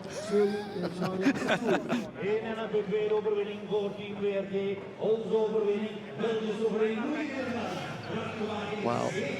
However long they queued and however far they walked from having parked their cars to get into Spa-Francorchamps, I don't think anyone in the crowd will be going away broken-hearted. Whether you're a Ferrari or a Porsche fan, that battle lasted to the end. Whether you're a Ferrari or a Corvette or an Aston Martin fan, that gave plenty. And whatever team your favourite was in LMP2, they certainly... There's almost nobody, apart from Alpine, that didn't play a part in that LMP2 battle. Brilliant LMP2 battle, brilliant battles all up and down the field, but if you look at the top two, I know it might seem a little bit inevitable, a little bit repetitive, the first two Toyotas, but there was a bit of a change this weekend. Oh, big change. And I know that the result on paper doesn't give the full story. They're closing in on you, Toyota, and I think Le Mans is definitely going to be even closer. Le Mans is going to be big pressure for Toyota this year. They come in as favourites, rip-roaring favourites, and defending champions, defending multiple champions, but they now know that it's not going to be easy, it's not going to be a walkover, and they know that Ferrari have got one big problem to deal with, and then they're right there. Final point from me before we wrap up into podiums is congratulations to two teams in particular. One of them, Hertz Team Jota, a brand new car rolled out just this week and given over to the team here at Spa. They've come home in 6th place. A fantastic result for them. And also the 98 crew, the Northwest AMR crew, Heart of Racing, knew they were coming 5 days ago. None of those 3 drivers had driven a GTE car before this week. Absolutely fantastic stuff. They bring that car home 7th place in a grid of GTMs of the very highest quality. Wonderful stuff. And just great racing throughout the field. I mean, this category is getting... all 3 categories getting stronger and stronger and stronger. Sebring was a great start. Portimao was a barn burner. This is even more ridiculously exciting. And let's just say, for the number 8 crew, they started 36th on a 37-car grid. Yep. And they finished 2nd. Yes, safety cars. Yes, full course yellows. Yes, yada, yada. They really produced the goods. They could have, and by the way, don't forget that even if you finished 19th or 20th a year ago, you'd still have been in the points in Hypercar because there were fewer than 10 cars. There are 13 cars here. You have to actually go out and earn those points. So Kamui Kobayashi, Jose Maria Lopez and starting driver Mike Conway win it for the number 7 Toyota team. They won here last year as well, but last year the number 8 crew, who eventually became world champions, did not finish, did not score. This time they take 2nd place. It is going to be very tight. Whoever comes out on top at Le Mans has a real head start going into the final 3 races of our 7-round series. We saw delight there from WRT. Their car number 41 claiming victory in LMP2 as Louis Delatraz boarded across the line ahead of United Autosport's Tom Blomqvist in the 23 car, and Albert Costa bringing the green and yellow into Europol car to a podium finish, the first for the team in 3 seasons of World Endurance Championship racing. So all sorts of big stories there. And Richard Mille, the AF Corsa run Ferrari, car number 83, bears the name of the Richard Mille watch brand.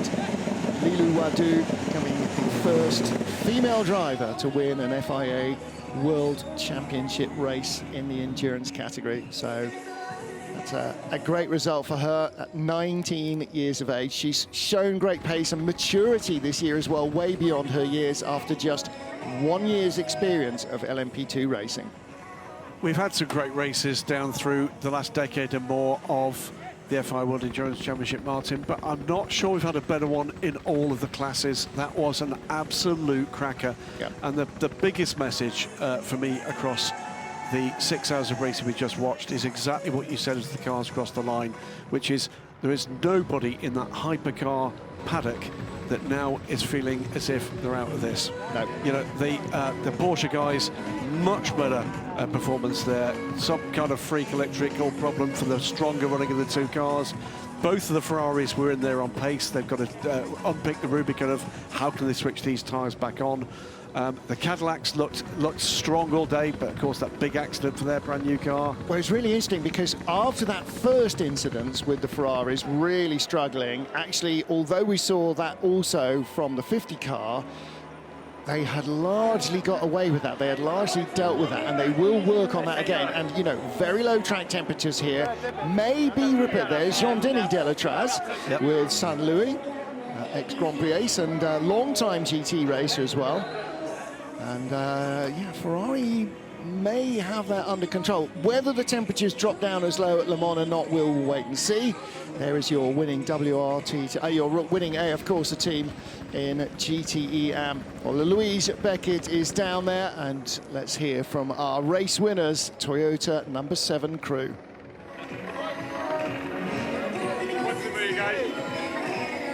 The photographers are going to be mad with me, but I'm going to step in and speak to you guys anyway. Well done. You took the gamble at the beginning. You were the stronger of the two cars, and you got that deserved win. Yeah, crazy race, especially with the amount of safety cars eradicating the lead we had all the time. And but yeah, really tricky start. But yeah, I mean, all my teammates did a really solid stints, all of them. So yeah, all credit to the guys and everyone on car 7, and obviously car 8, mega job as well, coming back from you know, the issue they had yesterday in qualifying and coming all the way from the back of the grid to P2. So yeah, great team result, and yeah, can't say enough for the guys. Did a good job. They're ready for Le Mans, aren't they? It's a month away, the centenary Le Mans. And it will probably take you that long to catch up with all the action from Portimao and from here in Spa. You can watch all of the races so far this season again. They're all archived on the YouTube page of the World Endurance Championship. And don't forget, in about 10 days, middle of next week, you'll be able to see the latest episode of Full Access, an hour-long diagnosis behind the scenes with a whole host of different teams across our 3 categories to see exactly what goes on in the machinery that we don't necessarily see on track.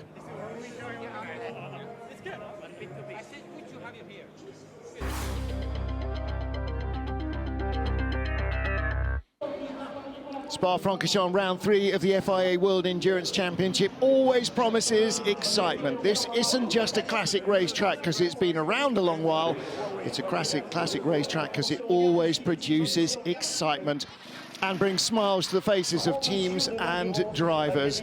This is one of the world's great venues, and it was packed with over 72,000 fans this weekend. At the start, on a damp track, there was a mix of wet and dry tyre choices. Poleman Mike Conway in the Toyota number 7 on dry tyres, but the wet-tyred Cadillac, Porsches, and particularly Ferraris got by early on and started racing away. But their advantage was short-lived. While they were still trying to get the gap, a safety car was scrambled for an errant gravel-trapping Porsche.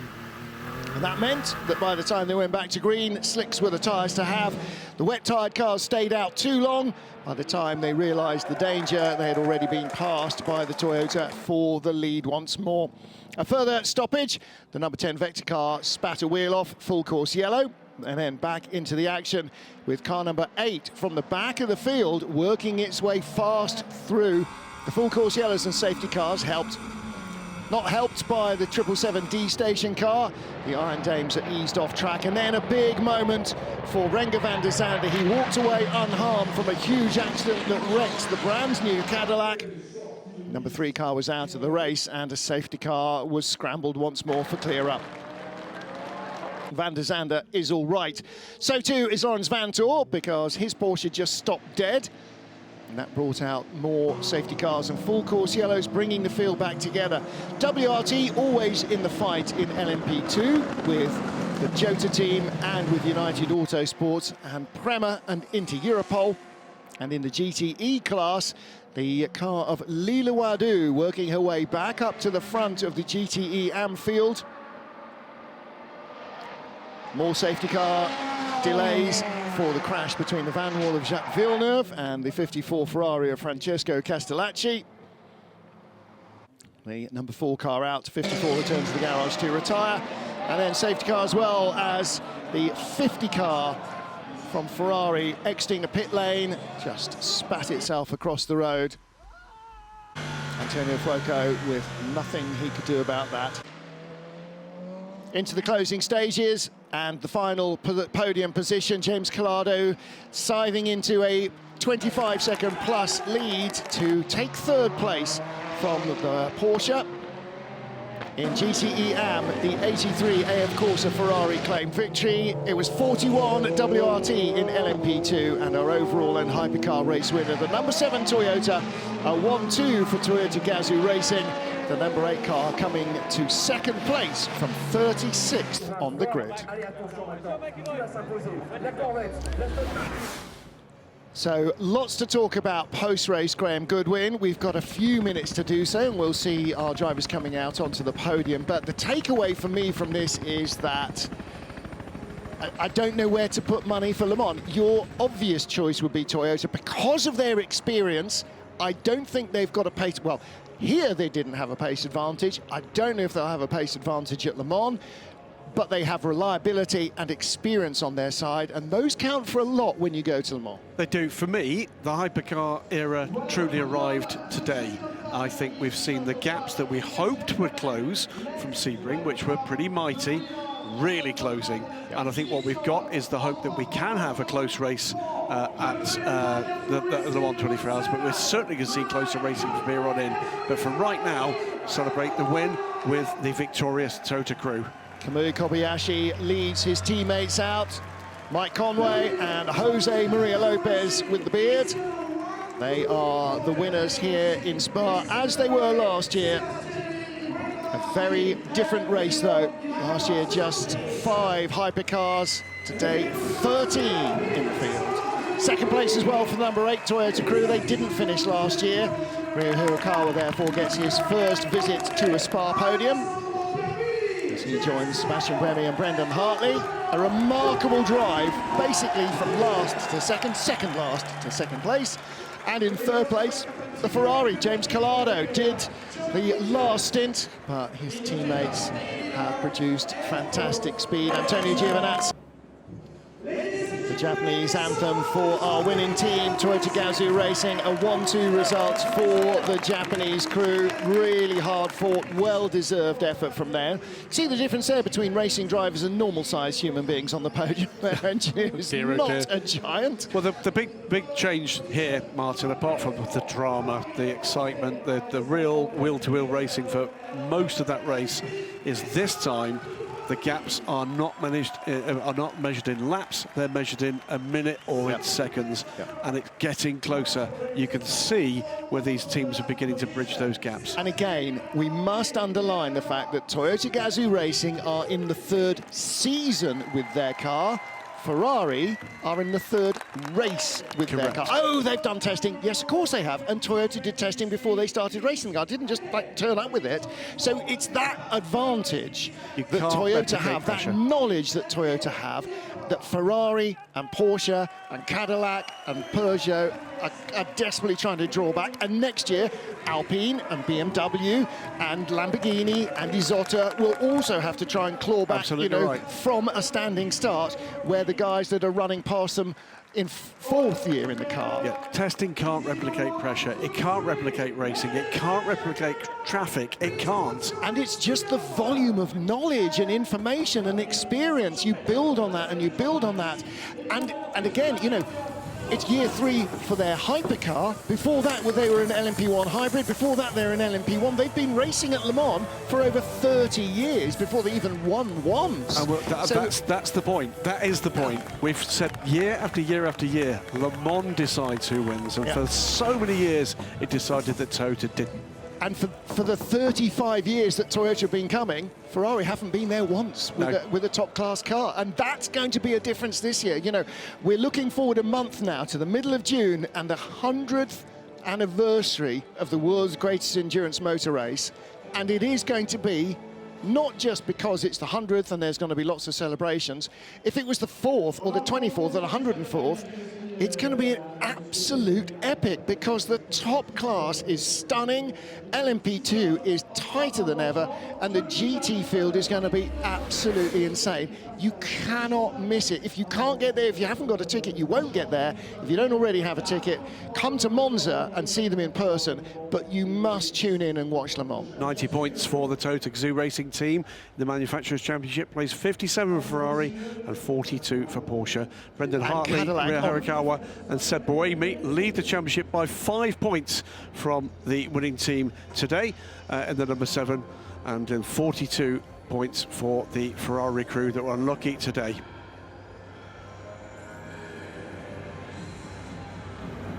Well, I mean, I didn't know what was going on half the time in that LMP2 battle. You did so well to get the 41 to the win. Thank you. Yeah, I think first of all, my two teammates did a fantastic job, and then we were very unlucky with the safety car timing. We lost basically 1 minute to the rest of the field with, I think, the 28 Toyota. And yeah, we fought back. We got a bit lucky with the second safety car, and then was on pace on track. And I'm really glad we could win this as our first win together as well in WEC. So. And actually, it came down to that last pit stop as well, didn't it? Well, yeah, we had an advantage on fuel. We had more fuel than other competitors. So yeah, we knew we would be refueling shorter. So actually, we could stay on track. But as we had the 3-4 seconds less fuel, we were pretty confident we would jump them, and yeah, bring it home safely this time. Not like Le Mans 2 years ago where we lost it on the last lap. So it's the first WEC win for us, and yeah. It's a good one because it's also before Le Mans, so yeah, looking forward for that one. Looking forward to it. Well done. So there's a number of firsts here. First Angolan winner in an FIA World Championship event. South African winner. First podium in WEC with 2 Polish drivers on it. That's completely because correct. Kuba Śmiechowski and a Polish team. And a Polish team into Europol in 3rd place. So Rui Andrade from Angola. Of course, Robert Kubica from Poland, and that man with the glasses, Kuba Śmiechowski from Poland with the Polish team. They should be so proud. And there's Albert Costa. They should be so proud. Absolutely, and it's not just about Costa, it's not just about Fabio Scherer. As we said, it's all 3 members. You have to, as the lowest graded driver. Victory for WRT, the home team. That's the Belgian anthem. Of course, as Kubica said, it was Yiffy Yi in the car, not Rui Andrade 2 years ago when it stopped on the final lap at Le Mans. So this is their first win as a crew, but also the first win that came so close for Delatraz and for Kubica. Their first win in WC would have been Le Mans. There you go. I mean, yeah, and again, how many big race wins have WRT taken at this circuit? This is just adds another chapter to a book that is going to be far deeper by the time we get into 2024. And the United 23 team, again on the podium, should have, could have won in Sebring. Car malfunction, electronics in the car let them down. There was a problem with the TV cameras, ironically. Had a great race in Portimao, claimed victory there. They're second here. They are going to be really strong title contenders because neither of 2 crews on the podium with them were on the podium so far this season. So that really, you know, that's underlining just how strong that car is. They could possibly have had 3 podiums this year, maybe 2 wins already. And big plaudits again for Inter-Europol competition. Yep. Probably the smallest team in this field. Well, there's a lot of teams here that say, you know, we work on the catering budget of insert name of Hypercar team here, but they're the caterers. The racing bakers. LMP2, there it is, the 34 car. Albert Costa, what a storming run. They saved a set of tyres, and boy, didn't that pay off.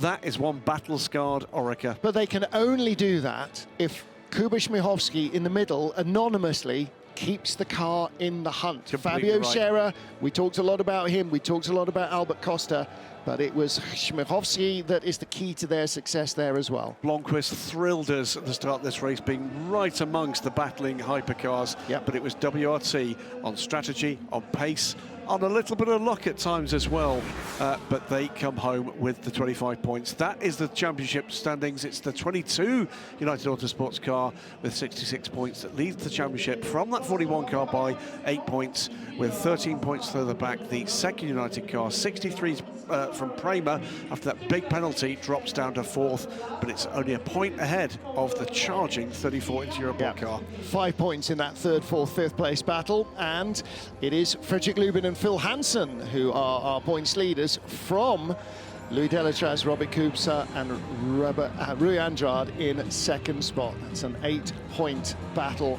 for the lead of the season.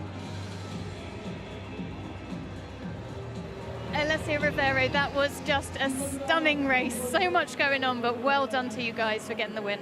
Yeah, thank you very much. Really nice race. We started the season with a 0, and now we have this victory in Spa that is really important for me, really, and of course for all the team. Lilu and Luis did an amazing job. I had the car in P1 just to keep the car there, and yes, I'm super happy for me and for the team. Well done. Thank you. Well, we're going to see hugely historic moments for this GTE Am podium. Great run from the 83 crew. Fantastic battles behind them.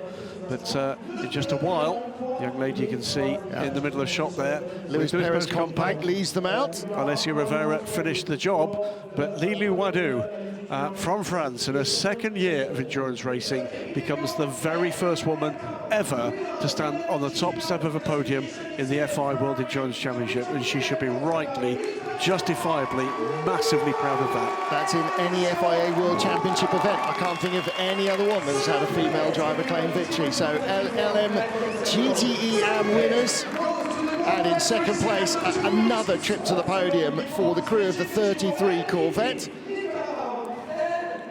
Michelle Mouton Graham is saying to me, in the World Rally Championship, you're absolutely right. So she was an outright winner and very nearly a world champion. That was, I should have known that. That was in my era as well. Ben Keating, Nico Veroni, and again, the stalwart defence of Nicky Katzberg gets them 2nd place. But what a battle from Ahmed El Harti, the pole sitter there from Oman, the first Omani racing driver to claim a World Championship podium finish as well. He does that again, the first driver from Oman to claim a World Championship pole.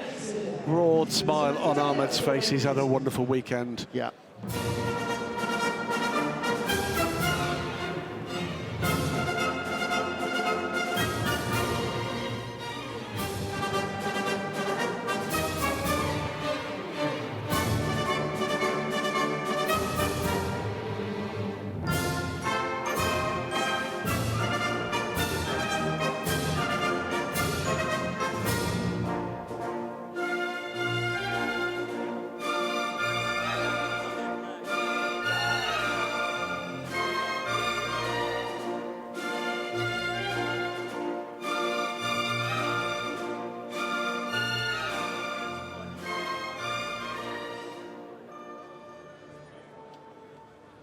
Well, the Italian anthem rings out over the GTE Am podium. I find it hard to imagine that we won't have it ringing out over a hypercar podium before the end of the season. The Ferrari now is looking such a good weapon. But again, in GTE Am, Porsche didn't have the pace this weekend.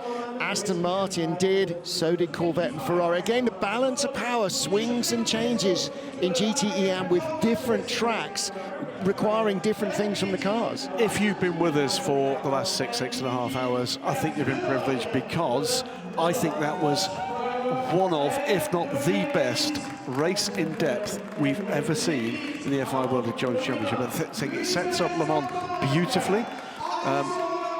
Do join us there. If you can't join us trackside, join us on one of the broadcast partners, join us on the app, because I am truly excited about what we've got coming here. That was an absolutely barnstorming race, up and down the order in all 3 classes. Yeah, 100% agree, 100% agree. It was non-stop action.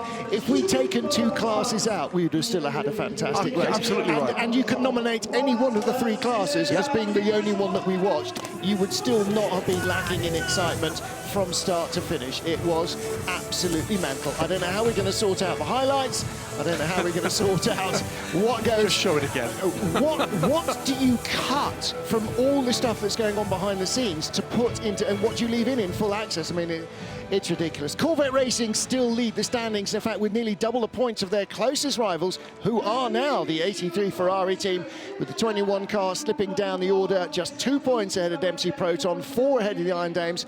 Again, the Porsche's not the car to have here this weekend. Ben Keating, Nicky Katzberg, Nico Veroni leading for Alessio Rivera, Lila Wadu and Luis Perez-Companc, with Simon Mann and Ulysse de Pauw in the 21 car lying in third place in the points ahead of Christian Ried and Julian Andauer and Mikkel Pedersen. And that is the way it finishes at Spa-Francorchamps. 3 races in, 4 remaining in the championship, and the next one is the big one. 24 du Mans, the centenary Le Mans race. It'll be the second weekend in June. We will be there. We will be joined by a whole host of other broadcast partners and guests. Please join us then. Until then, from the whole WEC TV crew here in Spa, on behalf of Louise Beckett, Anthony Davidson and Graham Goodwin, I'm Martin Haven saying thank you for joining us. If you liked it, tell a friend, tell lots of friends. If you really liked it, come to Monza.